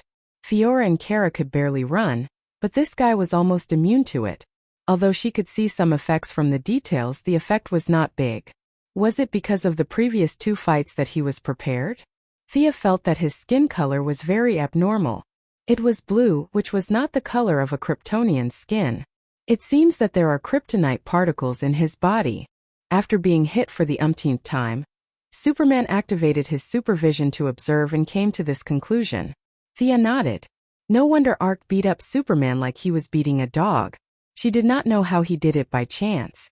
Although the content was not high, he was now like a living kryptonite source. Troublesome guy. Thea began to emit wisps of black gas. She waved her hand and a shadow flame burned. The black flame burned fiercely and quickly burned the air. It was like a fire dragon soaring in the sky. With a swish, Ark disappeared. This move was the teleportation that he had used many times. Thea wanted to teach him a lesson for using teleportation in front of a mage-type god. She clenched her right fist and hammered the surrounding space. An invisible wave hit Ark, who was in the gap of space. He did not look good and could only retreat again. What greeted him was the shadow flame. Ark shouted and opened his hands. Many thin lines that could not be seen with ordinary eyes emerged from his palms. The thin lines were like a giant net that tied up the black flame. Then they began to transform, rearrange, and establish a new structure. He had used Thea's magic to add an energy shield to himself. This guy's ability was strange, a bit like a firestorm. Thea was not careless. She flicked her fingers and the flames danced a deadly dance. A part of the silk rushed out of the encirclement and then rolled back to Arkansas. On the other side, Diana, holding a thunder spear, began to cooperate with Thea's attack. Superman and Kyle Rayner used long-range means to help. It was only a matter of time before Ark was defeated. Is this all you've got? Laugh. Why aren't you laughing? Thea grabbed Shur-Air's arm. The realm of death had a great influence on her. The longer the battle went on, the greater the hostility in her heart. She wanted to tear his arm off, but she did not expect his body to be extraordinarily sturdy. She tried to pull it off but failed. She could only kick his waist. The tremendous force caused Shar to fly more than 700 meters away from the ground. He crashed into a small mountain before he could barely stop himself. Diana threw out the lasso of truth. She did not expect Ark's reaction to be so fast. He rolled out of the lasso's range ungracefully. This guy seems to be stalling for time? As a newcomer, Kyle Rayner was not very sure. Thea was stunned. She remembered that this guy came to Earth alone. Wait a minute. It was indeed very suspicious. This kind of strength was not bad in general. It was no problem for him to dominate the universe, but it was definitely not enough to stop her. She had not seen any powerful means until now. Thea lost the advantage of being able to predict things, and it was the third time they were facing each other. She was very confused. She did not know where her opponent's trump card was. You guys go back to Earth first. I'll deal with him. Originally, teleportation was the fastest, but this guy was also proficient in teleportation. Everything in the world was difficult to build and easy to destroy. She did not know if her opponent had any anti-teleportation means. For safety's sake, she let Diana and the others fly back. At the same time, she used her strongest spiritual power to remotely connect to Batman. Bruce, turn off the electronic communication device. Listen to me. If this guy is not lying, this is his third time coming to Earth. That was his past, our present. I don't know what he's relying on. He knows me very well. He knows Superman, Diana, and the others. I don't know if my next move is part of his plan, but I know that you are a variable. Judging from the timeline, he transmigrated first and you returned later. Keep an eye on Earth and do things according to your judgment. Superman and the others are flying back. Thea did not dare to guarantee that these 3 messages would be sent as quickly as possible, but she believed in Batman's ability to disrupt the situation. The so-called third time was more like carrying memories or jumping back to a certain point. This point was the hole that the antimatter cannon had pierced. As for restarting the timeline, it was completely impossible. Even Big Brother Fate, the Stranger of Ghosts, Darkseid's father Zeus, and so many strong people were in the timeline. It was not something that could be restarted by a cat or a dog.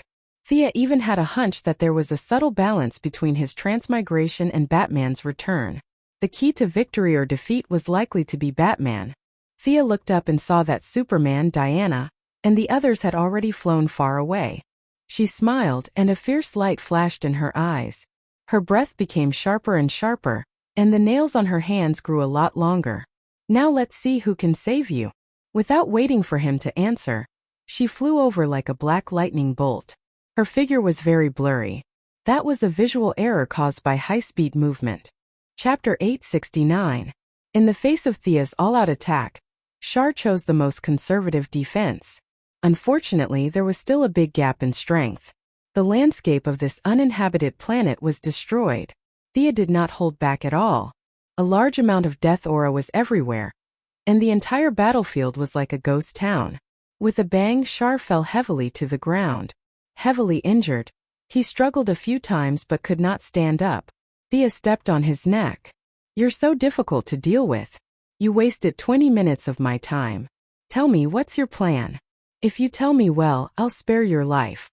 Shar's mouth was full of blood. He coughed hard twice. "I don't need your pity. Rebuilding Krypton has been my long-cherished wish. Now that this wish is about to come true, I have no regrets." After saying that, he closed his eyes and looked like he was waiting for death. "You said you're facing me for the third time? I don't see how much of a threat you are. So that means you were killed by me the first 2 times? Actually, you don't know what's going to happen next, right? Because you were killed by me, you went back to that loophole." Thea analyzed. "I didn't stop the first 2 times and killed you. Actually, that was a relief. You have some special ability that allows you to go back to that time point after death. When you come here for the 4th time, you'll be more familiar with my moves, right? That's why you want to die, isn't it?" She smiled and restrained her murderous aura. "The more the enemy wants to do something, the more we can't let him do it."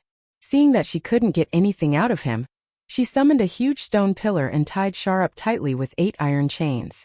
He couldn't escape in a short time, so she turned around and returned to Earth. From the time they left the watchtower until now, only an hour had passed. However, Thea did not see the few figures she expected. Not to mention Diana, Superman, and even Batman were nowhere to be found. "Thea, you're finally back." She pushed open the door of the surveillance room and saw Nightwing sitting in Batman's usual seat and greeting her. "Finally? Why do you use this word? Where's Bruce?" "Finally, my ass." Nightwing didn't know how to explain. He scratched his head. "I don't know much about magic, but it's been a week since Superman and the others returned. I'm sure of that." Thea's first thought was that he was spouting nonsense. Nightwing was talking in his sleep. They hadn't even fought for more than 20 minutes. How could it have been a week? However, after carefully sensing Nightwing, he confirmed that it was indeed Nightwing. However, when she looked at Earth from the corner of her eye, she noticed an anomaly. The flow of time on Earth was wrong. It wasn't magic, but it felt a bit like willpower. The effect was very powerful. The time on the entire Earth was sped up by more than 100 times. In fact, the watchtower was also affected. It was just that she had forced her way in and broke through the enchantment here. She really didn't know what to call it. Where are the others? I can't stay here for long. The enemy should have sensed me. Nightwing felt as if his brain had suddenly gone blank. Then, a lot of things were forced into his mind. This was the discomfort caused by the different flow of time. He forced himself to endure. The new world. The remaining heroes are in the new world. Hearing the word remaining, Thea's heart was hazy. She was closely connected to the new world, so she was directly transported there. The expected scene of wounded people all over the ground and countless urns of ashes didn't appear. Along the way, many people had strange expressions. There was anticipation and a little fear. This made Thea very surprised. She found Batman in the magic school. This guy always wore that outfit regardless of day or night. When she pushed the door open, there was an argument inside. Several magic experts from Earth were present. Thea only nodded slightly to old Ma. She hurriedly asked Batman, "Where's Diana? My mother? What's the situation on Earth now?" Batman still had a poker face. "The president is still in the White House. There's no danger at the moment. As for Earth, I can only say that the situation is complicated. As for Diana, we don't know where she is either." Thea only felt a sense of absurdity in her heart. They didn't know whether Diana was alive or dead, and her mother was still on Earth. But this group of people was arguing pointlessly. She felt very uncomfortable. Her slender hands clenched tightly. Her eyes became colder and colder. An invisible murderous aura began to spread. "Thea!" Malcolm hurriedly called out to her when he saw that she was not in a good state. The young lady also knew that she was on the eve of a breakthrough. At this moment it was very easy to be affected by death. She focused her mind and took 2 deep breaths to suppress her restlessness. Who is the enemy? There has to be an enemy, right? It's a god who came from the sky. Who? His believers call him Rao. Thea was puzzled. She almost thought that she had misheard. Batman repeated it again. She still couldn't believe it. It can't be. Rao is just an ordinary person. She couldn't tell Batman that she had seen Rao in Haruba's memory. In the eyes of the Kryptonians, Rao was the sage of their race. He was similar to the sages on Earth, but he was definitely not a god. Did you hear it wrong? This guy has been dead for 250,000 years. Thea felt that the information from Batman didn't match what she knew at all. I don't know if that guy is a god or not, but Superman listens to him and a female Kryptonian is also helping him. Constantine seemed to be talking to himself. The remaining few people spoke one after another, piecing together the whole story. According to their accounts and Batman's calculations, when they were fighting against Hire, a huge alien spaceship came to Earth. A holy god descended from the sky, followed by countless believers. At that time, Superman returned to Earth. No one knew what Rao said to him, but Superman quickly called on everyone to believe in this god, and said that Rao would bring eternal peace and tranquility to Earth. Later, Supergirl Kara joined in. Only Fiora coughed up blood and escaped to the new world. She had yet to wake up. Benefiting from the high reputation of Superman and Supergirl, many ordinary people came out of their homes to accept Rao's gifts, under the premise that they vouched for them with their reputations. At first, there were only a few people, but this number increased by thousands in less than half an hour. The patients didn't need medical cabins or medicine. They could be healed after receiving the blessings of Rao's believers.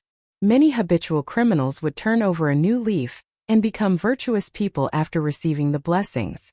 The African warlords had no choice but to put down their weapons and give everyone the right to live. Rao even personally took action.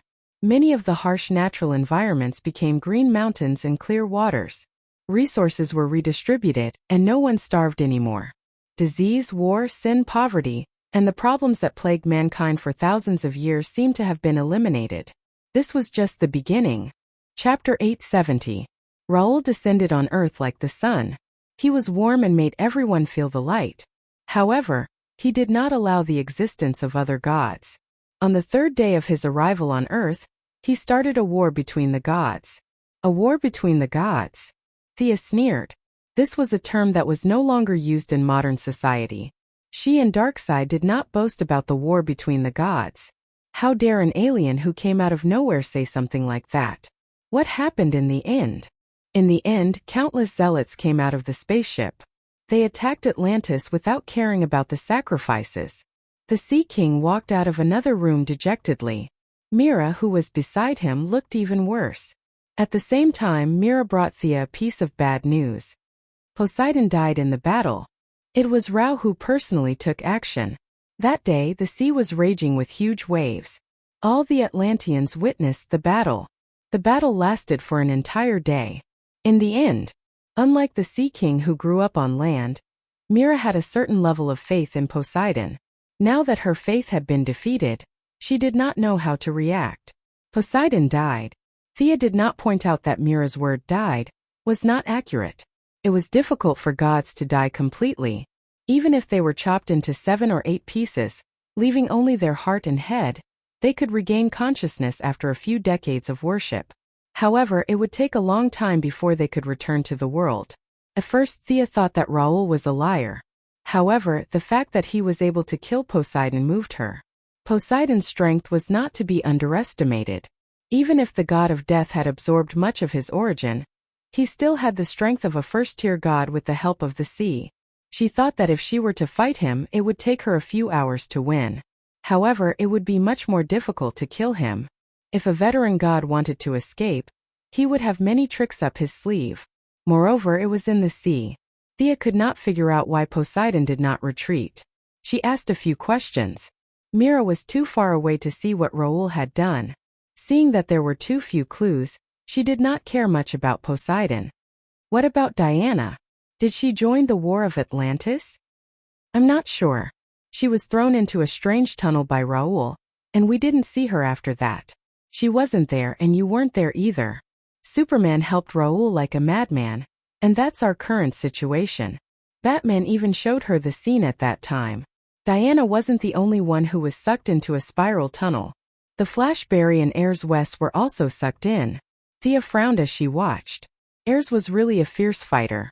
How did a normal person like her get involved? However, Diana was not in danger, which made her feel much more relaxed. This tunnel looked strange, but it was undoubtedly a time tunnel. Search. After instructing his lackeys on the timeline to search, the two speedsters of the rapid ballistic path spread out a large net. With the help of the Master of Time, it wasn't difficult to find them. After all, they weren't Batman who was randomly teleported. Thea heaved a sigh of relief. This combination of Jars and Galeo had caught her off guard.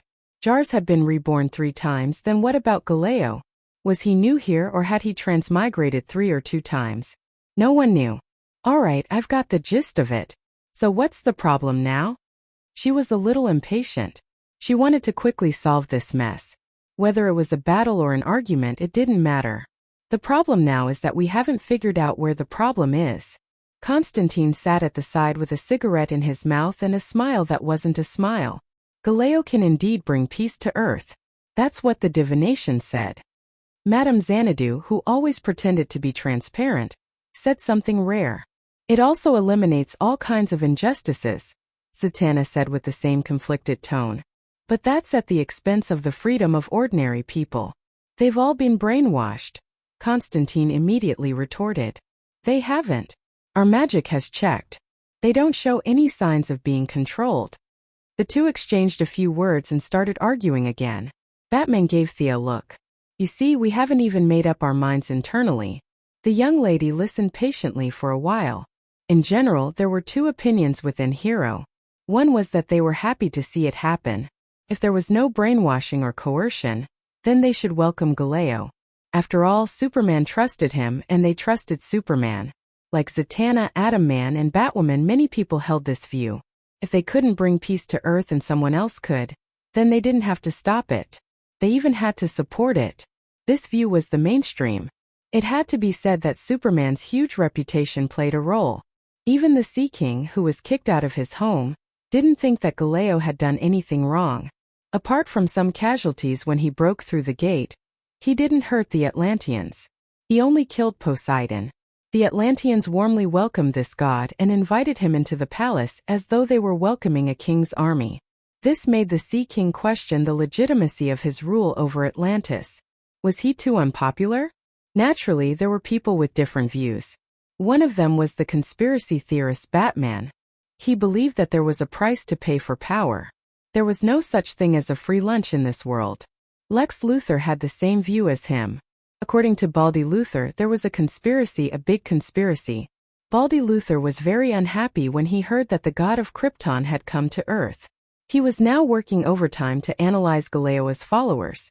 He dissected, sliced, and used all kinds of underhanded methods. He felt that there was a problem. Could everyone on Earth be benevolent, righteous, and wise?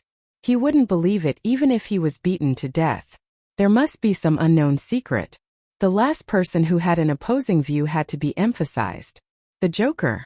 This guy had escaped when Batman went missing. After that, Nightwing inherited the mantle, causing the Joker to be depressed for a period of time. It wasn't until Batman returned that he went out to commit crimes again. Galeo's arrival also stopped the chaos in Gotham. The Joker couldn't tolerate a Gotham full of saints. He was now leading his subordinates to fight a guerrilla war with Galeoa's followers on Earth. Determined to fight and never compromise, the Joker could be said to be the guy with the strongest resistance. Batman, the Joker, and Luthor were the three outstanding people on Earth. They were the vanguard of the anti-Lorian movement. The remaining people didn't have a firm attitude. For example, Constantine was arguing with Zatanna and didn't oppose it as much as he said. Thea took a deep breath. This Galeo was really good. He didn't need to scheme. He only relied on practical actions and small favors to conquer Earth. What do you think? Batman was waiting for her opinion, or rather her choice. Chapter 871. He's just a fake god. Is there such a thing as unearned happiness in this world? Money and health are all automatically delivered to your door? This goes against the basic laws of the universe. There must be a big problem here. Just sit and wait.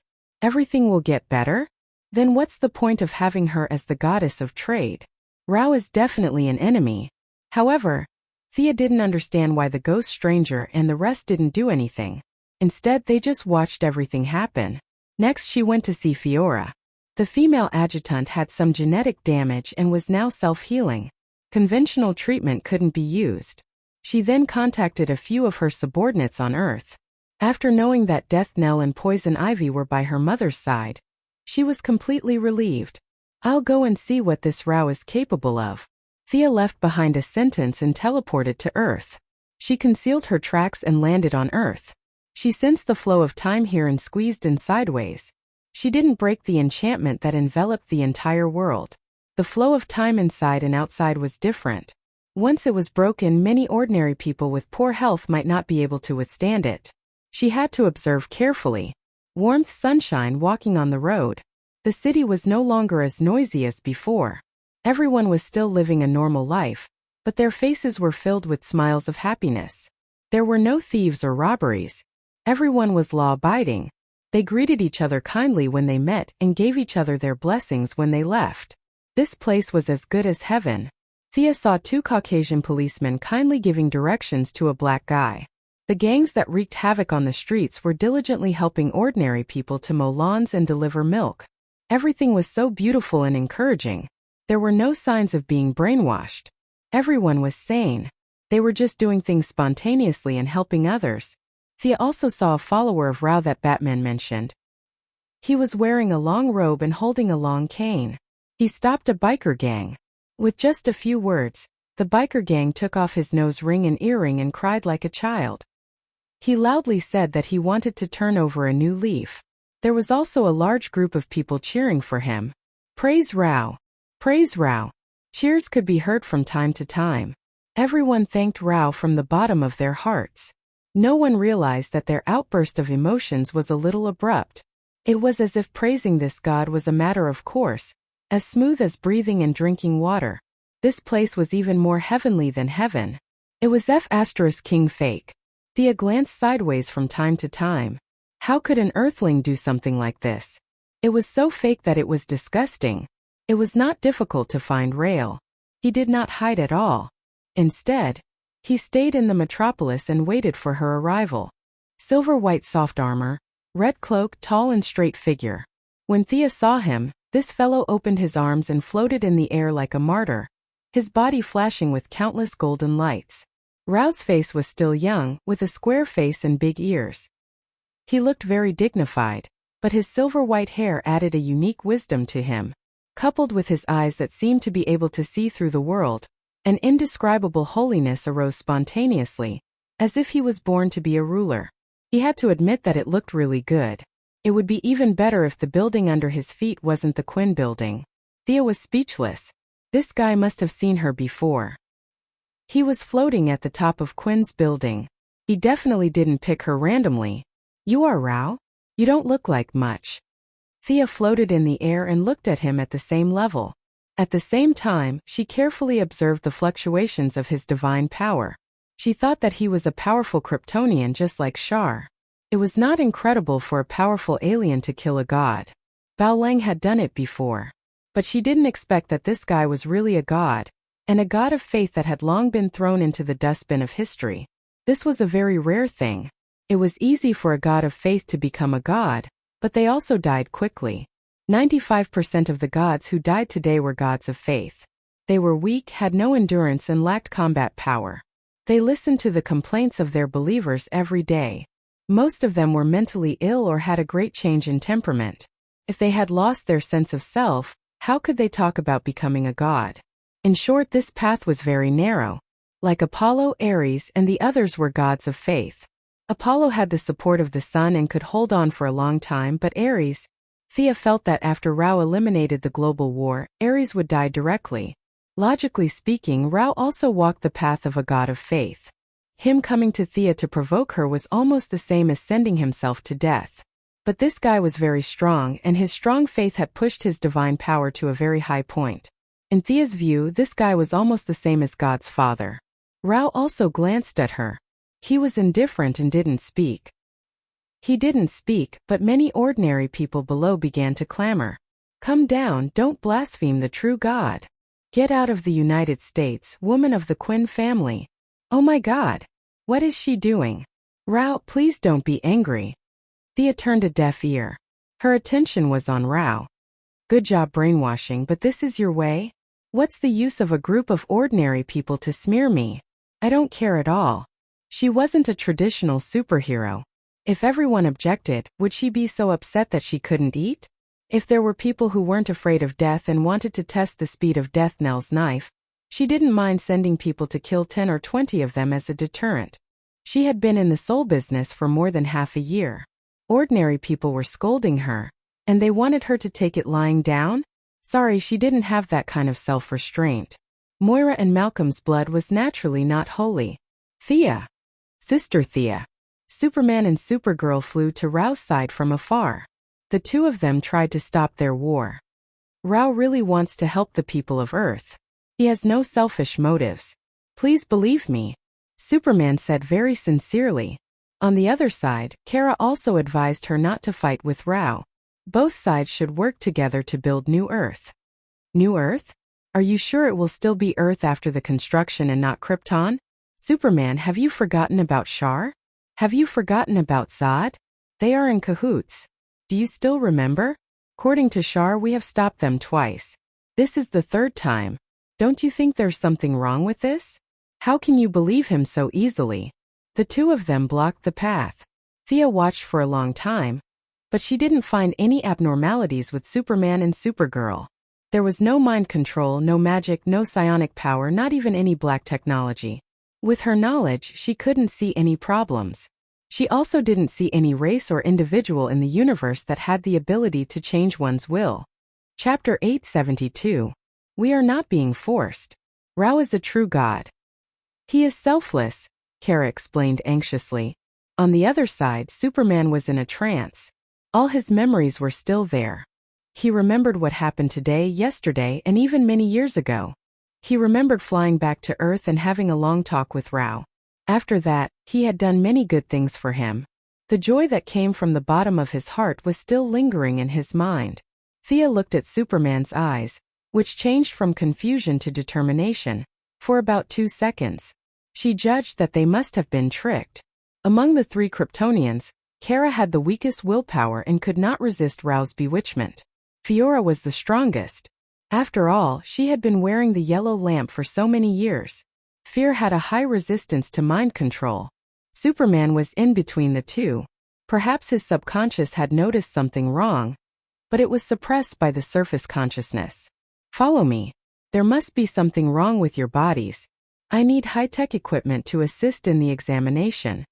Thea was ready to take the two of them away, but she also knew that it would not be so easy unless Rao pretended to be a fraud or a fool. Sure enough, Rao was still elegant, but his words were a bit harsh. Evil woman, don't try to bewitch my believers. Do you want to try the fire of justice in this world? Leave now. Rao first put a big label on her, then put himself on the moral high ground to reprimand her. The ordinary people below began to shout crazily as if they had taken an aphrodisiac. Go away, witch. You are not welcome here. We stand firmly together. We are not afraid of your magic. Haha. I'm dying of laughter. Thea was very annoyed by these people. She forced herself to control her temper. She knew that she must not fall into their trap.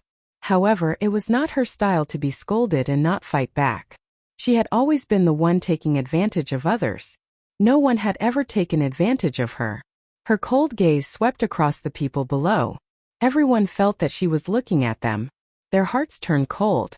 Their voices instantly fell until there was no more noise. Magic. Do you really want to see what magic is? I hope you won't regret it. The surging mana became as black as ink under the influence of divine power. Countless black smoke gathered from all directions. The ordinary people all looked at the sky in horror. The originally sunny afternoon seemed to be covered by a thin layer of gauze. The veil grew thicker and thicker until it covered the entire sky. The clouds became thicker and thicker, as if they were condensing some kind of monster. Unlike the Black Death Emperor's peaceful death, her path was to peak at death from life and return to life from death. She was still very far away from this realm, but at this moment there was already a trace of an embryonic form. The black clouds seemed to have a unique rhythm. As the clouds moved, it was as if they were breathing. There was even a faint singing voice in the wind. The more one listened to it, the colder they felt. Such a strange phenomenon made many ordinary people realize that something was wrong, and they all ran back home. Those who ran away were naturally looked down upon by the remaining members. They were said to have weak beliefs. They continued to shout at the sky, saying things like, "Kill me if you can, we're not afraid of you." Thea, don't. Superman's memory was not damaged. He thought that Thea was going to kill him, so he rushed over and tried to stop her. "I'm just giving them something to do." She grabbed Superman with one hand and used her psychic power to check his body. She still did not find any abnormalities. With this delay, the effect of the magic was not maximized, but it was enough for ordinary people to suffer. The sun was blocked and darkness began to fall. Black snowflakes slowly fell from the sky. Of course, there were impurities in the air, but more of it was the haze in her heart. She could use this opportunity to release all of it. Thea was not afraid that these negative emotions would affect ordinary people, because Raoul, who was so bright, would find a way to purify them. Raoul frowned, but he did not hesitate to fly to the highest altitude and began to disperse the black clouds. Unfortunately, he underestimated these negative emotions. Emotions that were connected to death were not so easy to purify. He was like a super big light bulb shining for a long time, but only illuminating a block under his feet. "Kara, come with me. Clark, you come too. Trust me, we've known each other for so many years. I won't harm you." Although Supergirl was unwilling, she still followed her old habits and prepared to be checked. Superman hesitated for a moment but also agreed to this plan. "No, do you still remember those people you helped? Do you still remember those happy faces? Aren't we a family? Help me, help me. Isn't this your wish all along? Children, don't leave me." Ra was like a loving father who had been abandoned by his children. His eyes were filled with emotion as he looked at Superman and Supergirl. At this time, Thea felt that Raoul was simply disgusting. This guy was sincere, and she could see that his words were from the bottom of his heart. The more he acted like this, the more disgusted she felt. He was too immersed in the act. Did he really think that he was the god of light? Think of Louise, think of Lena. They're all waiting for you far away. At least check. If there's no problem, you can come back. Thea really wanted to take this Raoul to another planet and beat him up. Unfortunately, the nearby space seemed to be fixed, and teleportation was very slow. She did not want to fight in the metropolis, so she could only try to pull Superman and Supergirl away first. "Don't think of bewitching my people." Raoul pulled out a lightsaber from the void and slashed at Thea. Thea's dark attribute was too strong, and it was not suitable for her to use a sacred sword in this state. Black Death King's scythe was also resisting her, so she had no choice but to take out a long sword from the inventory. The two swords clashed and quickly exchanged 7 or 8 moves. Thea originally thought that Raoul was about the same as the Heavenly Father, but in the end she found that it was just SOSO. Raoul's divine power was very weak, like a castle on the sand. It looked solemn and dignified, but in fact it would collapse with a push. "Ha, you're so weak. And I treated you like I was facing a great enemy." Amidst the snowflakes, she swung her sword and forced Raoul to retreat. The two swords clashed. Raoul's light divine power could be destroyed by Thea with a wave of her hand, But her death divine power was extremely difficult for Raoul to deal with. The difference in strength between the two was obvious. Thea attacked while trying to get information out of him. You called them your people. Does that mean you admit that you're a Kryptonian? How did you live until now?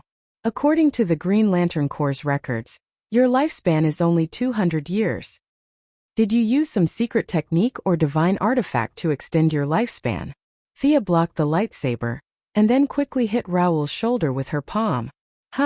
Even if she was not good at strength, she could still flatten a mountain. However, Raoul was not affected at all. He was not affected at all and even slashed her back. Chapter 873. Thea hurriedly parried the attack. The black snow around her provided her with a lot of cover. At the same time, Raoul's light attribute was greatly weakened. The cold darkness in the air disgusted him. It was more of a hindrance to his vision. Even if he used his mental power to perceive the surrounding snow, the divine power of death of the same origin greatly affected his judgment. Raoul was a trickster, and his swordsmanship was ordinary. After 3 moves, Thea saw another opportunity. She feigned to Raoul's side and stabbed him in the ribs. The long sword that she randomly chose was at most a semi-divine artifact. But with the blessing of the divine power of death, it was comparable to a top divine artifact. The angle, speed, and power of the sword had reached the perfect level of swordsmanship. However, something even stranger happened. Raoul's body was squeezed out of the sword. The death aura was purified in less than a second, and his body returned to normal. Not even a drop of blood flowed out.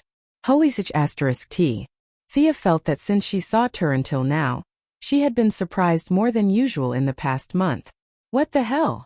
His recovery speed was too fast. When their weapons collided, Raoul dissolved the death aura that came into contact with him like a snail. But the death aura that invaded his body dissolved quickly. Passive was faster than active? It didn't make sense. Thea was full of questions. Relying on her good swordsmanship, she stabbed Raoul twice. But Raoul took both attacks as if nothing had happened. Thea felt that it was time for her to retreat. Raoul's real strength was at the level of a wasteland wolf. He was not much stronger than her, but his skills were too strange. She was going to go back and discuss it with Batman. Take your believers and shovel the snow and ice.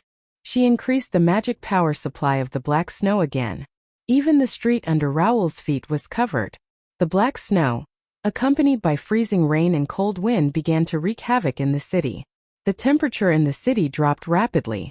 Many citizens who had been shouting slogans shrank their necks and hid indoors to keep warm. Don't you like to gather and shout slogans? It had been snowing heavily for 3 days. She wanted to see who had such a devout belief. A large number of snowflakes seemed to be alive in her palm. They gathered into a shadow cage and trapped Raoul. She turned around and ran with the 2 Kryptonians. Sister Thea, Raoul is really not a bad person. You've misunderstood him, Kara explained along the way. The eldest young miss responded with a series of ins and ahs while pondering over the other party's strangeness. Thea felt an inexplicable sense of familiarity. Unafraid of death energy attacks, counterattacking as if nothing had happened, and not getting injured no matter how she attacked. Death Chi? Black Death Emperor? White Lantern? Suddenly she thought of the problem. This state was very similar to when she wore the White Lantern to share the damage, and the other party's power of faith was also unimaginably huge. Faith, gathering all living beings to share the damage. The white lamp, a clue that connected all the conditions, naturally could deduce the answer. This Raoul must have seen his white lamp in a timeline that he didn't know about, and then used some method to simulate a small part of its functions. Everyone who received his blessings had their life force connected with him. That was why he could attack Thea as if nothing had happened. It was also through this method that he absorbed the faith of the Atlanteans and killed Poseidon, who was of similar strength. Thea felt that her guess was not far from the truth. Poseidon had to admit that his death was a little unjust. Unlike the white lamp's automatic connection to the universe's life force, Raoul's was more manual. He personally went to the battlefield to develop believers, and then expanded the audience. There was a lot of investment in the early stage and the speed of development was slow. However, once the scale was established, it was not much worse than the white lamp. Kara. Oh my god, are you okay? After returning to the new world and finding Batman, Lena ran out and gave Kara a big hug. Kara was a little hesitant, but she still responded with a blushing face when Lena asked for a kiss. Luther, who walked out of the room, and Superman, who came in through the door, looked at each other strangely, but neither of them said a word. To break the silence, Thea quickly dragged Batman out. Superman trusted Batman a lot. Even though Luther was also a little subdued here, he still did not overreact. This is the result of my 2 days of research. Look at this, ladies and gentlemen. Luther clicked on the screen. There was a scan of a human brain on both sides. The one on the left is normal, and the one on the right is Raoul's believer. There seems to be no problem, but after my research, here, and here have all undergone subversive changes. Luther did not specifically explain his research methods. Instead, he zoomed in on the images and pointed out 3 subtle differences for them to see. Except for Kara, who was a poor student and did not understand anything, everyone knew very well that the brain dominated human behavior patterns. Could it be an individual phenomenon? This brain area has been expanded in a small area, and it is not a strong argument. Thea, who was a leading figure in modern medicine, quickly raised her doubts. Luther was not angry. He had an unusual admiration for science. This is the unified answer I came up with after randomly searching for 70 believers. How dare you attack ordinary people? Superman angrily grabbed Luther's collar. It was your Kryptonian god who attacked the Earthlings first. Luther's voice was louder than Superman's, and he stared back at Superman fiercely. Looking at the anger in Luther's eyes, Thea even suspected that this guy's eyes could emit omega rays. She hurriedly pulled the two apart. Their cousin and their lover's brother were about to attack each other. The 2 girls looked at each other, and they were a little at a loss. Fortunately, Batman had the special ability to not let people stray from the topic. He brought the topic back. What's the matter with the Kryptonians' abnormality?